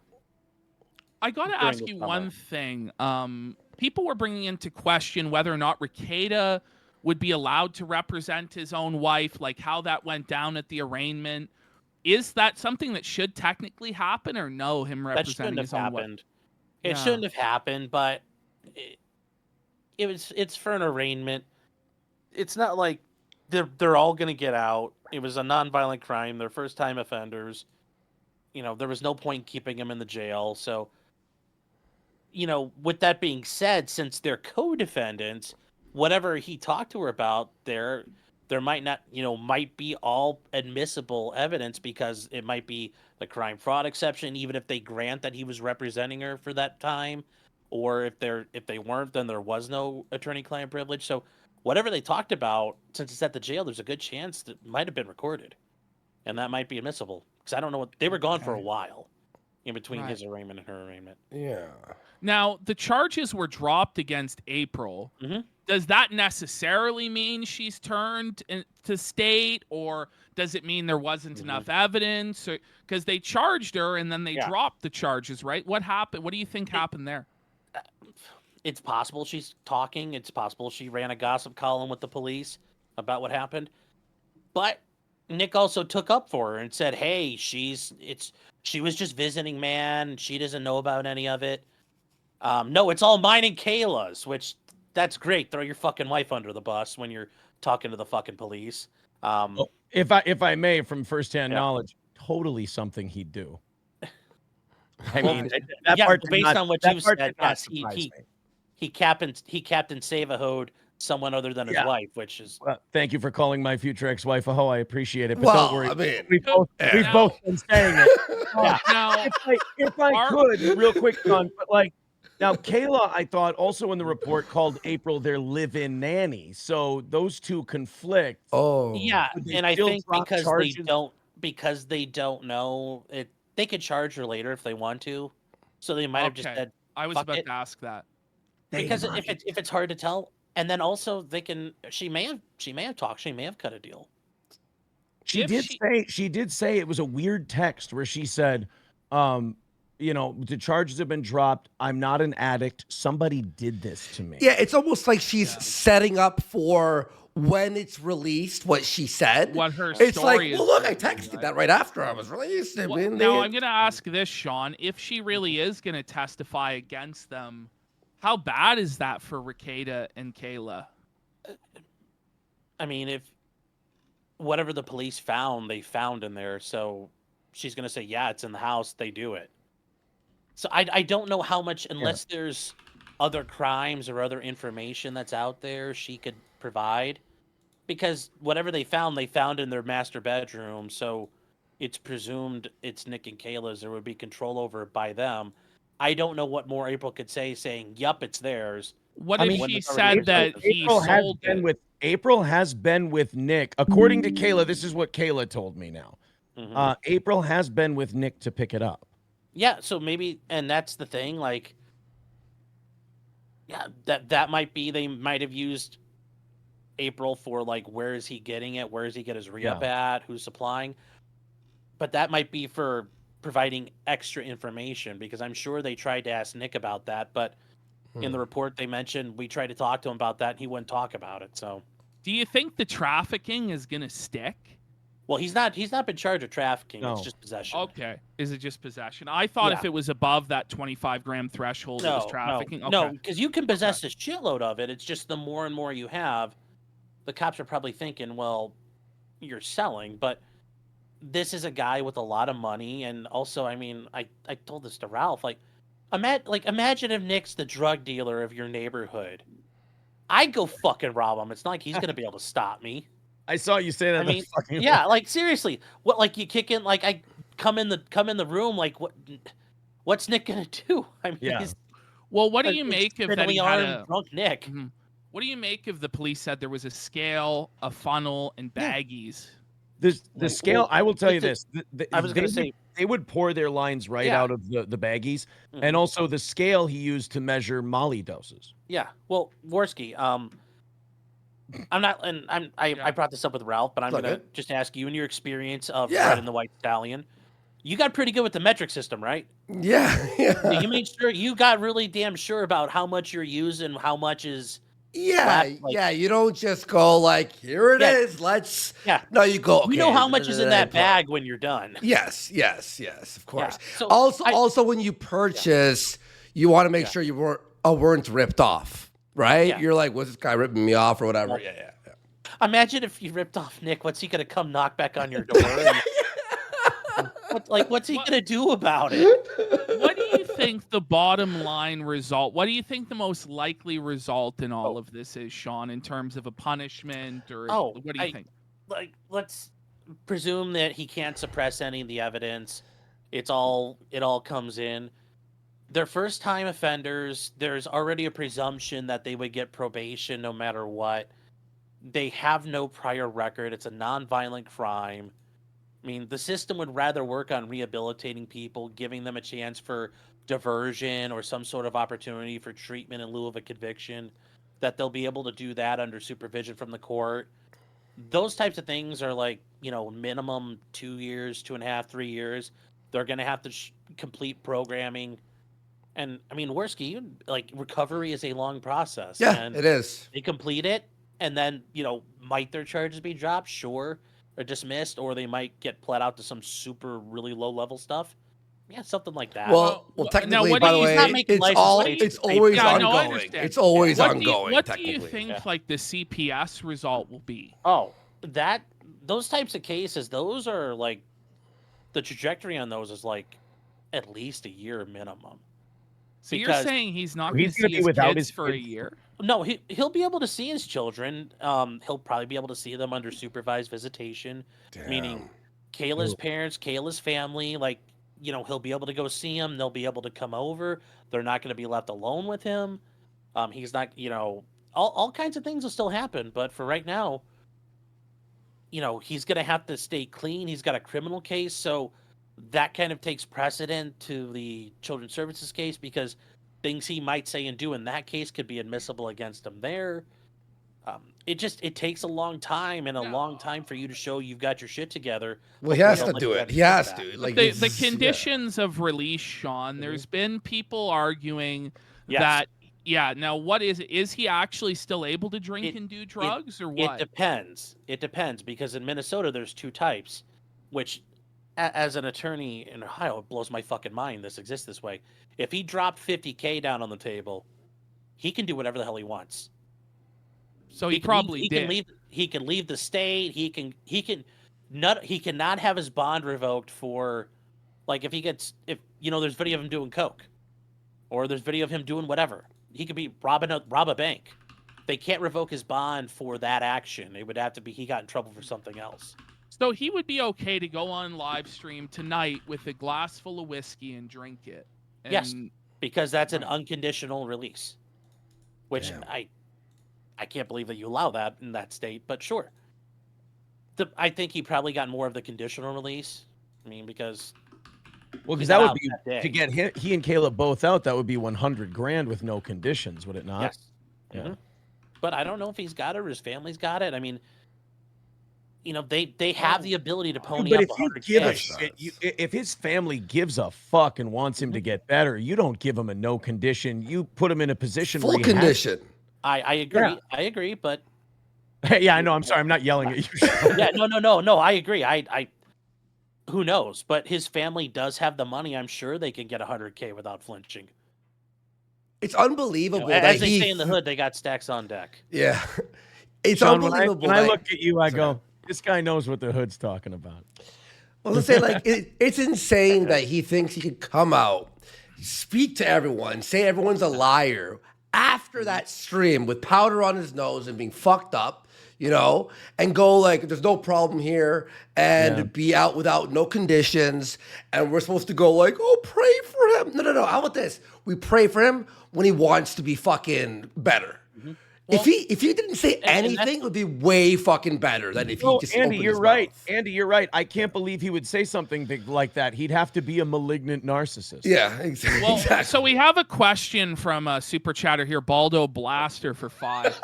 He said, would seeing Nick fucked up on drugs during the appeal stream be enough evidence to get a search warrant? Like, the whole Montegraph stream? No, right. I mean, they could use it. They could use that as like, we know this is his home. We could tell from like looking at Zillow, this is a studio. He's admitted to being a studio before.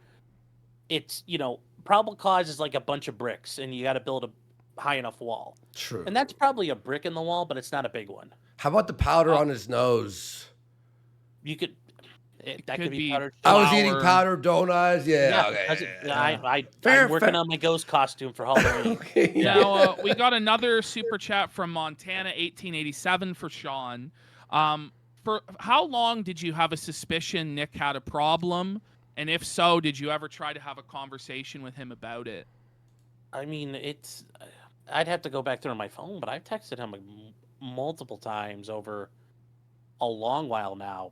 Even before him and I had, I got to stand in and be the personification of the farms. Hey, is everything all good? You okay? What's going on?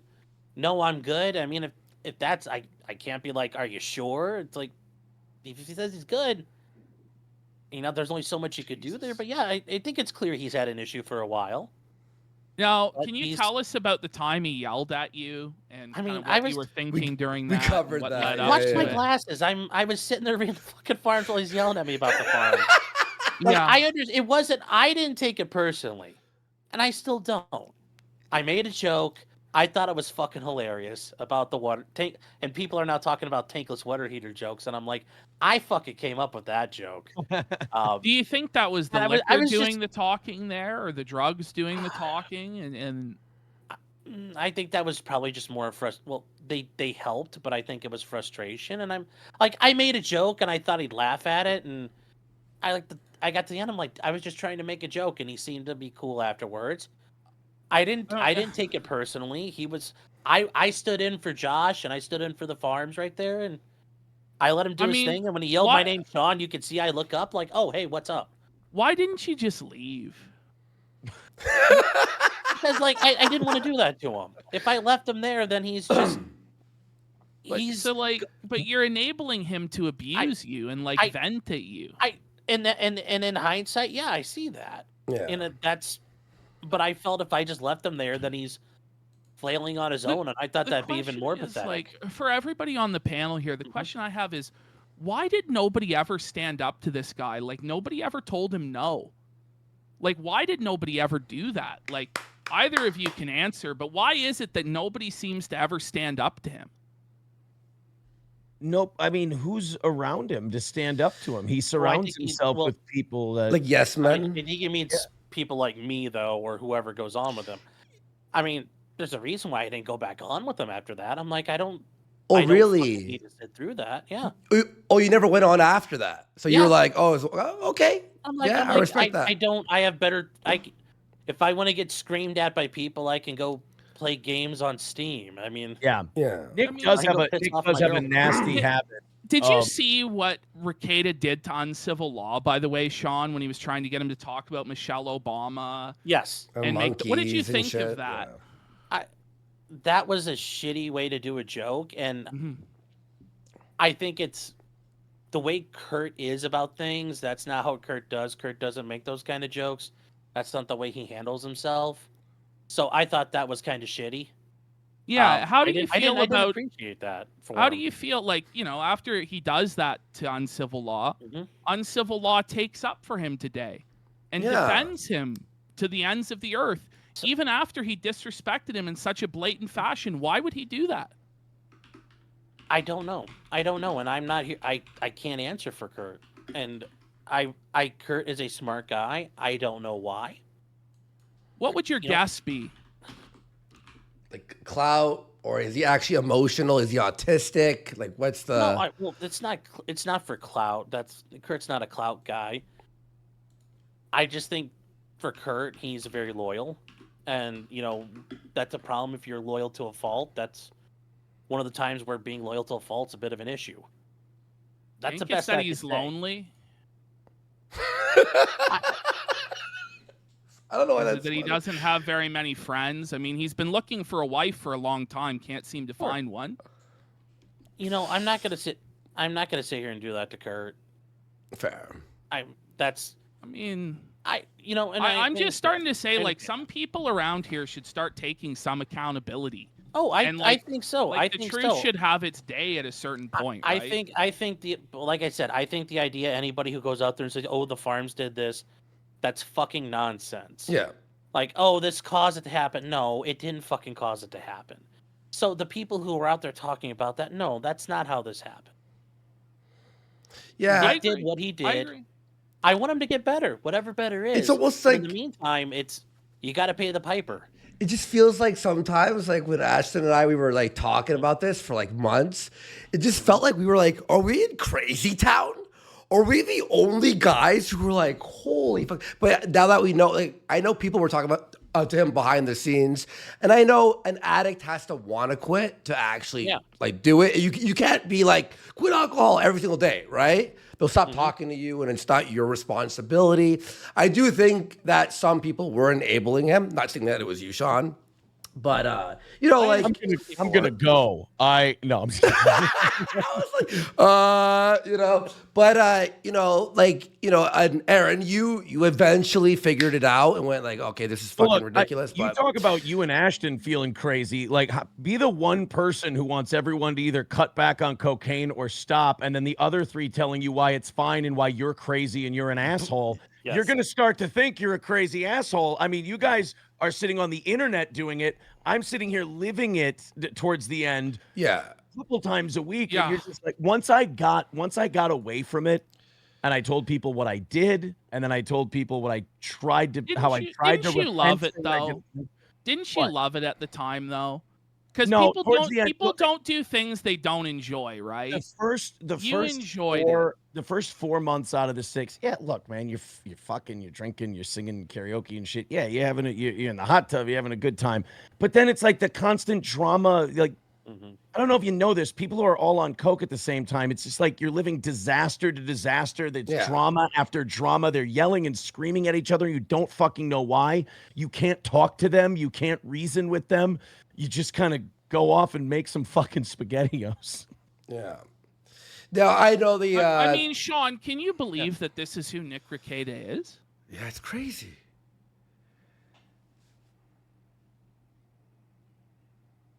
In hindsight, like now, no, it kind of like it makes all the sense in the world.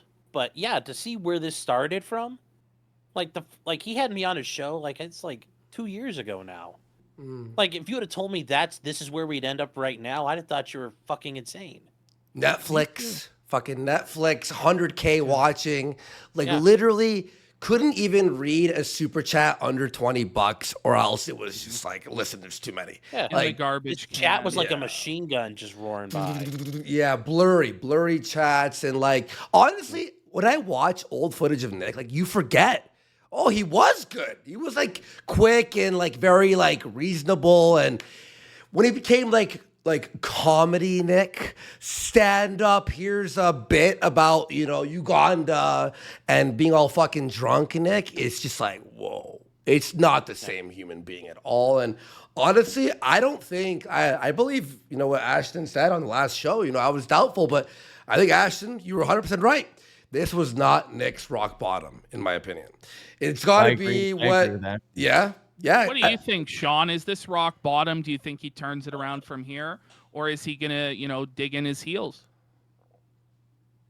I don't know. I mean, I will say from dealing with clients and dealing with people who have issues, getting caught doesn't solve the problem. But do I think rock bottom's, 10 years from now? No. Do I think this is probably going to fix it? Sure. It's just, I don't know what this is going to end up. Maybe he ends up getting caught and going back to jail because he uses again. I'm not sure. I mean, it's when you have the "fuck you, I'll do what I want" mode on, and the court's involved. It ends up usually bad until Let me the ask court you has this, to buck Sean. break you normally. Let me ask you this, Sean.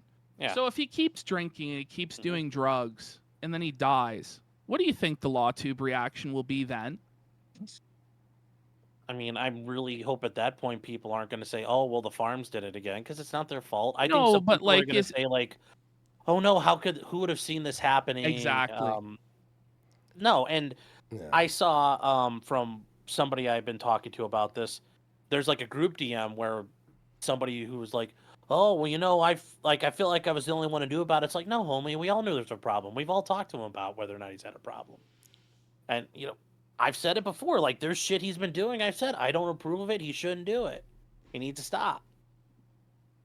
At that point, there's only so much I can do. A lot of them will blame us. People in chat were saying they'll blame the casino. You guys driving? Yeah, nobody has. I don't think anybody drove him to this. No. But it's like, so is he going to come back and be you think he's going to be welcomed with open arms by LawTube? Everybody will help him raise for his legal fund. They'll all defend him, or do you think that they'll say no? I don't want to be associated with this greasy shit. I think a lot of people will pick up for him in that regard, and I'll give him open arms when he gets his shit sorted out. That's just not right now. It's whenever he gets better. But is that when he goes to rehab, Sean? Better is when he is gone to rehab, is acknowledge whatever it is he's dealing with that he has to deal with.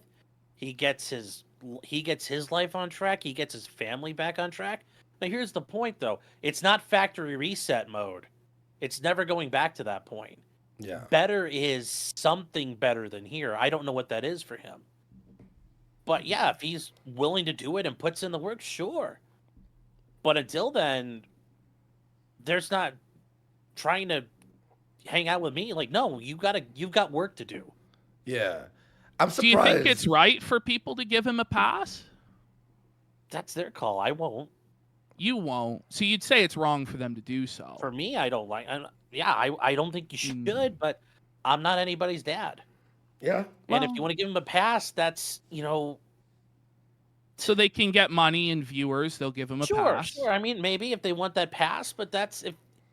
I've seen how many families giving clients passes. You go into court, you see that people have gotten passes. They keep getting passes. I've had 2 clients die in the past 6 months. It's eventually I don't want that to happen. I'd rather somebody have to deal with the hard stuff and get through it. I'll say one thing here too is what I'm really the most. No, I did not eat the clients.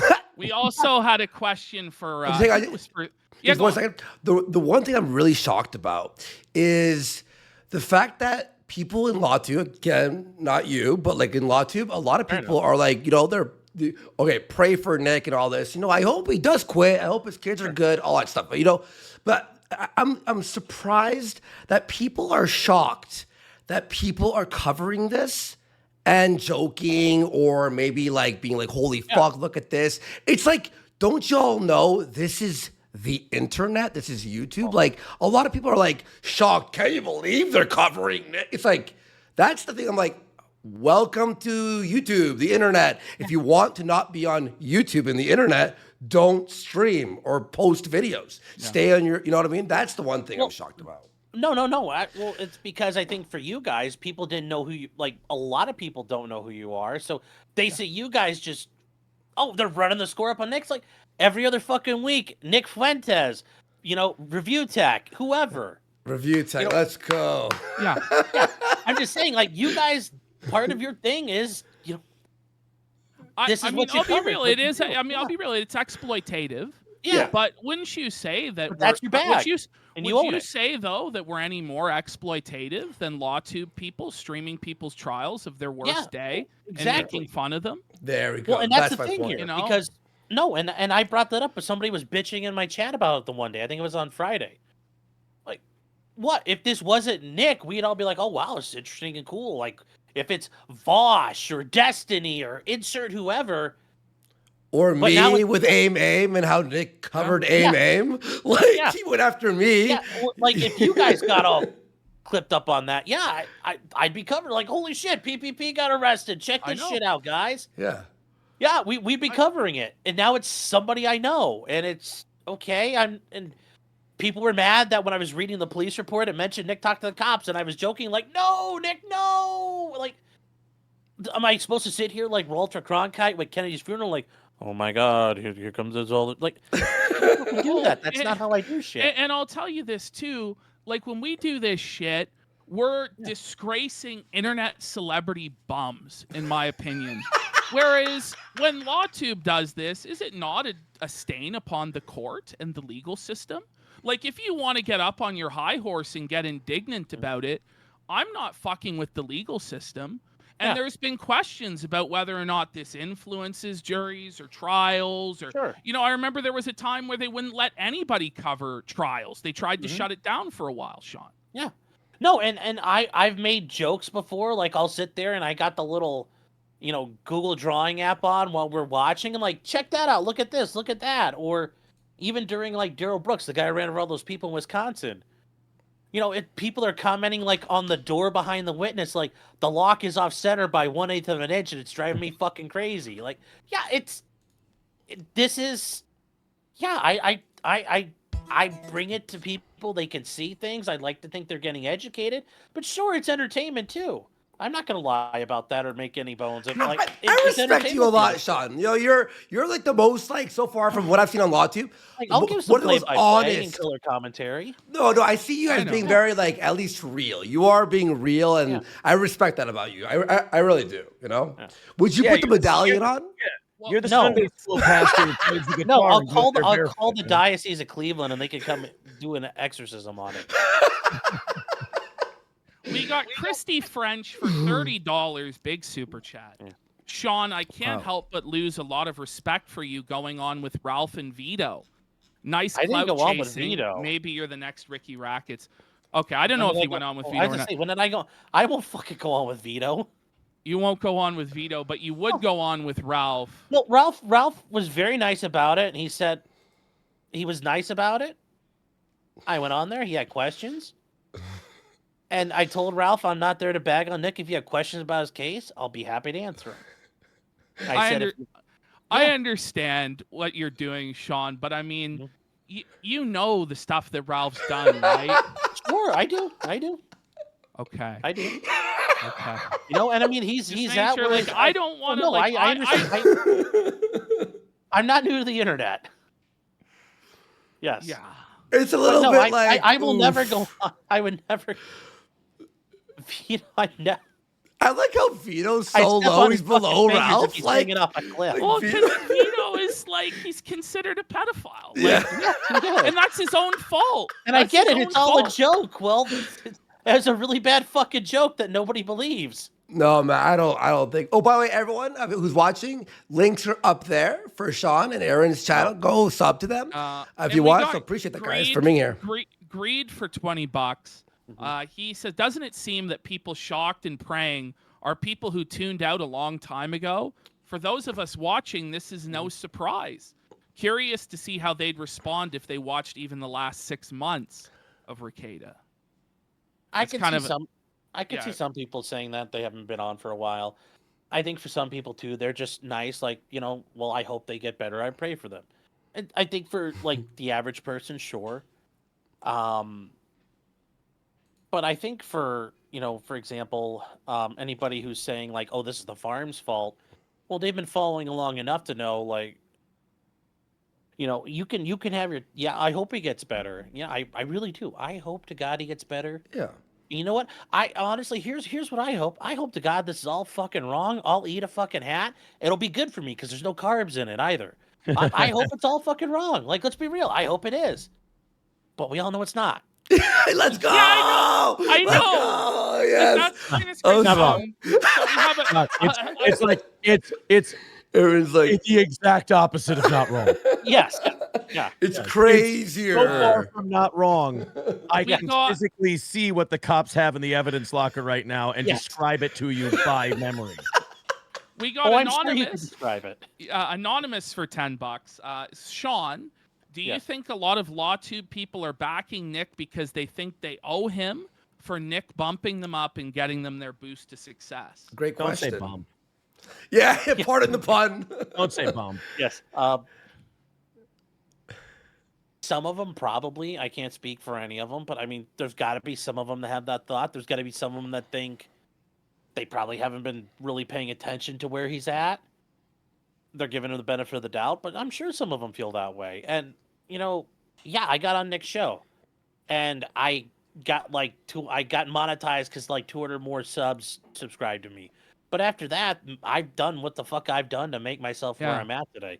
I All would say that- 20,000 subscribers. So, Sean, you don't feel like you owe Rekieta like a lifetime loyalty? No. Do you view going on this show as a betrayal of the loyalty you owe him?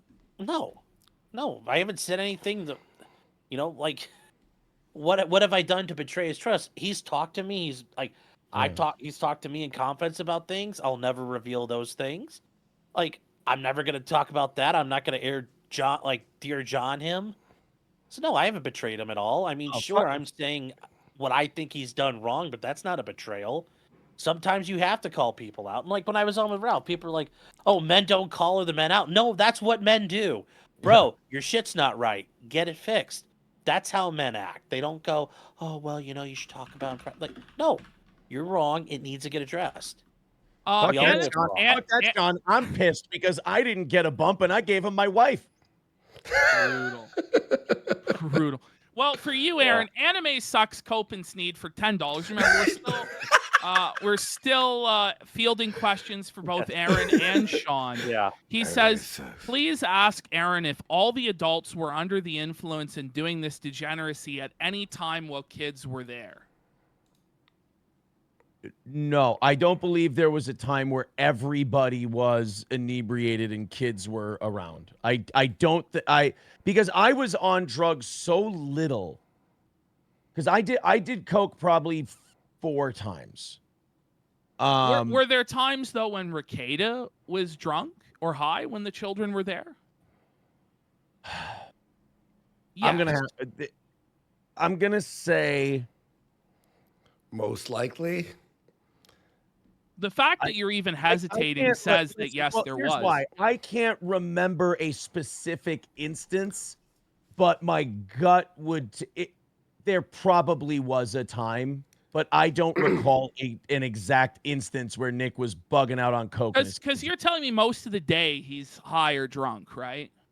He would do cocaine during the day. Yeah. Right. But drinking, the real heavy drinking came at nighttime. Would he ever interact with his children during the day? Look. Yes. Yes. Look, so yes. he would interact with his children. There were while times he was on drugs. Okay, He had an ounce of coke. Let me put this in a way where Sean might be proud of me. I did see instances where he did coke during the day. How about you answer it in a way I'd be proud of you? Yeah, no, because then I could go to heaven, but I might. How about you answer it in a way that would make Jesus proud? Allow me to paraphrase the movie Kingdom of Heaven. God does not know me.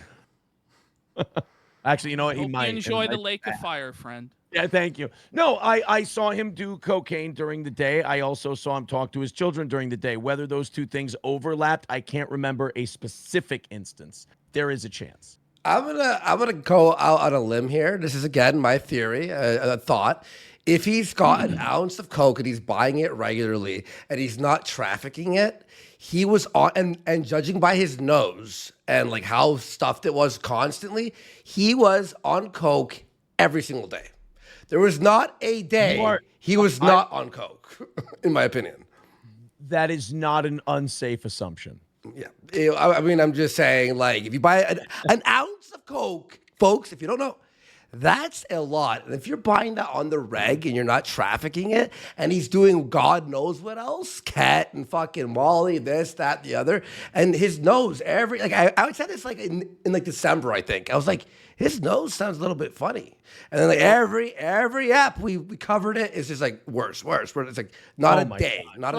Aaron, I do have one question. I have a question for Aaron. Let's give the table to Sean. Let's give the table to Sean. I have a question for you, Aaron. And I don't know if you'll know the answers. Like, were you guys ever worried you guys were getting like just straight like garbage, like full of fent or meth mixed in with it? I asked about that. I said I thought they were, cutting this shit with all because like again, I don't know shit about coke. They are. And Nick would always have these fucking answers for every question I ever. Anytime I tried to push him a little bit on either cutting back or is this okay or is this good, Nick always had like a WebMD style answer in his head for you. He would always go like, no, because the guy I get it from, it's tested it's very pure. And then I have tests that I can do for it. And I can make sure that the chances that there's fentanyl in any of this is almost zero. And that's kind of all you have to go on is his word. Well, if there wasn't any fentanyl, there's a good chance you're probably doing meth in that as well. Speed, fucking crush. I mean, the idea, like pure yayo is not a modern thing. Yeah. No, it's going to be caught. It's going to be caught. I will say, I asked him about fentanyl. He goes, no. There would be no fentanyl in this because there's tests I can do. And when I do the tests, it shows. Oh, he tested it too? He tested it too, I never saw him test it. I knew one guy who used to test it. Like, he had like a whole kit. And I'm like, oh, that's fucking nuts. Okay, we're getting a lot of super chats. HMS Erebus for $40. Very generous. Let's go. He says, thank you for addressing the Denny's joke, lol.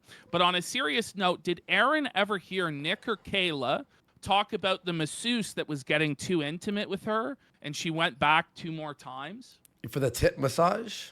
I saw the video clip of that. I do remember Kayla. I don't remember the going back twice thing, but I do remember Kayla telling me about a traumatic experience she had with a masseuse. I don't remember the going back twice thing until I saw the video a couple days ago. Yeah. Yeah, I mean, it just suggests, like, to your credit, that she might have been unhappy in the marriage for a long time and looking for another sexual outlet, right? I think both of them were remarkably unhappy. I mean, when you talk to them, I mean, you don't talk about your spouses behind their backs the way they did and, like, still love each other. I mean, it got pretty nasty. And then the way they fought was fucking insane. I mean, we're talking about throwing shit. We're talking about yelling some of the most awful things I've ever heard. The cornering in the bathroom, the hitting yourself, the throwing drinks on each other. It got pretty wild. Okay. To the panel, Ethan Van Sciver said he got a call from Nick on a burner phone. Then EVS was in Medicare's chat buffing the Baldo. Do you think Rekieta is coordinating his defense behind the scenes? I will say, to answer that, I got a call at 11:38 on Friday night, 11:38 p.m. from a number I don't recognize, but it says Rekieta, N on it. I don't know if that was a spoof number. I don't know if somebody was fucking around. I was asleep, but it says Rekieta, N. At 11:38 Friday night. That might have been him. So I'm going to introduce a couple of things that we haven't talked about that have happened during this show. So one, Rekieta posted a post on Locals where he sounded borderline suicidal. Yeah. He then posted a clarifying Locals later saying that he was not suicidal. You know you're having a good time when you have to clarify you're not suicidal. He is now also liking all of Diddler Dax, Dick Masterson's tweets defending him. And it seems like that's the narrative he's going to go with. I really think he should just shut the fuck up and let his lawyers handle things. I think Sean would agree with that. But, Sean, it doesn't look like that's the direction it's going. No, and don't talk to the police, but also don't talk in a way the police could find out what you're talking about. That includes this. Like, also, the court of public opinions here right now, Well- and on Twitter, and everyone's just like, you're using Dick Masterson of all people, the guy who's also a drug. He says he does fucking like coke all the time and parties and Burning Man and this and that and the other, right? He's open about it. He got Ralph to get fucking so drunk to the point where he ended up in a fucking divorce, right? Like Pantsu left him while he was at Dick's house. I'm gonna build a church. Like it was that.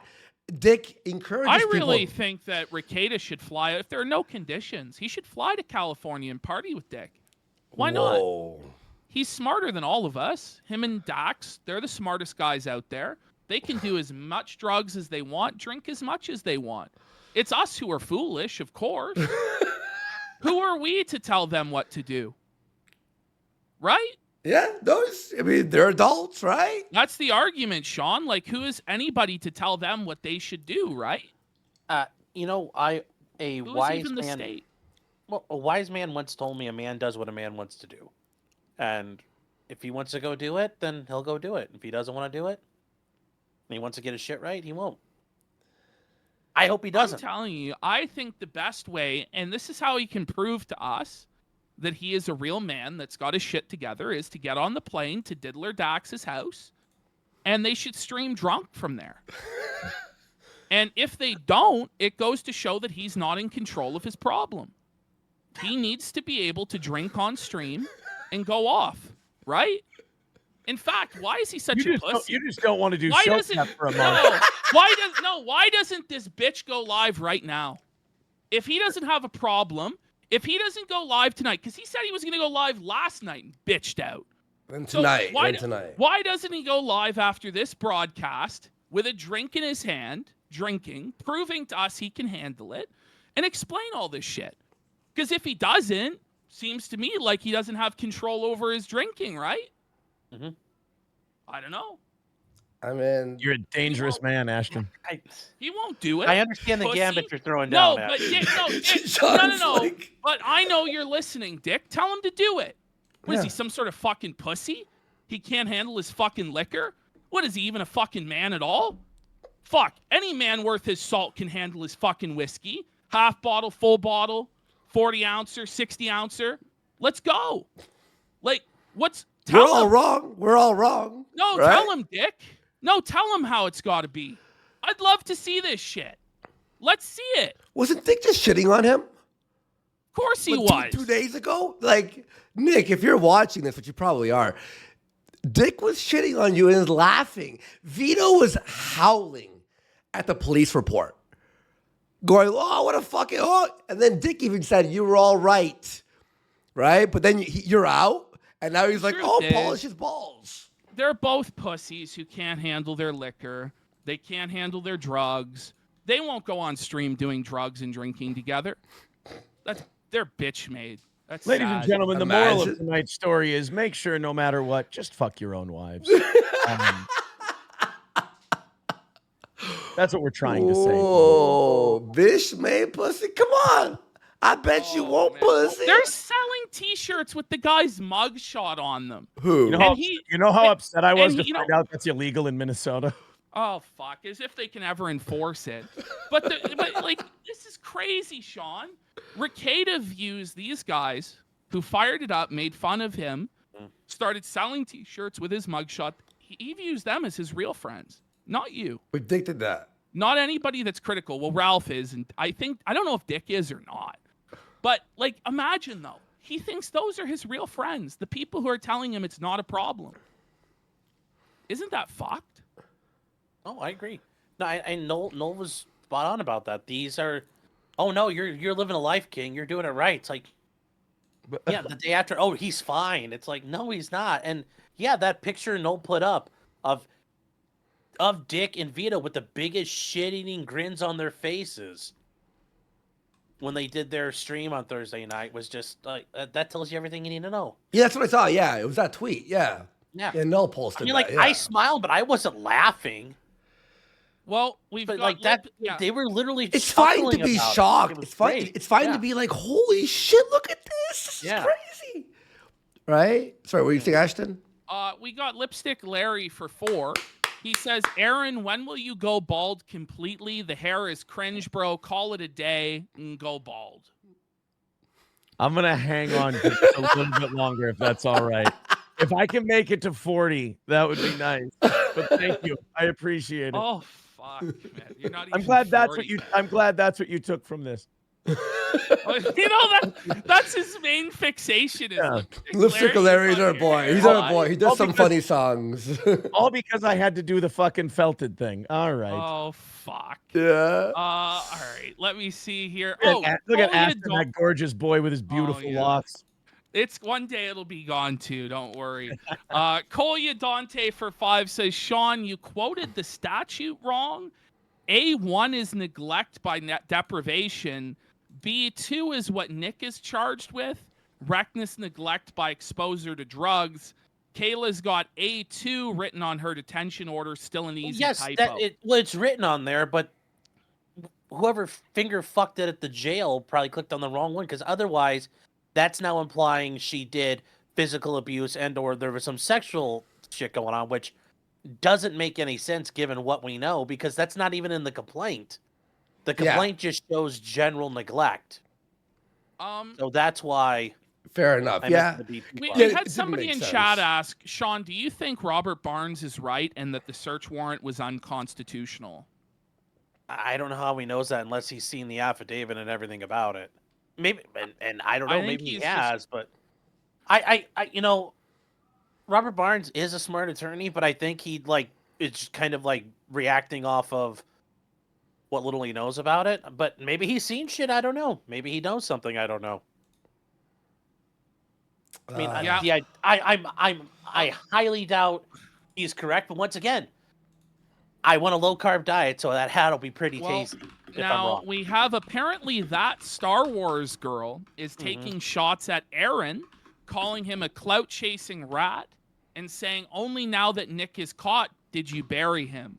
No, I buried Nick before he was caught. I buried Nick before the drunken stream and after it. I was. You were fucking. You were laying down the gauntlet before this all happened. Yeah, I mean, once the arrest happened, I went, okay, I guess I don't have to hide anything anymore, because a lot of the shit I was going to say just kind of came out. No, I remember you were putting out, you were explaining everything slowly, you were drip feeding it out. So yeah, I was basically seeing if he was going to keep, because he said he would keep making these little quips on his stream about, oh, Aaron wasn't there. He's got to sow narratives, this and that. I'm like, okay, I'll turn the valve a little bit more because you said that, you little cunt. And then I would say something, and then he'd let out a little something, and I go, okay, now me. And then he got arrested. I mean, talk about a guy trying to story top you. And so I figured I had to go harder. No, and then you were like, you know what? Okay, it's all out now. Now I can really unload because it's done. But yeah, you're right. My show's about talking about my life, and there's nothing really more at the front and center of my life at this moment than this. I mean, this is kind of what occupies a lot of my time at the moment. Yeah.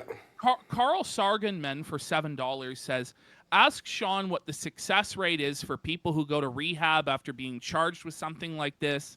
Does he think Nick and Kayla will fix themselves? It's low, right? I mean, overall, recovery is low. I mean, people, will relapse at some point, but a lot of people just don't ever get it right. It's hard. It's really, really hard. I'm on day almost 200, and it's still tough. It's every day. You're at the point where it actually gets even tougher because now you're in the rhythm, and you're like, oh, I'm actually good to go now. And maybe I can handle one beer. But then I go, no, fuck that. Yeah. Nah. So we had another one from Anonymous for 5. Question for Sean and Aaron. What do you guys think of Montegraph predicting Nick's future 2 years in advance down to the letter? For those of you who don't know, there's a clip circulating where Montegraph says, I think at some point in the next few years, Rekieta will go to jail for some unspeakable stuff. Wow. I mean, that's a better prediction than I would have made 6 months ago. I mean, that's pretty crazy. He got it right, but, it's... Broken clocks right twice a day. Yeah, it's... Monty just happened to be right in this Yeah. circumstance. You got to imagine, guys. What do you think Monty's reaction is to this stream tonight? Is it tap Champagne. dancing? Champagne. Champagne in He's the got Monty "We household. Are the Champions" playing right now. I actually don't think so. I don't think so. No. Like in the aftermath of like when Monty approached Noel about retracting on the website, and Monty actually talked to me because the whole issue about whether or not he had made a snuff film with the Umbrella Man thing. He was actually very nice. He approached me in an email. He's like, "Look, that's not right. Here's a bunch of proof." And I looked at it, and like Noel said, he looked at it, and you're like, "Okay, cool. What would you like to do about it?" Like, I'd be happy to retract, and I did it on my Thursday night show a while ago now.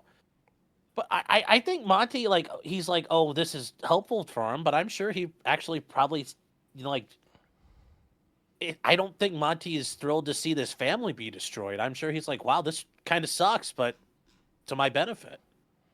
If I had to guess, I mean, because if he really wanted to come out and gloat, I'm sure he would have done it by now. We got Texas Wench for 5 saying, question for Aaron. Did you fall in love with Nick's wife? It almost seems like it from the way you talk about her. Well, yeah, I think he did. Yes, I said that. I said, yeah. He was pretty open about that. We both were pretty, we fell pretty deep. Pardon the pun there too, right? And then we got N-word question for Sean. He says, is Aaron legally liable for not reporting after admitting on live stream that he was in the house while there were drugs under the same roof as the Rekieta children? No, he's not a mandatory reporter. He's Right. not a member of the state law lists that out. You're generally people who like a clergy member, teachers, nurses. In some situations, attorneys can be mandated reporters, but not in this situation. Any of it would apply. There's specific things. To be clear, though, and I think Ashton would definitely agree, being the voice of morality here, that doesn't absolve me of the moral imperative I had to do it and how that's a short separate matter. I fell on that. Yeah. I mean, that's still, I'm responsible in that way. Fair enough. Well, nobody's but legally, no, you didn't have an obligation. We have Montegraph Rasputin for $20. Can you play the video of my prediction of Tsar Nick's downfall? Gigi Evans found. We don't actually have it on hand. I could get it in 2 seconds. Okay. Aaron, I do have a question for you. I'll grab it for later. Yeah. All right, let him the change in the background. I don't think I ever heard about why. Just because, April was done with the show and we had a lot of like old fans who were like, we want more of the radio background where you had shit up on the walls and things like that. So it was just kind of a changing of era and everything else. We're still working on it's a work in progress, but we'll get there. How's Johnny? Fuck. We love Johnny on this show. Oh my God. We love Johnny. What a goddamn disaster. How can Murph make anybody cry? Yeah, no. I mean, is he good? No, I actually felt bad. I actually was like, cool. No, Johnny's fine. He and I, we shut the show down. We went to breakfast. But it was rough. Like, I was like, we made a lot of jokes. It was one of the few segments where I actually kind of felt uncomfortable going because, like, it was sad. I watched it, Ashton. Yeah, you seemed really uncomfortable. You flaked editing it. The 50th wheelchair. Did you watch the uncut version? Had a crisis of conscience. Did you watch the uncut version or the clip channel version? Clip channel version. Buddy, it was Flaked took out about 200 wheelchair jokes. I went I was saying like he's got to stand up for himself, like, shit like that. And Flake's like, he left in a few. But if you watch the uncut version, it was mean. And actually at the end, I was like, look, Johnny, I'm sorry, but when he was like, my life's tough, and I'm like, I mean, the guy's got really bad, I know, really bad MS. I know. No, he seems like a nice guy. Honestly, God bless Johnny. And the other thing, he's a great dude and he's a tough guy, and he'll never want to take a day off. Like there will be times where I'll talk to him. He's like, I'm just having a really tough time. I'm like, dude, take the day. It's okay. No, I'm gonna do it. And I'm like, all right. Like he's a bad dude, man. Like he really fucking gives her. But like sometimes we all just. Like, look, with all this going on and the divorce and all this shit, like I've not broken down, but I've teared up a few times on the air. It happens, it's a real moment. You go with it, but that one just kind of overwhelmed him. So we have a question from A for 5. He says, "Does Aaron know when Nick started using cocaine?" before I got there. I believe he said around 40 years old. It had been about 2 years. Yeah. By the time I got there, is what he said. Damn. I wonder how it started. I'm sure someone just offered it once. He tried it and went, "Whoa, this rules." What Nick claimed is that, again, what Nick has told me is that Kayla encouraged them to get into it because she thought, based on his show, she thought that's who he wanted as a woman, is someone who was into that kind of stuff. So he says that Kayla wanted to do it to like impress him or be what she thought he wanted her to be. That's the explanation I got. I don't know how true that is. Yeah. Okay. Okay. Yeah. 2 years makes sense too with his look, how he looked. Yeah. 2 years later. Yeah. Sneed for 10. I think this was kind of already answered, but who do you think gave Nick that black eye? Kayla or maybe the oldest son? No, his oldest son is he's a gentle kid. He's a good kid. He wouldn't have done that. I think, look, he was gone for 45 minutes. I know how long those breaks usually take. Like I said, Kayla and I were always upstairs. Nick and April were downstairs during the streams. 45 minutes is because a fight. I do believe a fight happened because I do know that that morning they had a fight. I had gotten a message from Kayla that morning. She wrote to me. She said, not that we were in constant communication. It was strange. She wrote to me. She said, "I can't talk to you anymore. It's all gone bad. You were right. This has destroyed everyone. I'm so sorry. We're all low."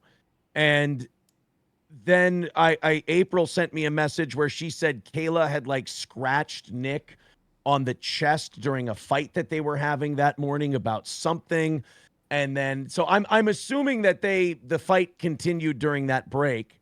And I would guess that Kayla maybe threw something at him or Nick hit his face on the wall or the door or something. That's what I think happened. He pulled a William Holden, hit something.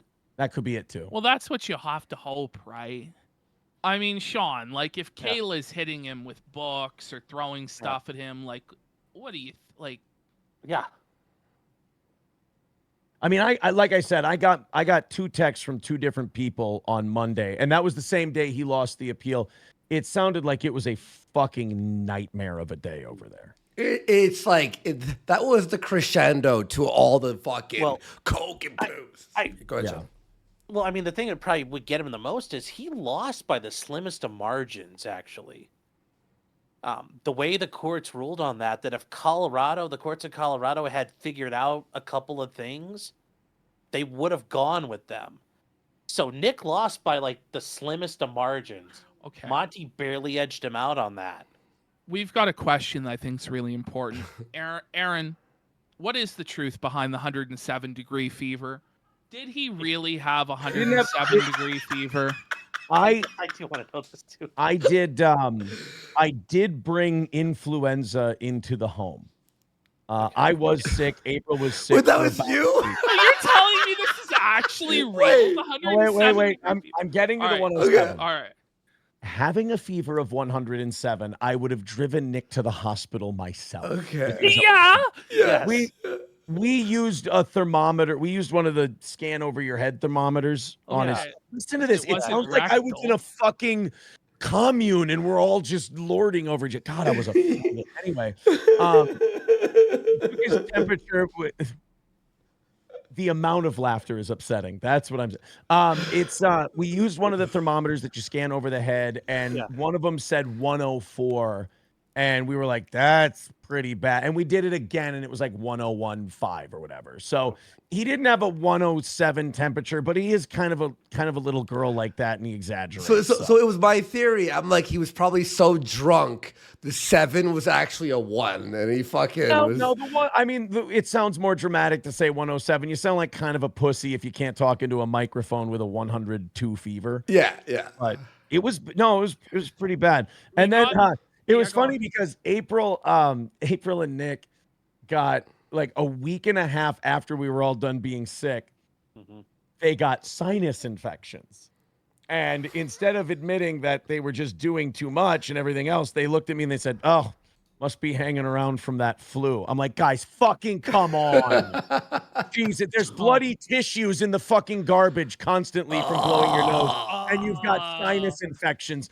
Don't Stop miss it. that. Don't Did miss the that. kids see the bloody tissues and ever Dude, question? here's my thing. Like at my home, like because April and I would stay at our home, obviously.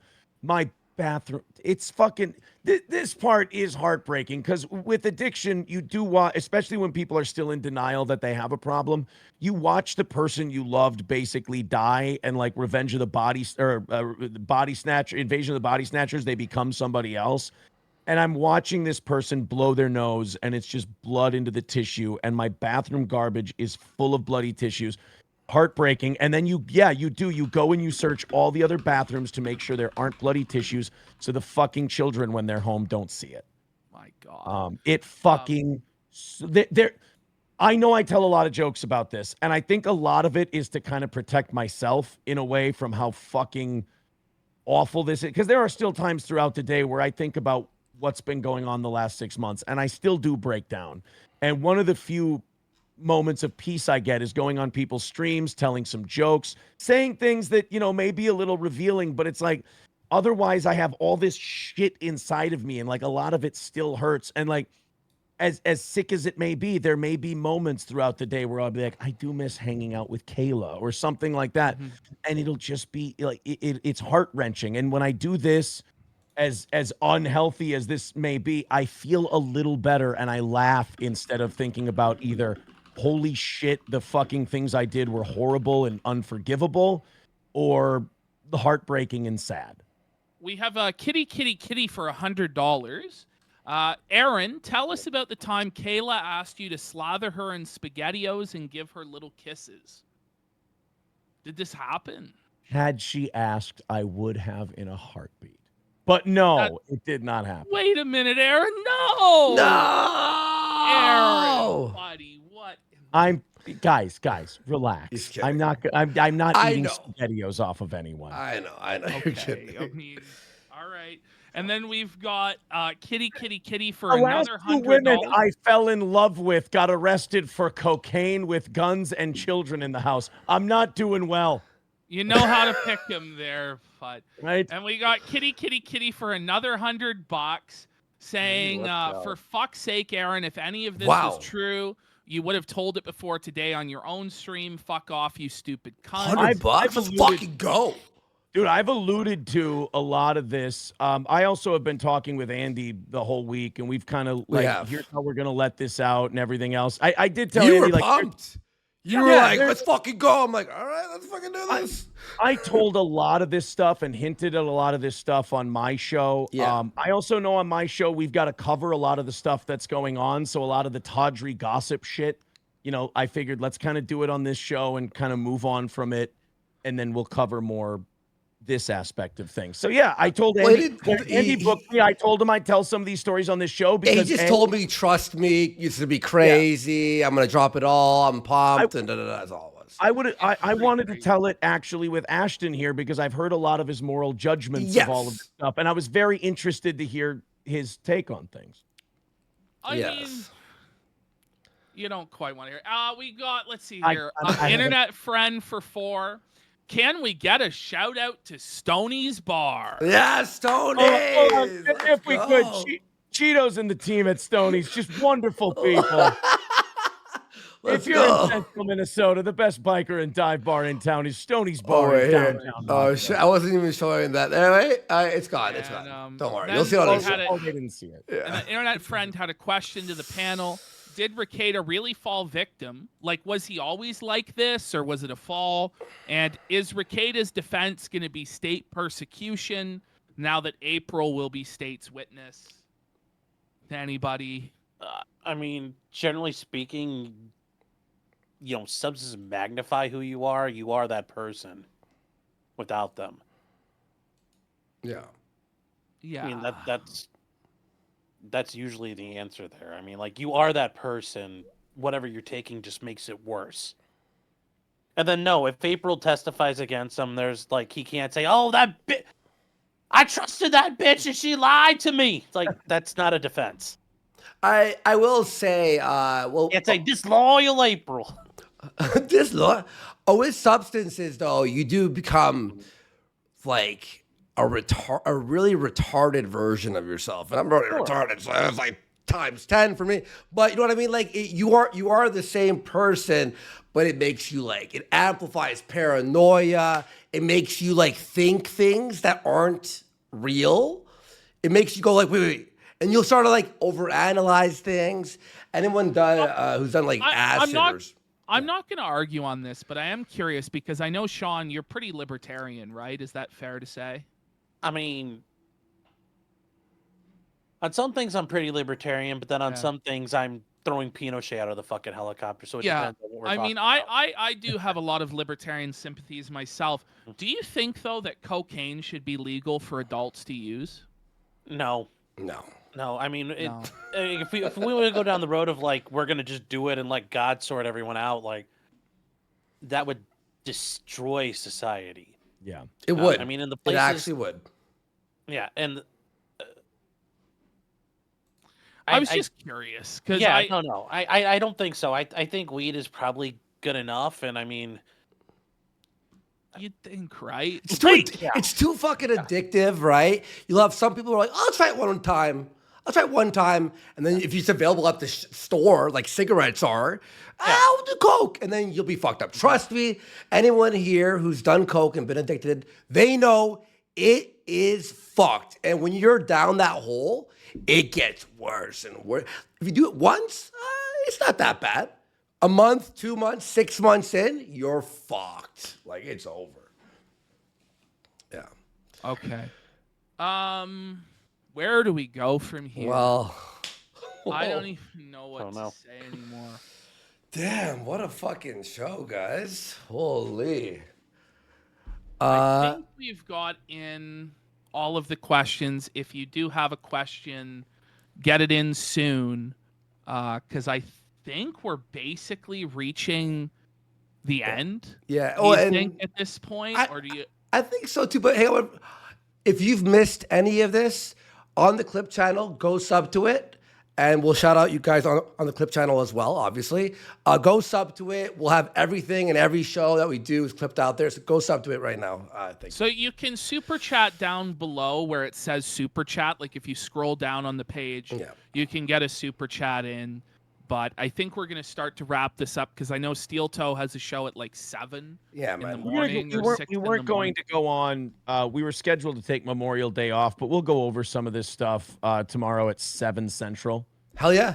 And we'll go on for a couple hours. It'll be a truncated show, I think, tomorrow. So 8 Eastern, 8 a.m., right? Yes, a.m. Yes, a.m. Eastern. Yes. Okay, cool. And Sean, how about you, man? Oh, I had a bunch of stuff set for my Thursday show, and then something happened. It kind of derailed all that. So, no, I don't have anything else for right now, and I have a Thursday show every Thursday at 9:30 Eastern. The only time zone that matters. Sorry, Aaron, but that's the truth. Hell yeah, man. Yeah. Other than that, no, I got nothing else. I had you guys linked up there for like half the show. Potentially Criminal, Steel Toe Morning Show.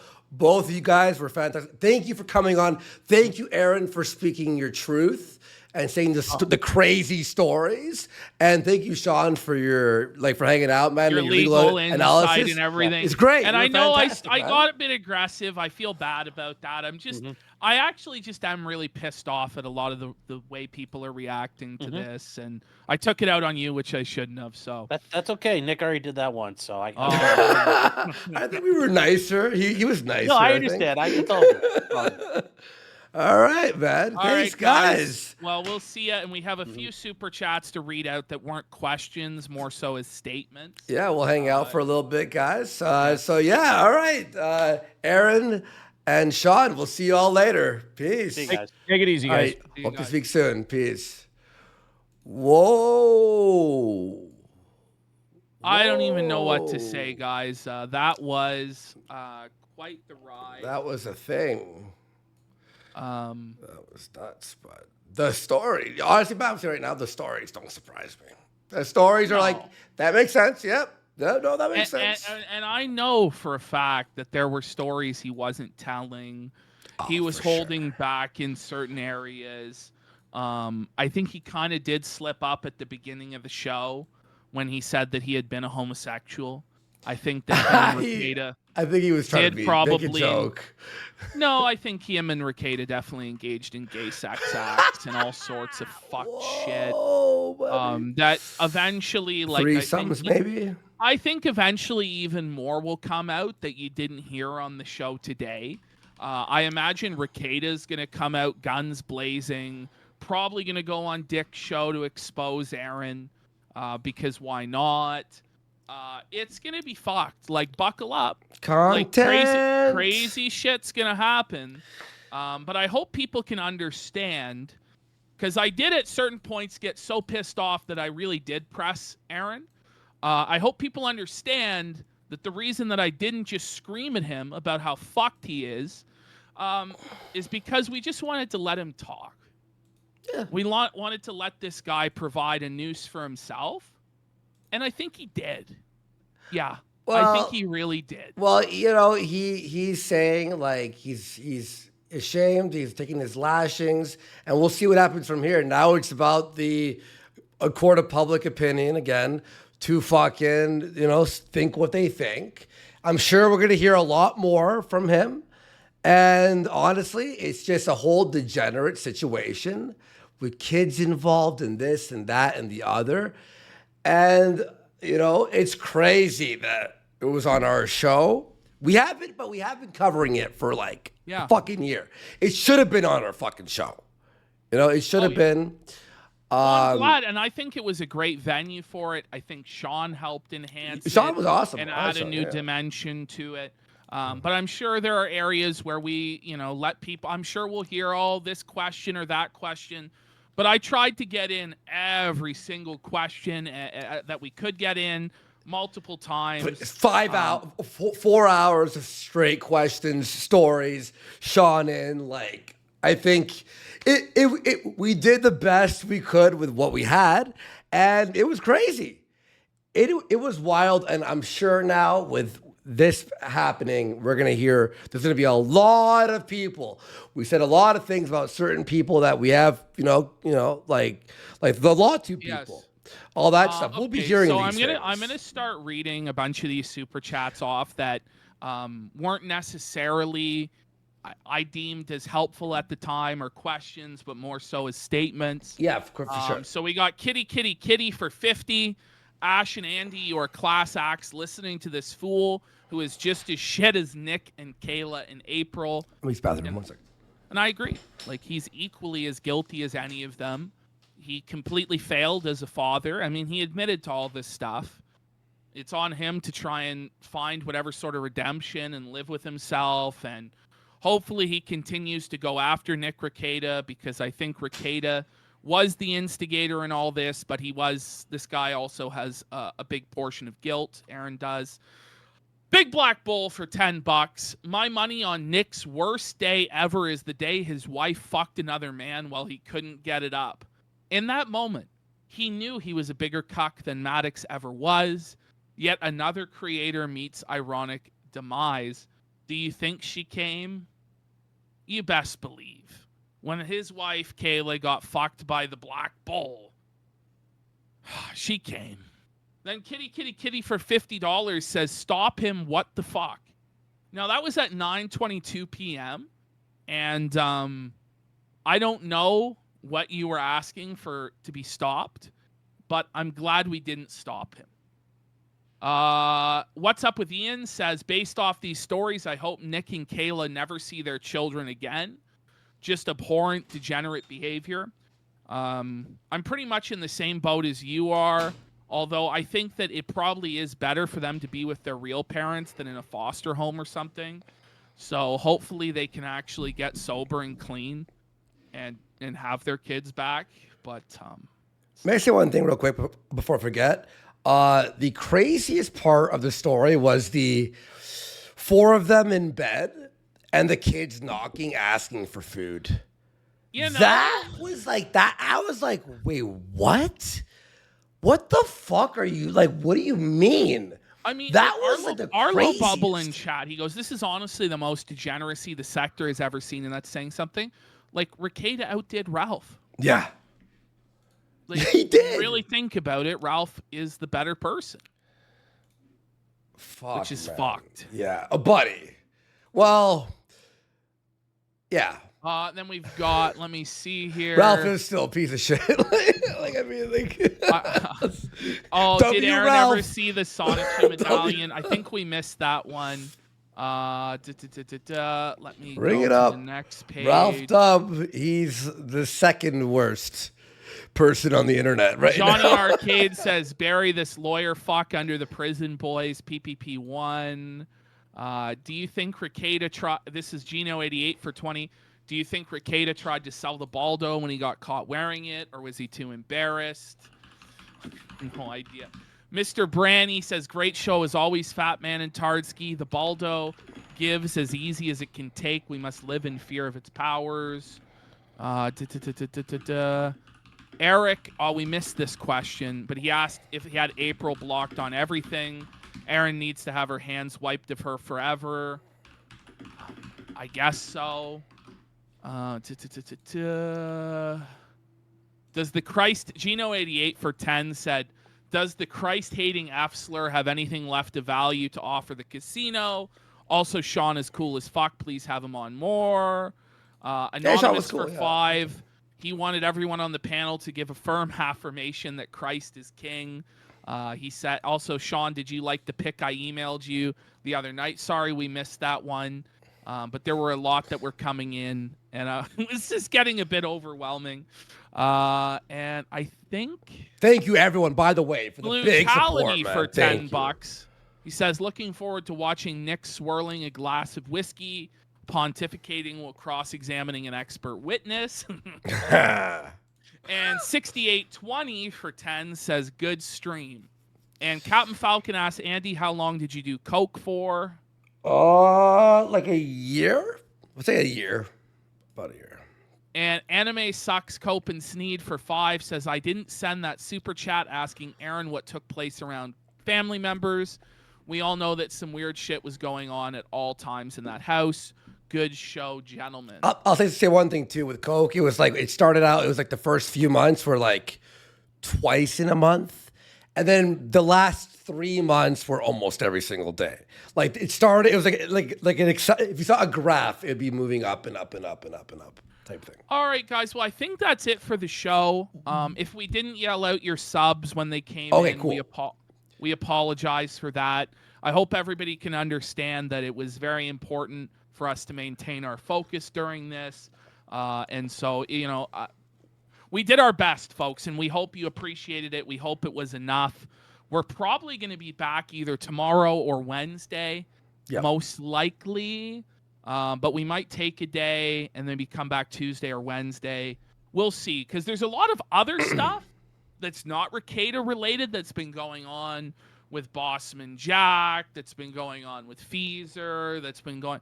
I mean, there's a lot of shit that has actually been going on. It's literally piling up, It's just guys. like piling up on the desk, and so we got to clear that out. There's going to be another iDubbbz podcast tomorrow, a new one, so we're going to be looking over that. Review Tech has just been apparently going insane, and so we'll probably be covering that. But I don't even know, like, he's like the last priority right now. There's a lot of shit going on, like over in Groiperland. There's the big battle between Mio and Brittany, which we weren't sure if it's real, but now it looks like it's real. And like Beardson getting involved and like crazy drama over there. So there's a lot of fucking stuff. Ghost Doctor. Oh, we have also the Chris Chan medallion, how to exercise it. We'll watch that on the next one too. I wouldn't even be surprised though, guys, if the next show was Rekieta again. Yeah. Because as I said, if he doesn't go live tonight, he's a bitch-made pussy. Well, we better see the drink in his hand. He better double down on it if he wasn't doing anything wrong, if he wasn't an addict. By his own logic of saying, well, checking into rehab makes me look guilty, well, then you should drink on stream if you have no problem.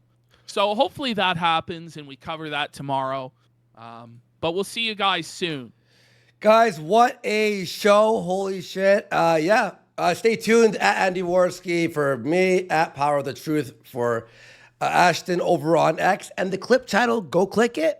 Yeah. Hey, by the way, everyone, the clip channel is blowing up. Thank you so much for your support. Fuck. I mean, It's going at some crazy. point with the Gum Road, we got to get the cuck it out. Maybe we'll do that tomorrow. Yes, guys. If Sorry, there's we've no- been if so there's- fucking busy. Holy shit. If there's no live stream tomorrow, we'll get out the This Week in Kakada episode. Things were just kind of crazy this week. Absolute We had stuff going on in our retardation, man. personal lives Yeah. as well as all the drama blowing up. So we appreciate your guys' patience, those of you who are Gumroad subscribers. I think that's all we got to say. Love you all. Peace. See you on the next one. Peace.